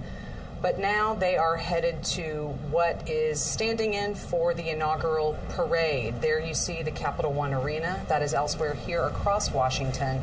And that is where supporters of the president have been waiting for hours at this point to see him in person. They watched live from that Jumbotron screen you see there in the middle of the arena. They watched live as he took the oath in the rotunda of the U.S. Capitol about 4.5 hours ago. And they have been watching other images coming in from the events on this Inauguration Day. That luncheon that just concluded elsewhere in the Capitol, the passing review, inspection of the troops. And now they are watching President Trump and the First Lady get into their waiting vehicles that will take them to that arena. So, Sagar, as we're looking at these images, this is a different kind of inauguration, obviously, because everything is kind of inside and on a different schedule. But what do you think we are going to be seeing once Donald Trump gets to Capital One Arena from this crowd? They've been waiting for a while, but if they've been to some of his political rallies in the past, they're probably kind of used to some of that time frame. And I think it's going to look a lot like, to those of us who've been to Trump rallies, like a Trump campaign rally. Not necessarily a, hi, I'm the new president now. Based on the speech that we saw the newly minted president give to backers after his formal inaugural address, that was a somewhat short version of the greatest hits speech that you especially have heard so many times. Lots of familiar points, though. Yes. Immigration, the election was stolen, people are crazy, et cetera, et cetera. That was before governors and lawmakers and dignitaries inside a very dignified place inside the United States Capitol. Here you're going into a basketball and hockey arena with 20,000 supporters, many of whom have spent quite a bit of money to get to Washington and wanted to be outside to take part in the regular festivities. As you said, some of them 8, 9 hours. It's really cold in D.C. People waited in line outside to then get in the arena, where we're told a lot of the concession stands aren't open, so now they may be hungry as well. And maybe hangry by this point. Exactly. So I think what you can expect, based on past experience, pretty raucous welcome, and then a pretty raucous speech from the president. I don't think this is going to be the softer tones, middle ground inaugural address. Let's push for unity in America. This is going to be, you are my people, 20,000 of you have waited hours to see me, and I'm going to give you. You got lights? Hey, you got one for faith. It's not just motorcycles this time. The other one was part of CNN. Everybody excited. Finally. Love it. Everybody knows me now here in Washington, D.C. I know you're not close, but you're from the Alaskan patriot. Loves law enforcement. How many times have you been up and down this line? 4 or 5. I'm just enjoying it. I know.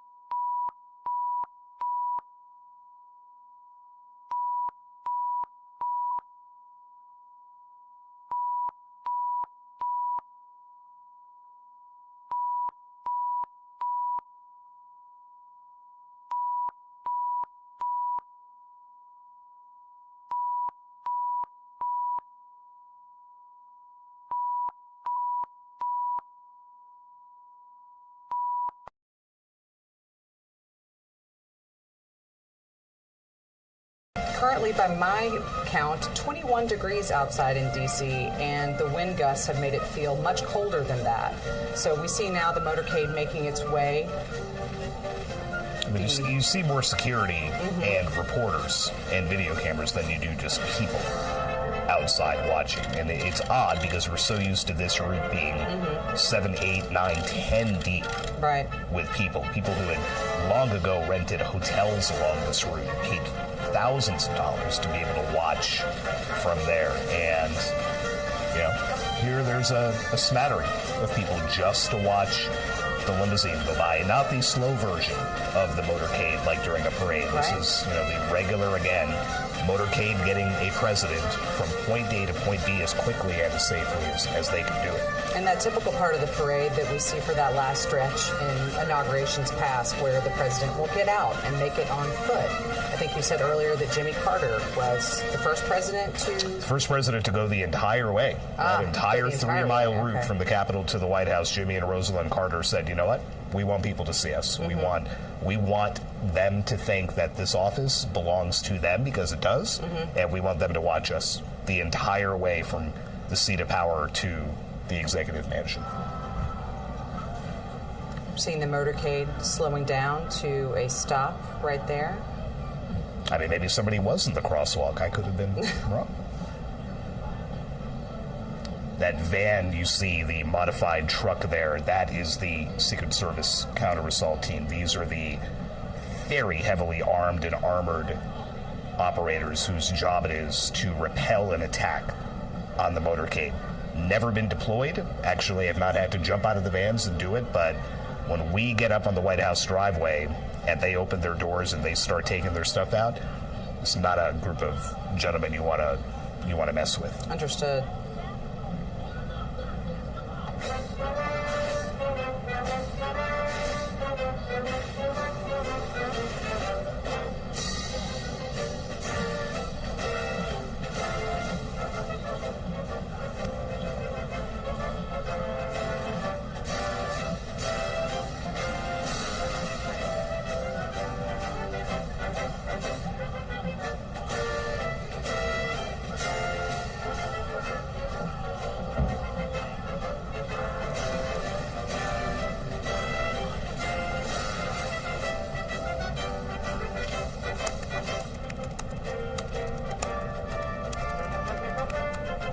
Continuing to take a look there at the Capital One Arena, where the crowd is now awaiting, maybe not the next speaker to take the stage, but certainly the one they've been waiting for all day, and that will be President Donald Trump, who is continuing to make his way to this sports arena in Washington in his motorcade for the next of these official events as part of the inauguration. I would imagine that a lot of the folks in that arena who've been waiting there today have probably been to some, if maybe one or maybe several of Donald Trump's campaign rallies or other events along the way. And Sagar, you know, those of us who've covered a lot of these events, those people are accustomed to waiting quite a long time to get through security, but also to just waiting on Donald Trump himself. Sometimes the schedule takes some twists and turns. The schedule gets a little bit out of whack. I mean, as it does with a lot of presidents and a lot of candidates. We've all lived through very long delays at the White House and various events. And something like today, even as choreographed as it is, can go off the rails very quickly. You know, what we anticipated would be a few minutes of remarks from Donald Trump after his main speech became longer than the actual speech. That as a way of knocking you off schedule, and all the handshakes and the posing with the thumbs up and all that kind of thing. So yeah, this is not out of the ordinary. That doesn't make it easier when you're not allowed to bring a whole lot of stuff in and you might be really hungry or thirsty. But the anticipation of seeing the new president may be enough to offset a lot of that. And especially, I guess, coupled with the fact that there are a lot of events that folks who've come here to Washington to experience this haven't really been able to get that same feel.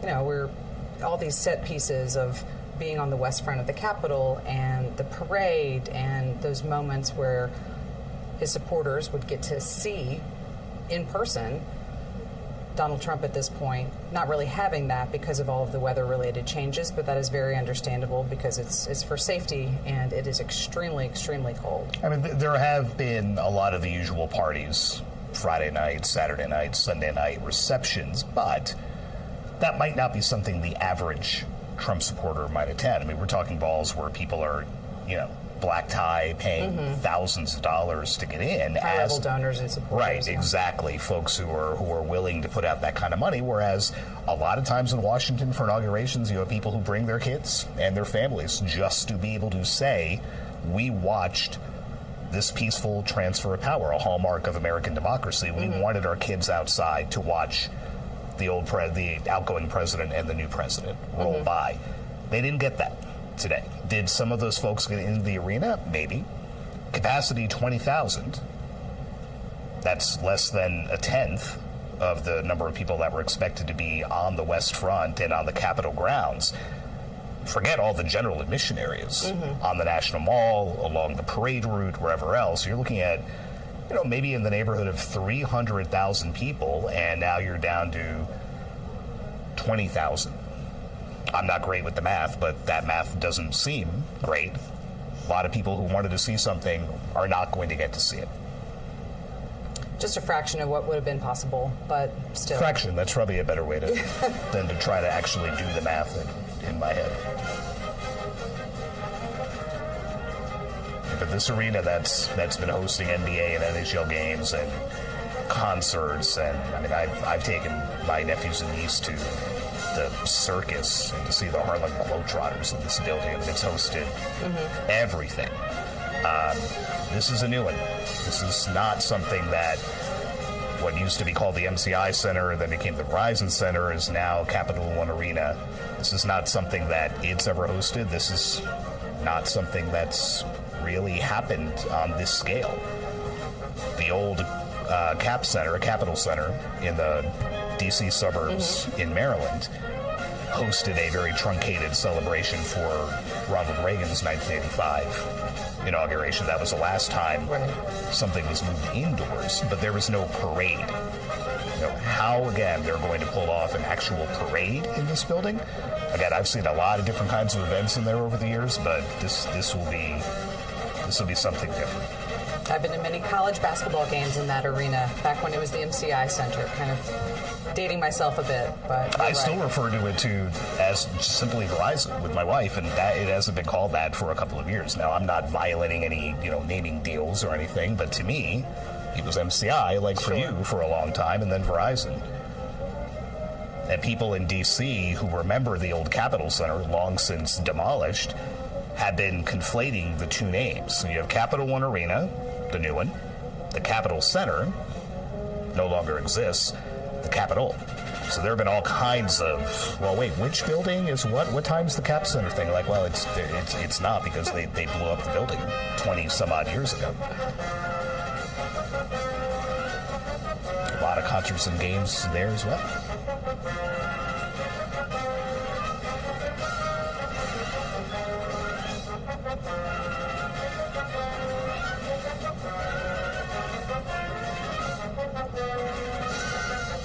And just to go back to what we were saying earlier about some of the supporters in there, I mean, they have been there probably since at least 8 o'clock this morning. I think there were people getting ready to line up and make their way over there when I was coming in, several hours ahead of that. So this has literally been an all-day affair for the people there in the Capital One Arena. And they're obviously going to wait a little while longer. We have not quite seen, nor are we expecting necessarily to see President Trump or Vice President Vance make their way into the arena itself. But the crowd will be sure to let you know once it gets its first look at the now 47th President of the United States. And appearing regularly on major television and streaming. And what we're seeing now is, if this had been a parade, we would see a lot of marching bands and different musical acts kind of participating, as we often see. But I think we're getting somewhat of a sense of that now from what we have just heard and from what you're seeing on your screen. some of those same groups who travel here from all over the country to take part in inauguration parades at invitation of the committee and sometimes to represent a certain institution or geographic area. But we are still seeing some of those entities making their way in there for performances. It just looks a little different, but still has a festive feeling to it. And I'm sure that the folks who have been there since very early this morning, who have been listening to a lot, watching a lot, but at least they are seeing now some level of performance as part of the festivities on this Inauguration Day. I wonder if that trade-off, sitting inside the arena for 8-9 hours, whatever it might be, the trade-off with not being outside in single-digit wind chill for a good chunk of that, I wonder who'd fall on which side of that. Would you rather have been outside and waiting, I don't know, 5 hours, 6 hours, or inside? Mm-hmm. I'm going to vote for inside.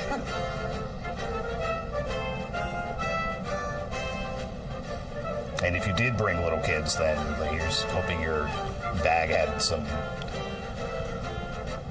I don't know what you would need there to keep them occupied for 8 hours, but bring it all.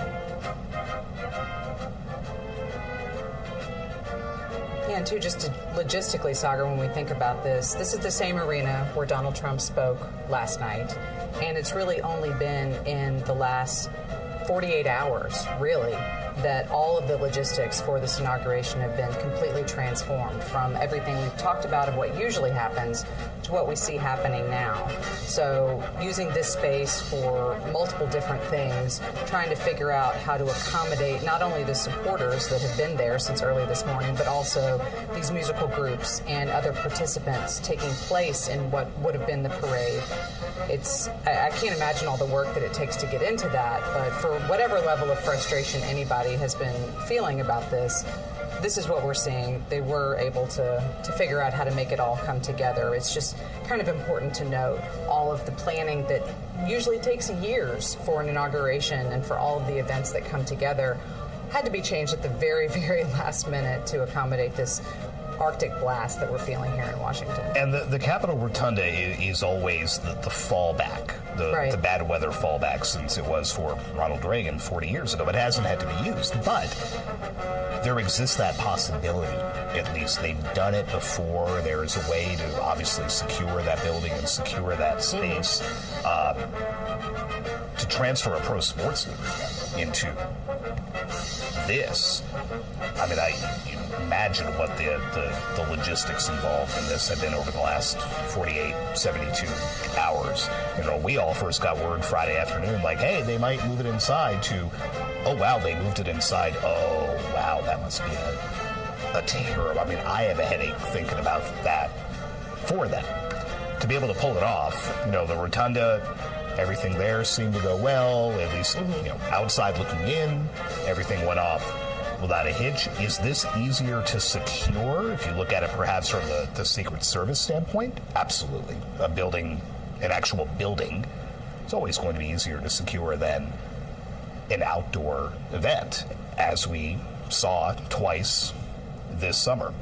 Speaking of which, that first assassination attempt against Donald Trump in Butler County, Pennsylvania, there will be first responders from Butler County among the folks who are taking part in this parade. So that will be a nice touch. But yeah, the place looks pretty full, and they've got, you know, a whole lot of red, white, and blue going on. It helps that that's, you know, been part of the Washington Capitals and Washington Wizards color scheme as well. So maybe they already had that on. They may have already had some of those filters in place with the lights. Who knows? I wonder what they did with the banners, the retired numbers and things there. The camera's not tilted up that high, but you've got Capitals players' numbers retired up there, the old Washington Bullets World Championship banner flying, but those are pretty high up. And I've had such nosebleed seats that we've been looking down on the banners. That's how high we've sat for some games and concerts there. It's important to note those security measures that you point out from all of those outdoor rallies that we covered before Butler and then after Butler, when the campaign did hold some outdoor events, and there was a question of whether Secret Service would allow the Trump campaign to really do that. And once they had decided that they wanted to return to those outdoor events, so there we see Sagar there. I know, that's all I had to do was mention it, and now we see their Eastern Conference Champions banner, the President's Trophy, the Washington Mystics. Still represented there in the Capital One Arena. Home to many different kinds of events, including the 60th Presidential Inaugural Parade. Not gotten a sense from the pool traveling with now President Trump about when exactly we will see him. And again, we are expecting him. If you look very closely at that stage, you have the lectern where he will make his remarks, but off to the left of that, it almost looks like a toy from a distance. Something my daughters have right now in their playroom. There's a little desk with a presidential seal on it. President Trump is expected to sign some executive orders there. He's been previewing it for days. He told the crowd in this very building yesterday that they would be very happy with some of the actions that he's going to take, and sure enough, he will be signing them from that stage.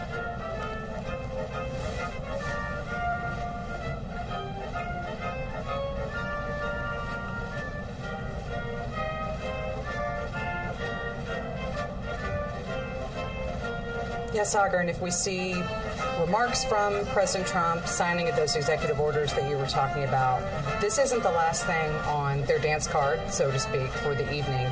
We expect the Trumps to go back to the White House for more signing of executive orders, but even beyond that, and there's a close-up there of that desk that you were just talking about.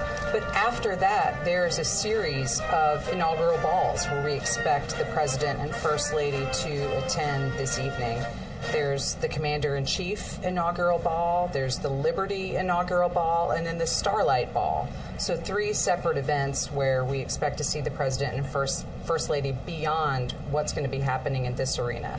So they're extreme close-up there of that desk with a stack of what we presume are executive orders and other proclamations that President Trump will be signing once he gets there to the Capital One Arena. But after that, then the parties, those first dances between the President and First Lady that we think we'll be seeing later on tonight. It's not like it used to be. Ronald Reagan, I believe, had 9 inaugural balls once a year, and one year, and he joked about if we just go and spend 10 minutes at each, maybe we'll fall asleep by the end of them.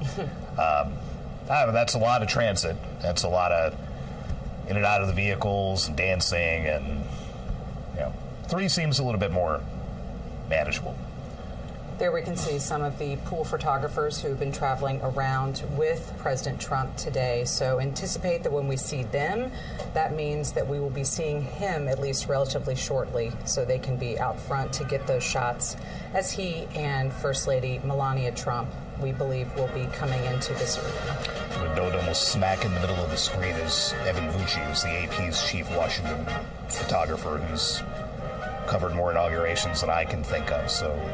Well, don't date him too much. Don't make him feel too old. Let me rephrase that. More big Washington events than I can think of.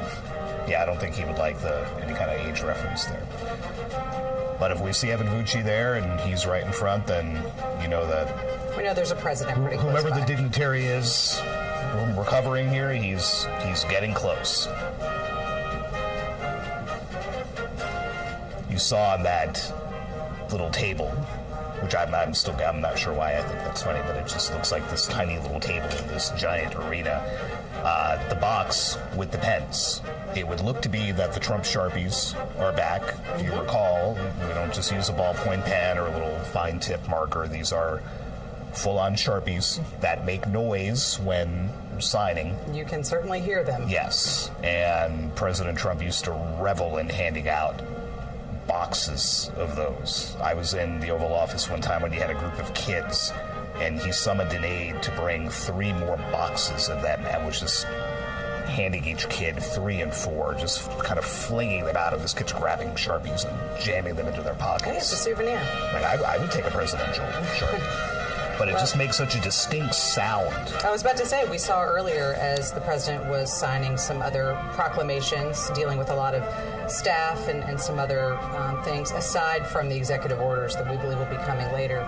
But we could hear on the audio from that those Sharpings were in action. So and he always reveled in signing things in the Oval Office or whatever event he was speaking at, and turning around that folio and holding it up in the air, and that thick signature with that Sharpie was almost as big as some of the actual news in that document. So I trust with these EOs to cheers, he will be showing that off today as well. And then my guess would be that some of those Sharpies get flung into a crowd, and some of these folks are going to walk away with a souvenir.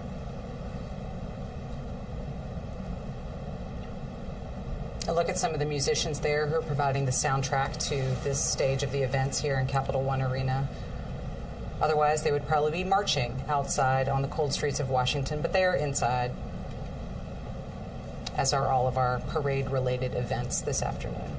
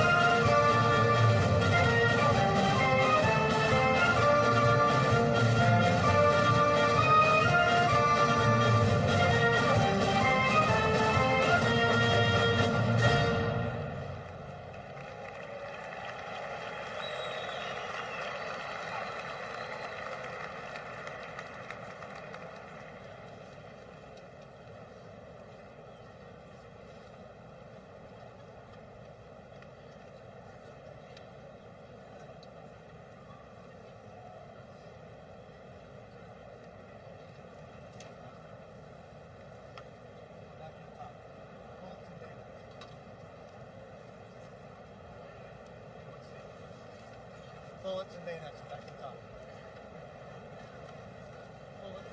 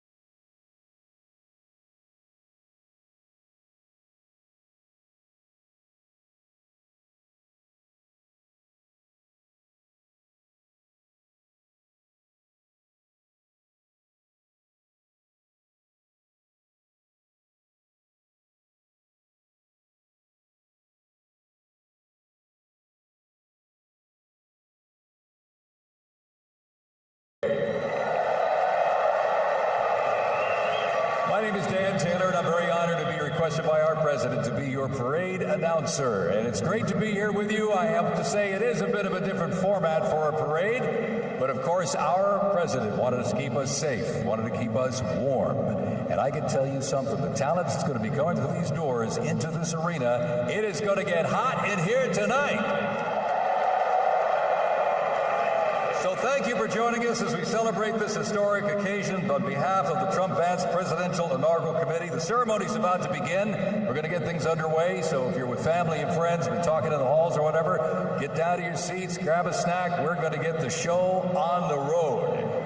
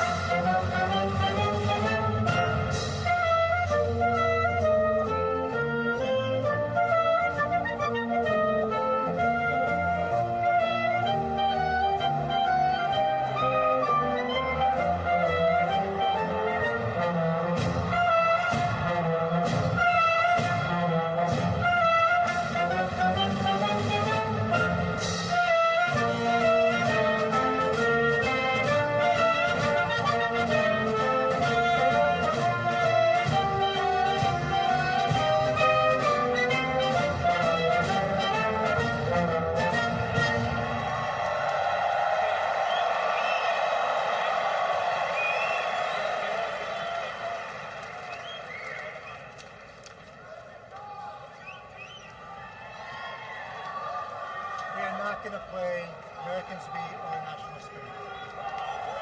No Americans Be Our National Spirit. Next up is honors.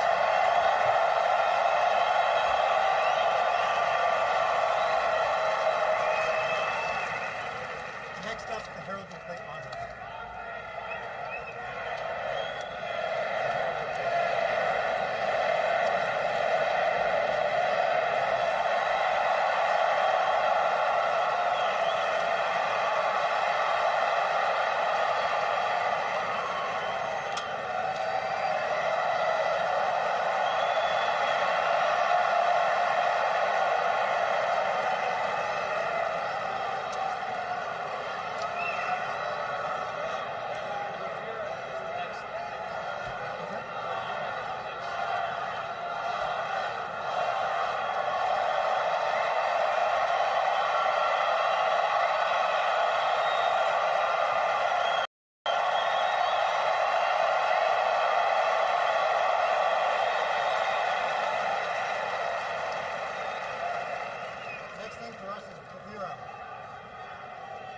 Next thing for us is bravura.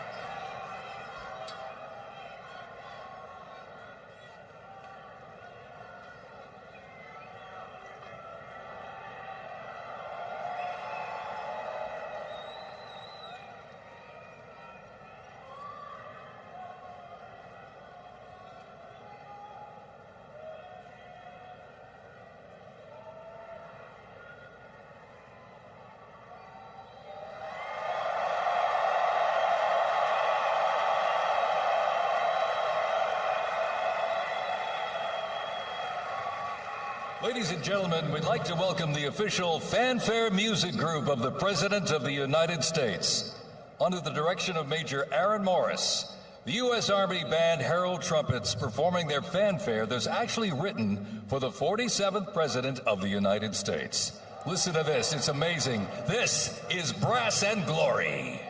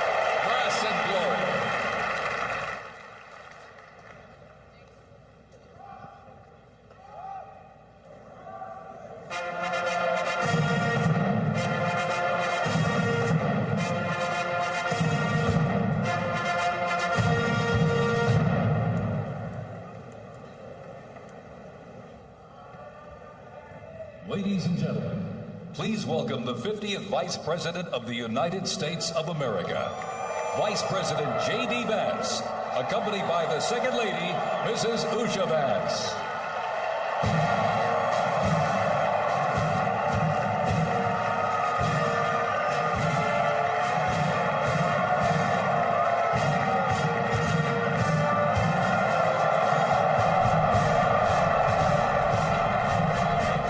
So now we see Vice President JD Vance entering the Capital One Arena to a lot of fanfare. Again, these people have been there all day for probably at least 9 hours at this point, probably longer for some of them.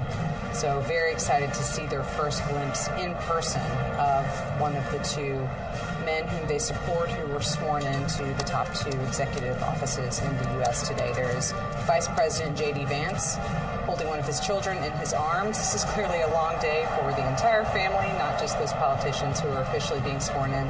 There's his wife, Usha Vance, with their other two children making their way to their seats along with a teddy bear.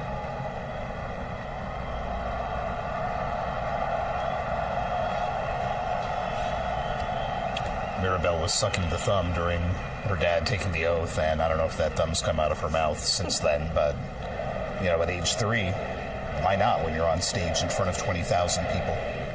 Just making it through the day. Do what you have to do. She's not crying, so that's a win for Mom and Dad Vance right there. Indeed. Over the past couple of minutes leading up to this, we've seen Donald Trump's children filing into this arena there on the other end of that aisle where you see the Vances taking their seats.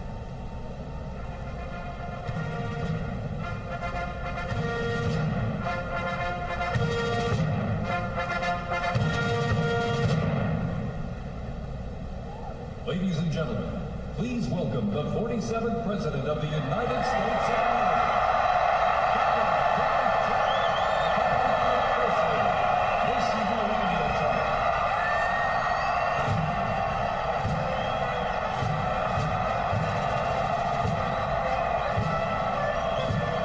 This is the moment they've been waiting for, with President Donald Trump making his way into the Capital One arena. On their feet with cell phones, capturing this moment, the first time that many of these people who've been waiting all day will be getting their first glimpse in person of their newly sworn president. Again, this is not the last stop of the day for the President and First Lady. They will be taking part in these parade festivities. There's President stopping for a selfie or maybe a video with a supporter. But after this, they will head to the White House, which will be their residence once again. The president's expected to sign a number of executive orders. He will do some of that here in Capital One Arena. There's a desk that we were looking at earlier that is set up on one side of the stage with what looks like a stack of executive orders that we anticipate him to take his traditional black Sharpie marker and put his signature on them, taking those executive actions, which he can do as president, and we often see presidents do in their first hours in office. After the events here in Capital One, again, they will head back to the White House, and then later this evening, there will be several inaugural balls where the President and First Lady will greet their supporters, will take part in a traditional first dance at each one. And it's a long evening, but it caps off a long inauguration day full of celebrations, pageantry, and tradition, albeit a little bit different here with many of these events being moved inside. So we will let you listen and watch to the events of what we expect will be somewhat of a campaign rally, but we will continue to bring you live pictures coming in from across Washington from the other events that will take place throughout the rest of this inauguration day and evening. But for now, I'm Meg Kennard in Washington along with Sagar Magani. Thank you for being along with us as we have walked through many of the events on this inauguration day in Washington of Donald Trump as the 47th President of the United States. Thanks for being with us.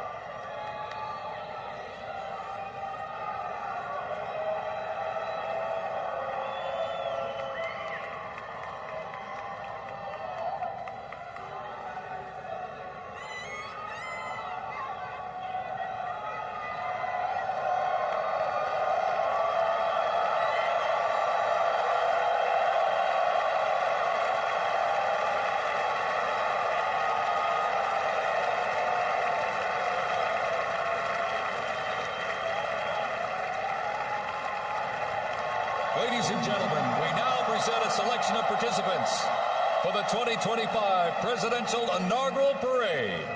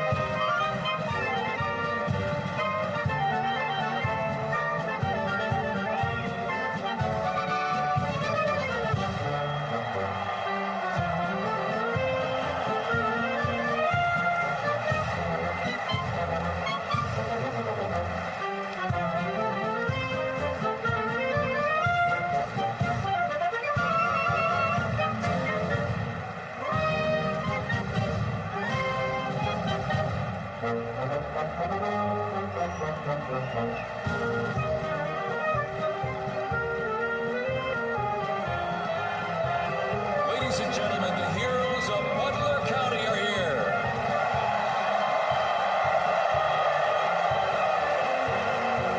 And they are here to pay homage to life, selfless community service, and sacrifice of Corey Comparatori.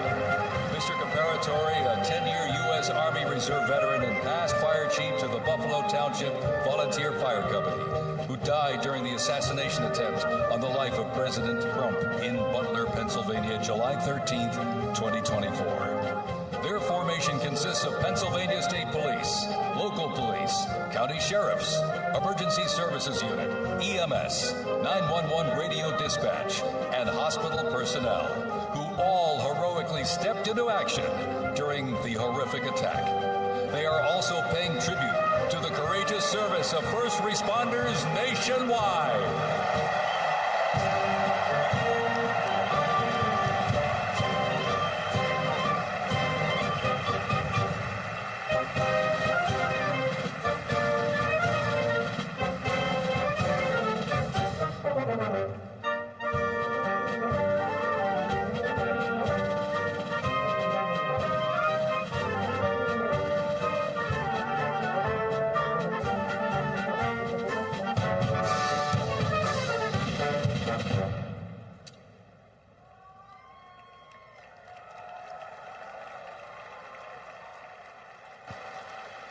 Ladies and gentlemen, at this very special event, let us now take a moment of silence in honor of Corey Comparatori.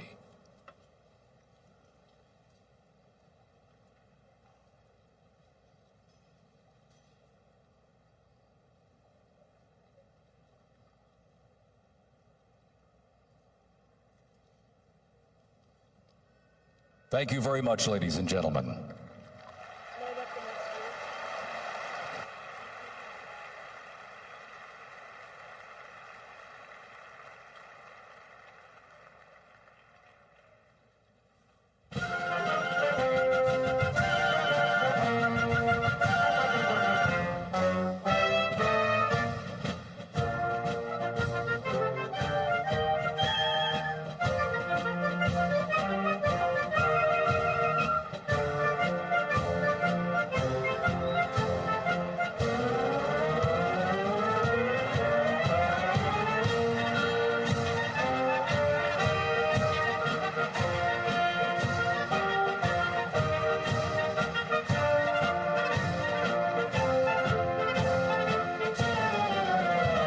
Present to you the New York Military Academy from Cornwall-on-Hudson, New York.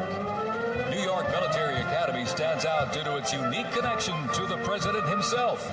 President Trump is a 1964 graduate and has been enshrined as one of our alumni of distinction. This historic academy has been named a Junior Reserve Officer Training Corps, that's JROTC, and are marching with their cadet dress uniforms. Look at these, all modeled after post-World War I General Blackjack Pershing's gray uniform.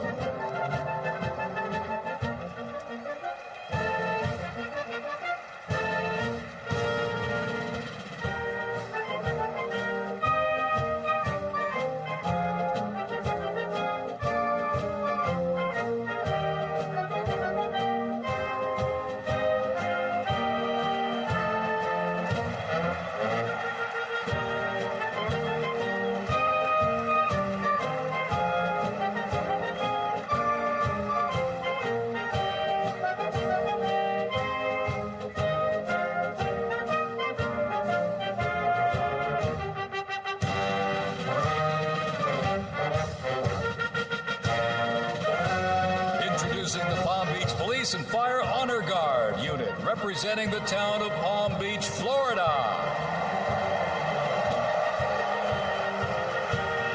This group consists of police officers and firefighters from the town of Palm Beach, home to some of the most prestigious people in the world, including President Donald J. Trump.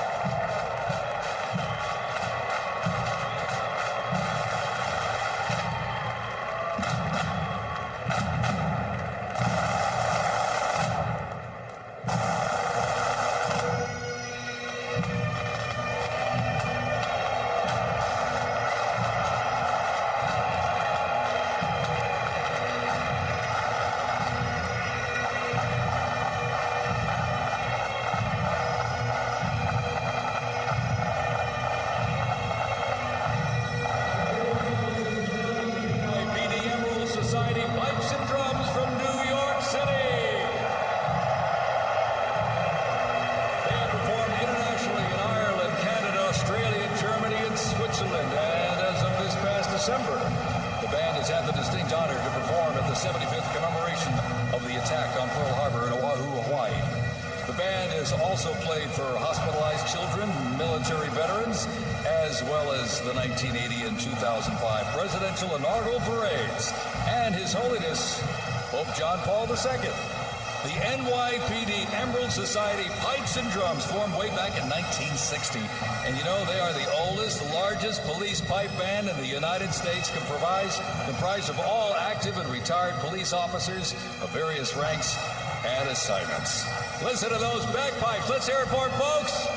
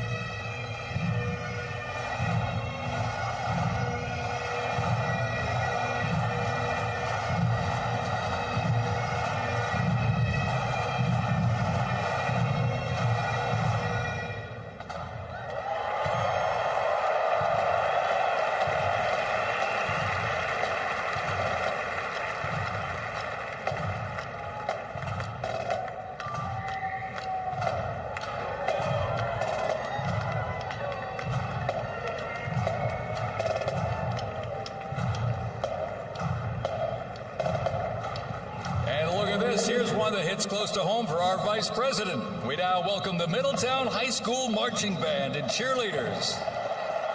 They're traveling all the way from Middletown, Ohio to proudly represent their school, our nation, and outstanding alumni, including our new Vice President of the United States, JD Vance.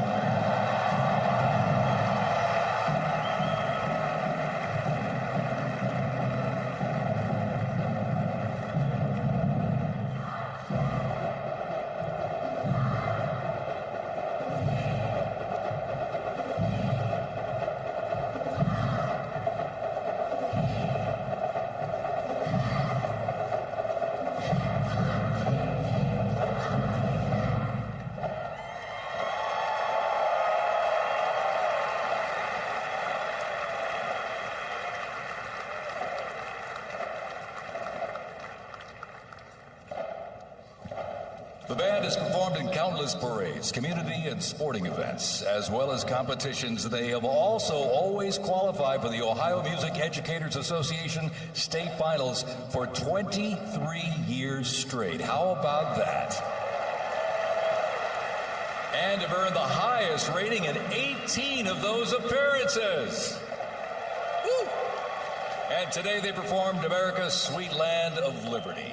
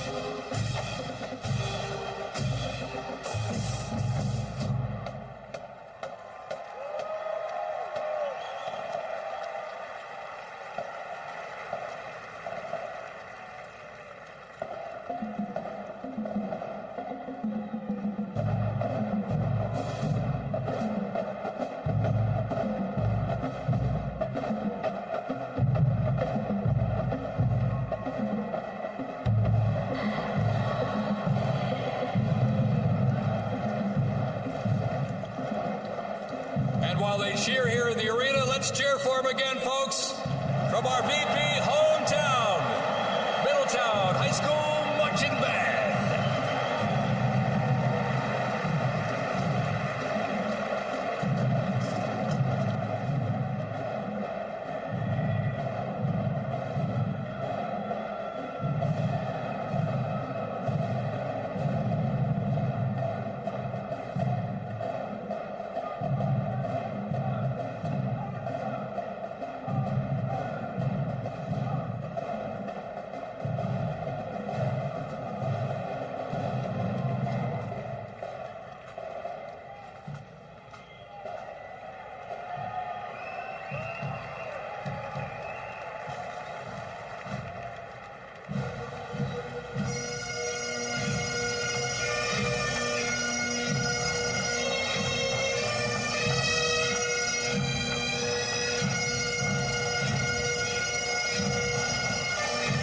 Ladies and gentlemen, entering the arena right now, traveling from Boca Raton, Florida, the Florida firefighters, pipes and drums.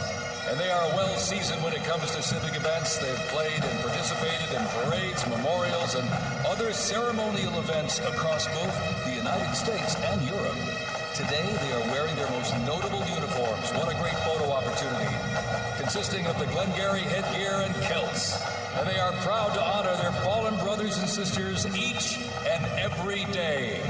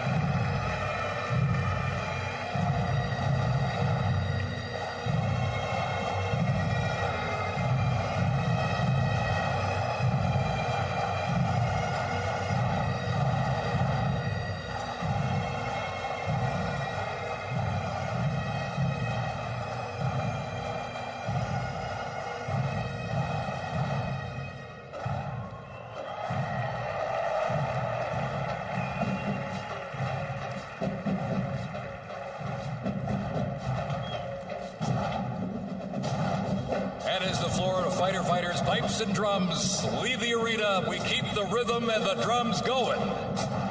Please welcome the Stewart's Creek High School Marching Band. Traveling all the way from Smyrna, Tennessee, they are proud to represent the volunteer state in the 2025 Presidential Inaugural Parade.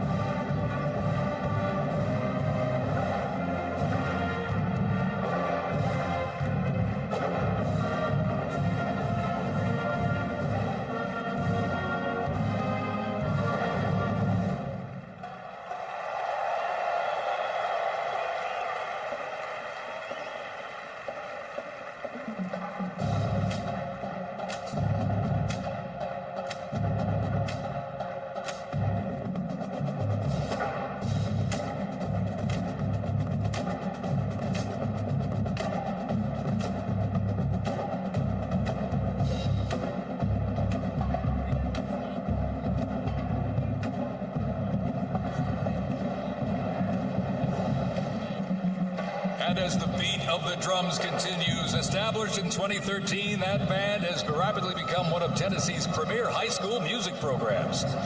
This band has participated in numerous civic events that honor significant moments in our nation's history, like the 75th anniversary of the attack on Pearl Harbor, Captain Jeff Cuss, United States Marine Corps Memorial Dedication, Chicago Thanksgiving Day Parade, and a Lincoln Memorial performance as well. The Stewart's Creek High School Marching Band, everybody! Make them feel welcome here in D.C.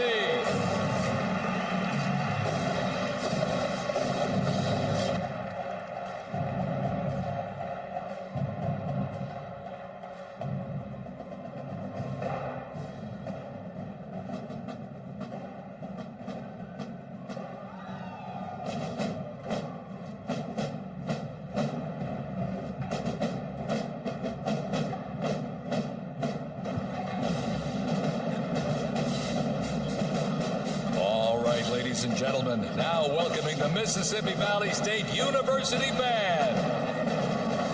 They're traveling all the way from Itabita, Mississippi. Look at this, gang. This is the Mean Green Marching Machine. They are proud to represent historically black colleges and universities at the 60th Presidential Inauguration.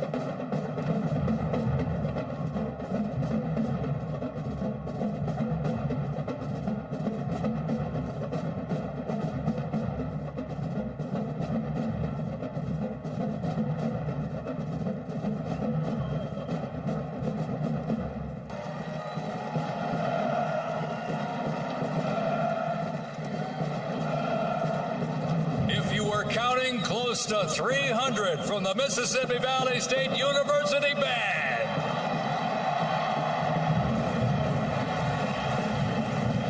You know, since its founding, the band has consistently played a significant role at their university and across the United States. They have performed for athletic events, Mardi Gras parades, Rose Bowl parades, and many, many more.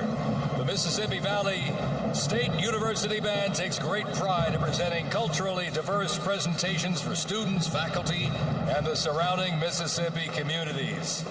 Take a look at that brass out there. Woo! That's just part of the big marching machine from Idabina, Mississippi, ladies and gentlemen.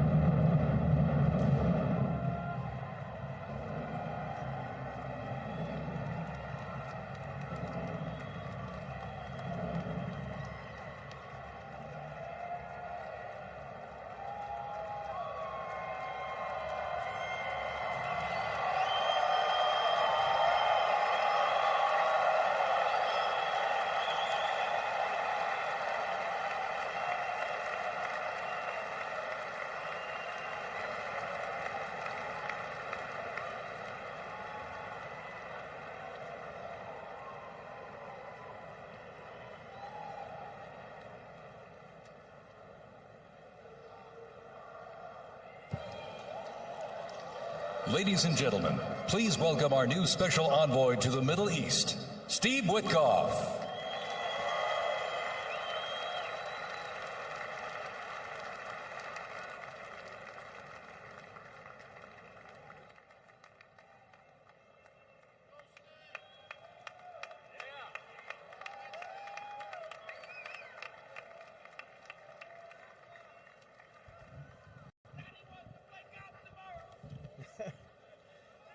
Good evening, everybody. I was appointed by President Trump to be the special envoy for peace in the Middle East.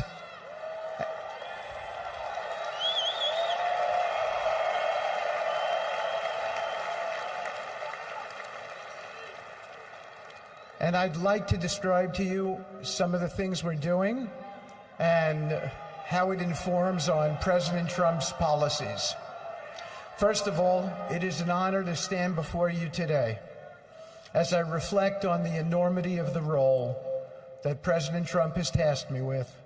I am constantly reminded of the privilege it is to serve under the leadership of my boss, President Donald J. Trump.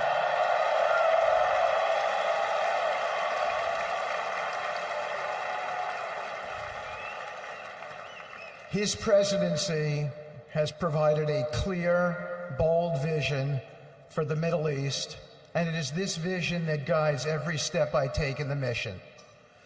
President Trump's leadership has redefined what is possible in the pursuit of progress and stability in the Middle East. His decisive, pragmatic approach ensures that even the most entrenched conflicts are met with fresh perspectives and innovative strategies. His policies have already delivered remarkable successes, such as yesterday's release of hostages in Gaza.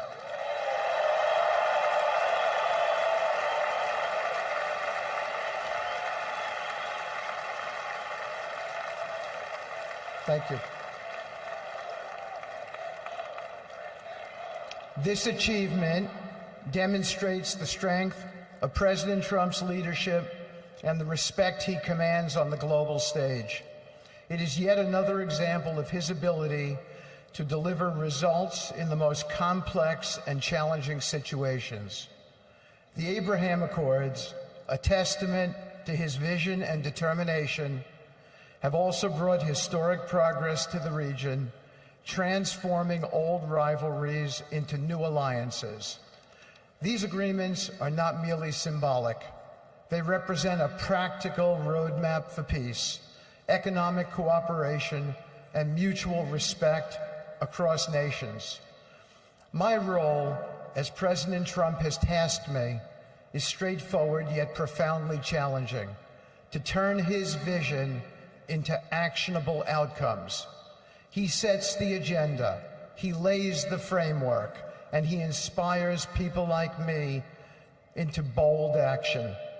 My responsibility is to implement his vision, engaging with leaders across the region to find pathways towards sustainable peace and stability. And let me tell you, having Donald Trump as a boss makes this task not only possible, but far more effective.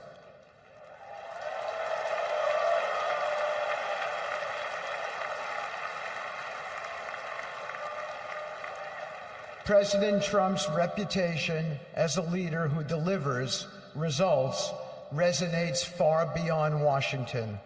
Leaders in the Middle East know he means what he says. His ability to cut through bureaucratic gridlock and focus on tangible results is the game changer. It allows me to approach delicate negotiations with the confidence that the full weight of the United States is behind me. The principles President Trump has laid out for our approach to the Middle East and foreign policy in general are fourfold, and they are clear. 1, respect for sovereignty. Every nation deserves the right to determine its own destiny, free from the interference of external powers. 2, economic prosperity as a bridge to stability. Through economic partnerships and investment, we can build a foundation for cooperation that transcends historical grievances. 3, courageous diplomacy. Real progress requires difficult conversations and bold decisions, and it is through these that trust is built and maintained. And finally, 4, reciprocity and accountability. The United States requires reciprocal actions from our partners. We are done carrying the financial burden for nations that are unwilling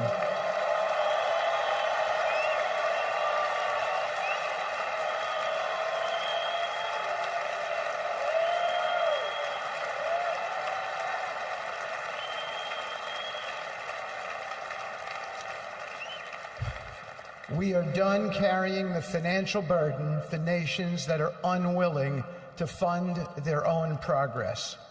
The days of blank checks are over.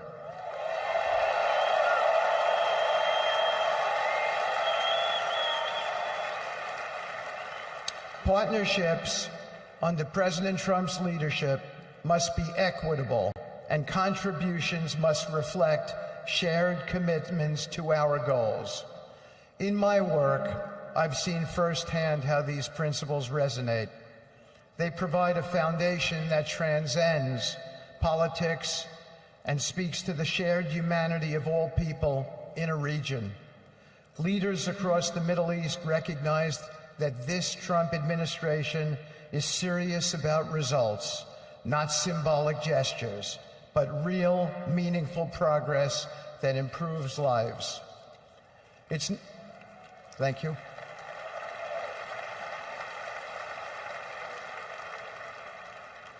It's not always easy. There are moments of deep challenge and frustration. Decades of mistrust cannot be undone overnight. Yet I take comfort in knowing that I am not in this alone. President Trump's clarity of vision ensures that I never have to question what success looks like. His leadership provides the confidence and direction necessary to navigate these complexities. As we move forward, my commitment is to continue the work of advancing President Trump's vision for the Middle East. Whether through expanding the Abraham Peace Accords, fostering economic development, or facilitating dialogue between long-standing adversaries, my focus remains on actionable results. Let me close by saying this: a stable and prosperous Middle East is not an unattainable dream. It is a goal within our reach, made possible by strong leadership and unwavering commitment. Under President Trump's guidance, we are proving that the impossible can become reality. Thank you, but I have one more thing to say. We have some special people for me to introduce you to tonight. President Trump has been talking to them as well. They are the families of hostages from Israel who have been in Gaza for the last year and a half. There are many of them here today. Several of the families have lost children and loved ones, and they're here because they're part of an effort to retrieve their bodies so they can be buried in a proper way. Several have children who are still in captivity. There is an American family here whose loved one is scheduled to come out in 14 days, and they're going to be meeting the president tonight. So let's give them all some love and a big hand. Come on up.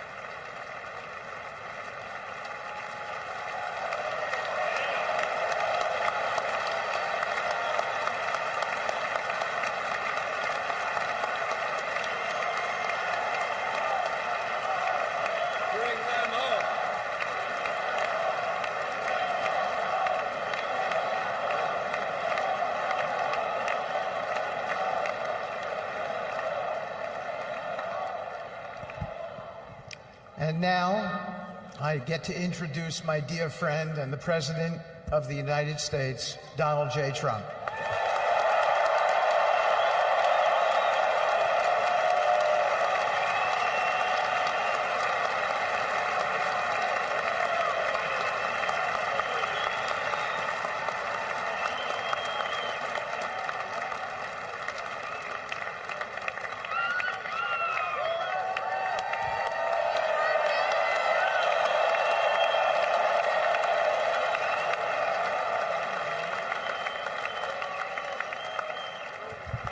Thank you very much, everybody. Appreciate it. Thank you.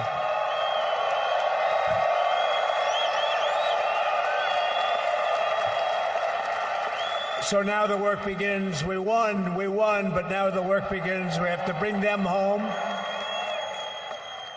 And, you know, tonight I'm going to be signing on the J6 hostages, pardons, to get them out.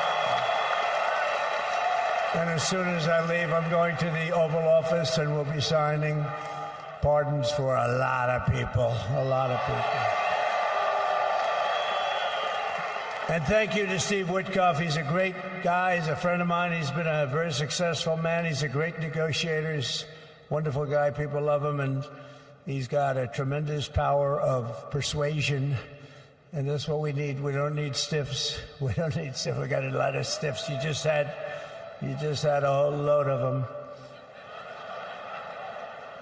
And to the former hostages with us today, welcome, and welcome home. Some of the folks are former hostages, not a good situation. The 3 young ladies that came home yesterday, you saw that, and more coming home every day now. They're coming home. But they were hurt. They were hurt. One had her head blown off, fingers on her hand, and her hand indeed was blown off. She was trying to defend herself from a bullet being fired. You believe this? A bullet knocked off her hand. I don't know. You look at it, it's a disgrace. We never stopped praying for you, and we're so glad that you're reunited with your friends and families, and God bless you all. And some of them are just saying, no, my son is gone. But please just bring home his body, right, Steve? Many of you have told me that your son is gone, but bring home his body. It should have never happened. 3 years, it's ridiculous. Should have never happened. Wouldn't have happened. I also want to express my tremendous gratitude to the hundreds of thousands of proud American patriots who came from all across the country to join us in this celebration. It's a celebration of a big win.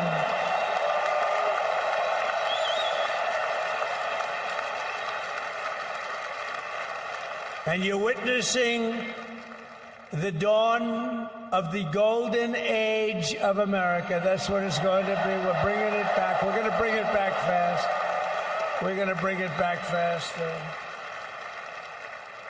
Let us also thank the incredible service members, National Guardsmen, Police, Secret Service, and law enforcement personnel who are keeping us all safe, even though they are great people. New York's finest. I grew up with New York's finest, and we got to give them their authority back. You won't have any crime. There'll be no crime. You give them little authority back. The whole way they run things in this country now, it's disgraceful. But it's going to change rapidly. We're going to make our cities safe again, too. Even though we're indoors, we've had a magnificent inaugural parade. And let's give a big round of applause. They were great. To all of the incredible performers and hardworking men and women who made it possible. Those people, really talented, amazing people. I also want to thank my wonderful family for being here, especially my beautiful wife, our First Lady, Melania.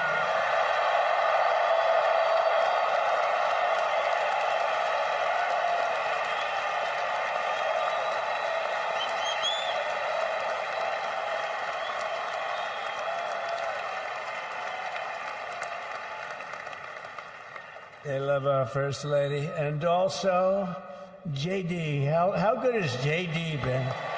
And his beautiful wife, Usha. How good is JB?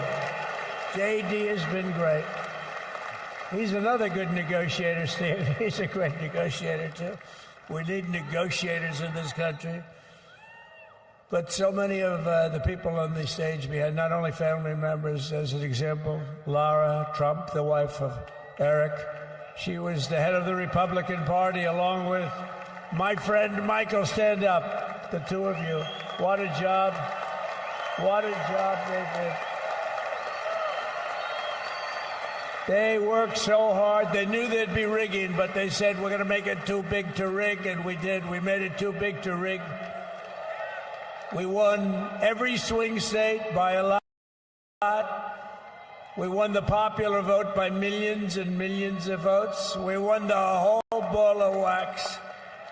And now we're going to go and drill, baby, drill, and do all the things that we've wanted to do and bring your costs down, your prices down, and make our country safe. So thank you very much, Michael. Thank you very much. What a job you've done, Michael. I'm never moving you, you know. He was thinking about getting a nice job in the administration. I said, no, I'm leaving you right where you are. You've done a very good job. We're not moving you, Michael. I'm sorry. Anyway, thank you very much. Appreciate it. Appreciate it very much. Right here with us also in the arena, I'm about to sign some very important executive orders of our new administration.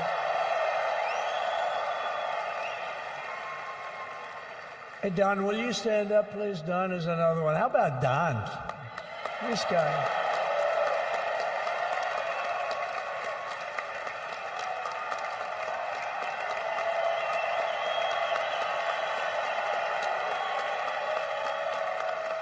He's a popular one. He goes out and speaks. He gets a big crowd.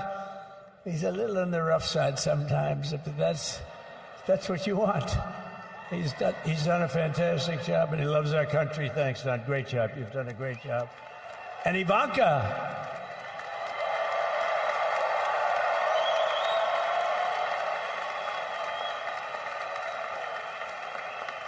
And, you know, Jared negotiated the Abraham Accords, which are it's the biggest deal made in the Middle East in many, many years, and it's really something. Jared, stand up, Jared. The Abraham Accords.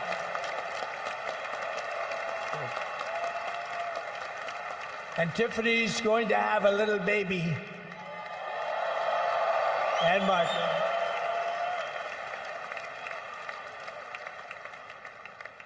And then I have a very tall son named Barron. Has anyone ever heard of him?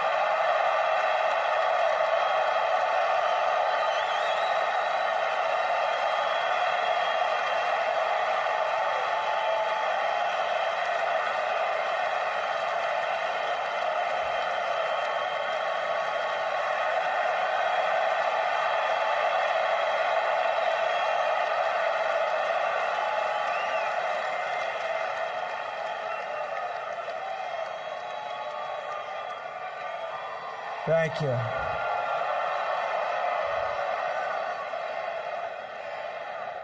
He knew the youth vote. You know, we won the youth vote by 36 points. And he was saying, Dad, you got to go out and do this one and that one. And we did a lot of them. And he respects them all. He understood them very well. And he said, Dad, you got to go out, do Joe Rogan, do all these guys. And we did. We did. And Joe Rogan was great. They were all great, right? Barron, they were all good. He understood the market. Another famous one, how about Kai? Stand up, Kai.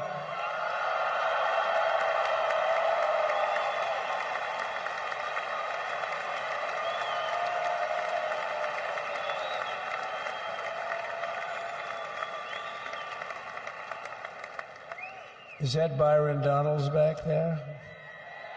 Stand up, Byron. Stand up. What a future this one has. What a future.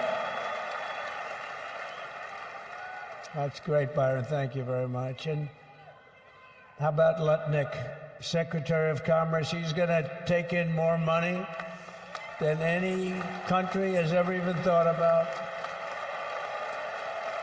He's going to take in some money. And we have many others. Look, I'm not going to go through it, but we're going to sign some orders right now, and that's really what I want to do.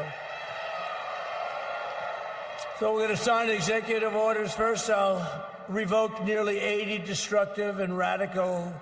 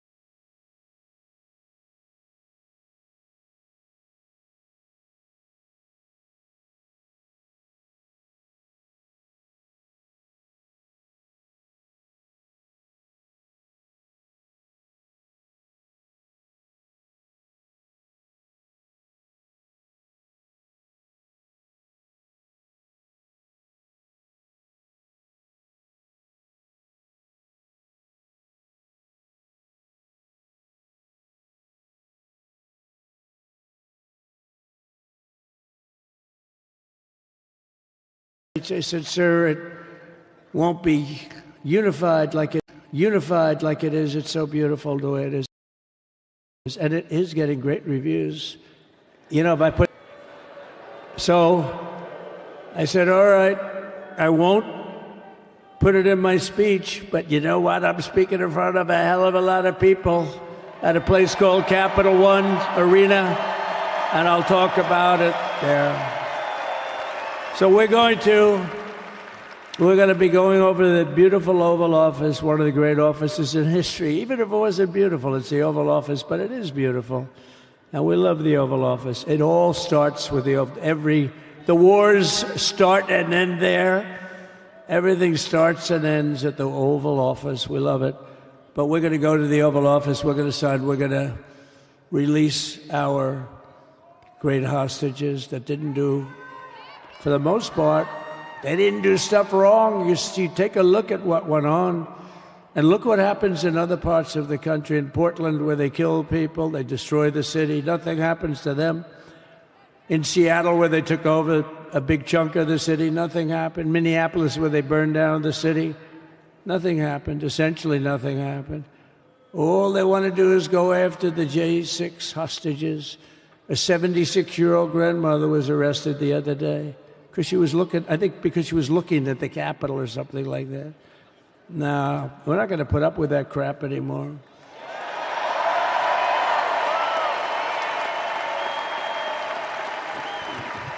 And to stop the weaponization of law enforcement, I've been investigated more than any human being in the world. I believe I have the all-time record. Every day a subpoena. Every single day would get subpoenas. I was more than any person. Alphonse Capone, remember I used to talk about it? Now, Alphonse Capone, Scarface, he was a pretty rough guy. He was investigated about 1/100th what Trump was investigated. My father's looking down at me, my mother. How the hell did this happen? You know what it is? They investigated their political opponent, the opponent of Biden, and then ultimately Kamala. Has anyone ever heard of Kamala?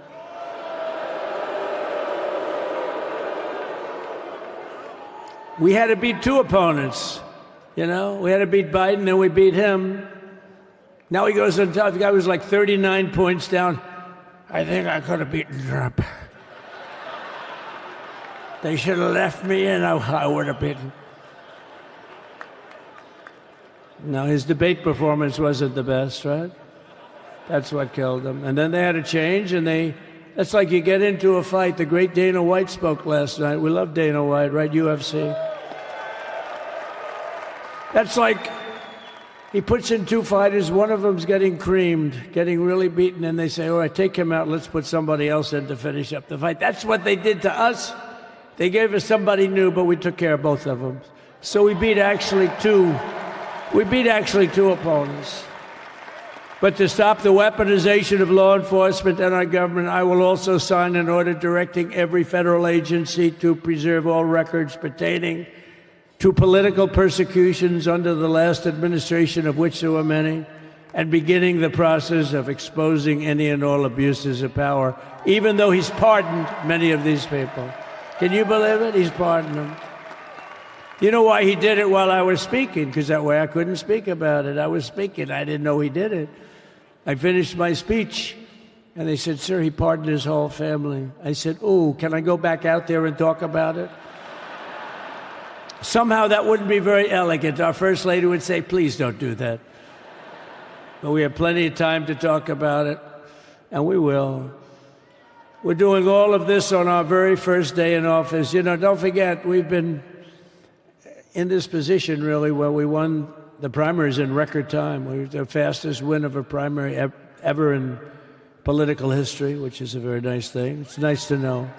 Well, the second election was rigged, so we knew we were doing well. And if it wasn't, you know what? If it wasn't, I would have never run. But this third one was just a monster. Boy, was that a big one, huh? That was a big one. On the second one, we got like 10 or 12 million votes more than the first one. How about that? We did great on the first one. We did much better on the second one. But bad did we do well in the third one. So we're gonna have some fun. It's very simple. We're gonna make our country great. We're gonna make our country great again. We're gonna make America great again. How good a name is MAGA, though, right? You know? I was going to say, keep America great, but unfortunately it wasn't great. Can't say keep it great. It will be great again, but CAG, keep America great, CAG, I don't think it's ever going to replace MAGA. Does anybody like CAG? I don't think so. It's never replacing MAGA. Nothing will ever replace MAGA. MAGA was the most successful political operation, political movement in the history of our country, maybe in the history of the world. Let's see what happens, because we're not finished yet. We're not finished yet. We got a long way to go. But we're doing this on the very first day in office, and in just a few moments, I'm not only signing the release of the J6 hostages, I'm signing other things that you're going to love. Oh, you're going to be happy reading newspapers tomorrow, and the next day, and the next day, and the next day. So I just want to thank, I mean, look at this place. It's full to the rafters. You don't have any. Look at those people up there. You don't have any empty seats. And by the way, the Capital One owners, they are so good. We got to root for their teams because they have been so great to MAGA, to us. And I just want to thank Ted and everybody. You guys have been fantastic. And the ice hockey team's doing great. Ovechkin's pretty good, right? They're doing great. So I want to thank them, Capital One arena owners. They have been absolutely fantastic. And thank you once again to everyone. And I can only tell you, you're going to be very happy. You're going to watch a lot of good things happen. We got to stop some wars that are happening and going on. Some stupid things are happening. The war with Ukraine would have never happened, and it has. As you know, Israel would have never been hit on October 7th, and none of you would be up here. None of you would even know anything about this tragedy that you're going through right now. But Iran was broke. Anybody that bought oil from Iran, they couldn't do any business with us. You're not going to do business with America. China passed. Everybody passed. They were broke. They didn't have money for Hamas. They didn't have money for Hezbollah. And your sons would be alive, and they certainly wouldn't be incarcerated like they are. It's a shame, but we're getting a lot of people out in a short period of time. So I'm going to go right over to here, and I'm going to sign in front of you. Is that okay? Good.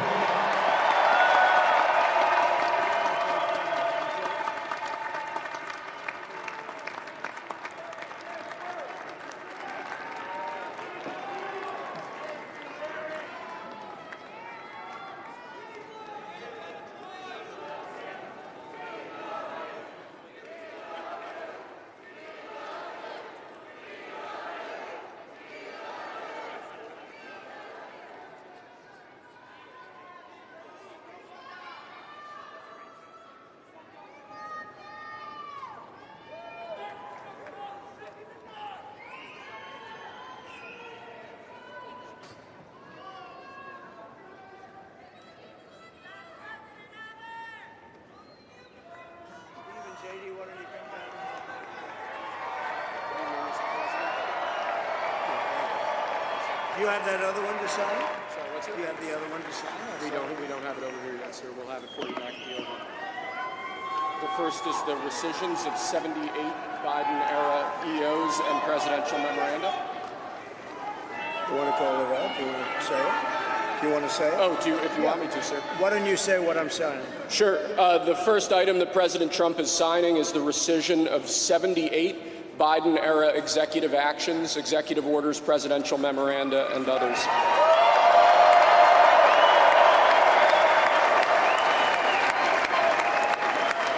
Thank you, sir.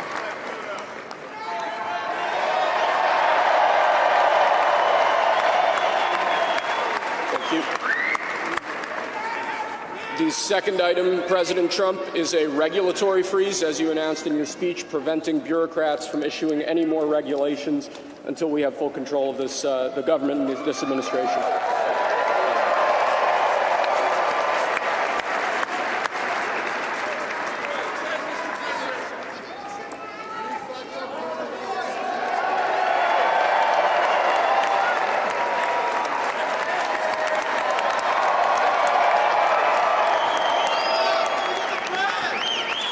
Thank you, sir.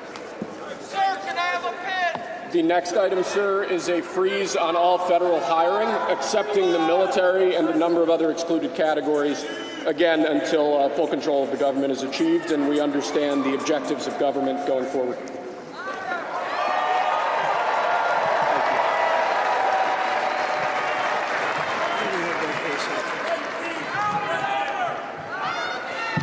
Could you imagine Biden doing this? I don't think so.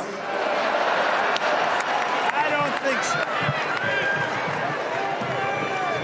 Sir, the next item, as you announced in your speech, is a requirement that federal workers return to full-time in-person work immediately.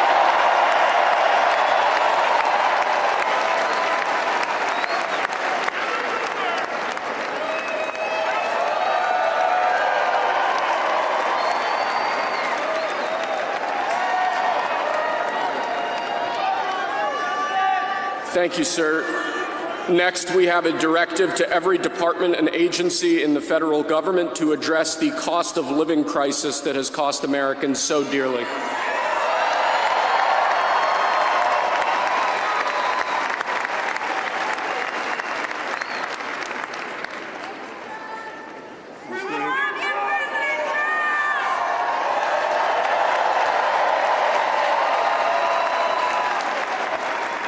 Thank you, sir. The next item here is the withdrawal from the Paris Climate Treaty.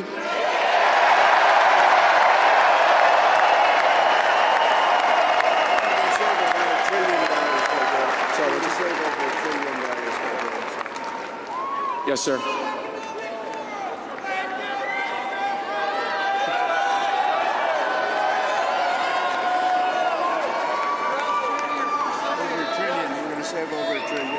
We're going to save over $1 trillion by withdrawing from that treaty.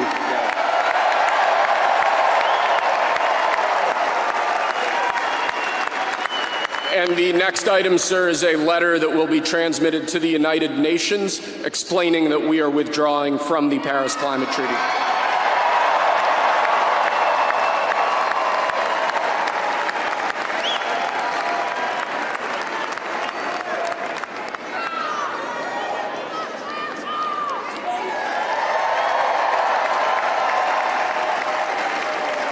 Thank you, sir. This next item is a directive to the federal government ordering the restoration of freedom of speech and preventing government censorship of free speech going forward.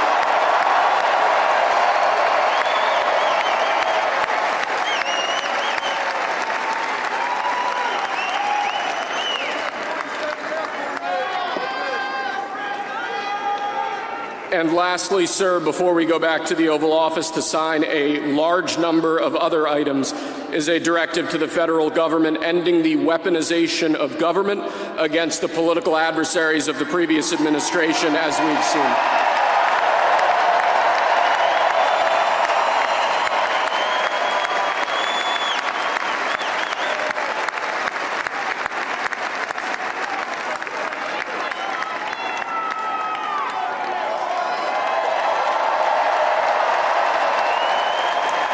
Thank you very much, sir. Appreciate it.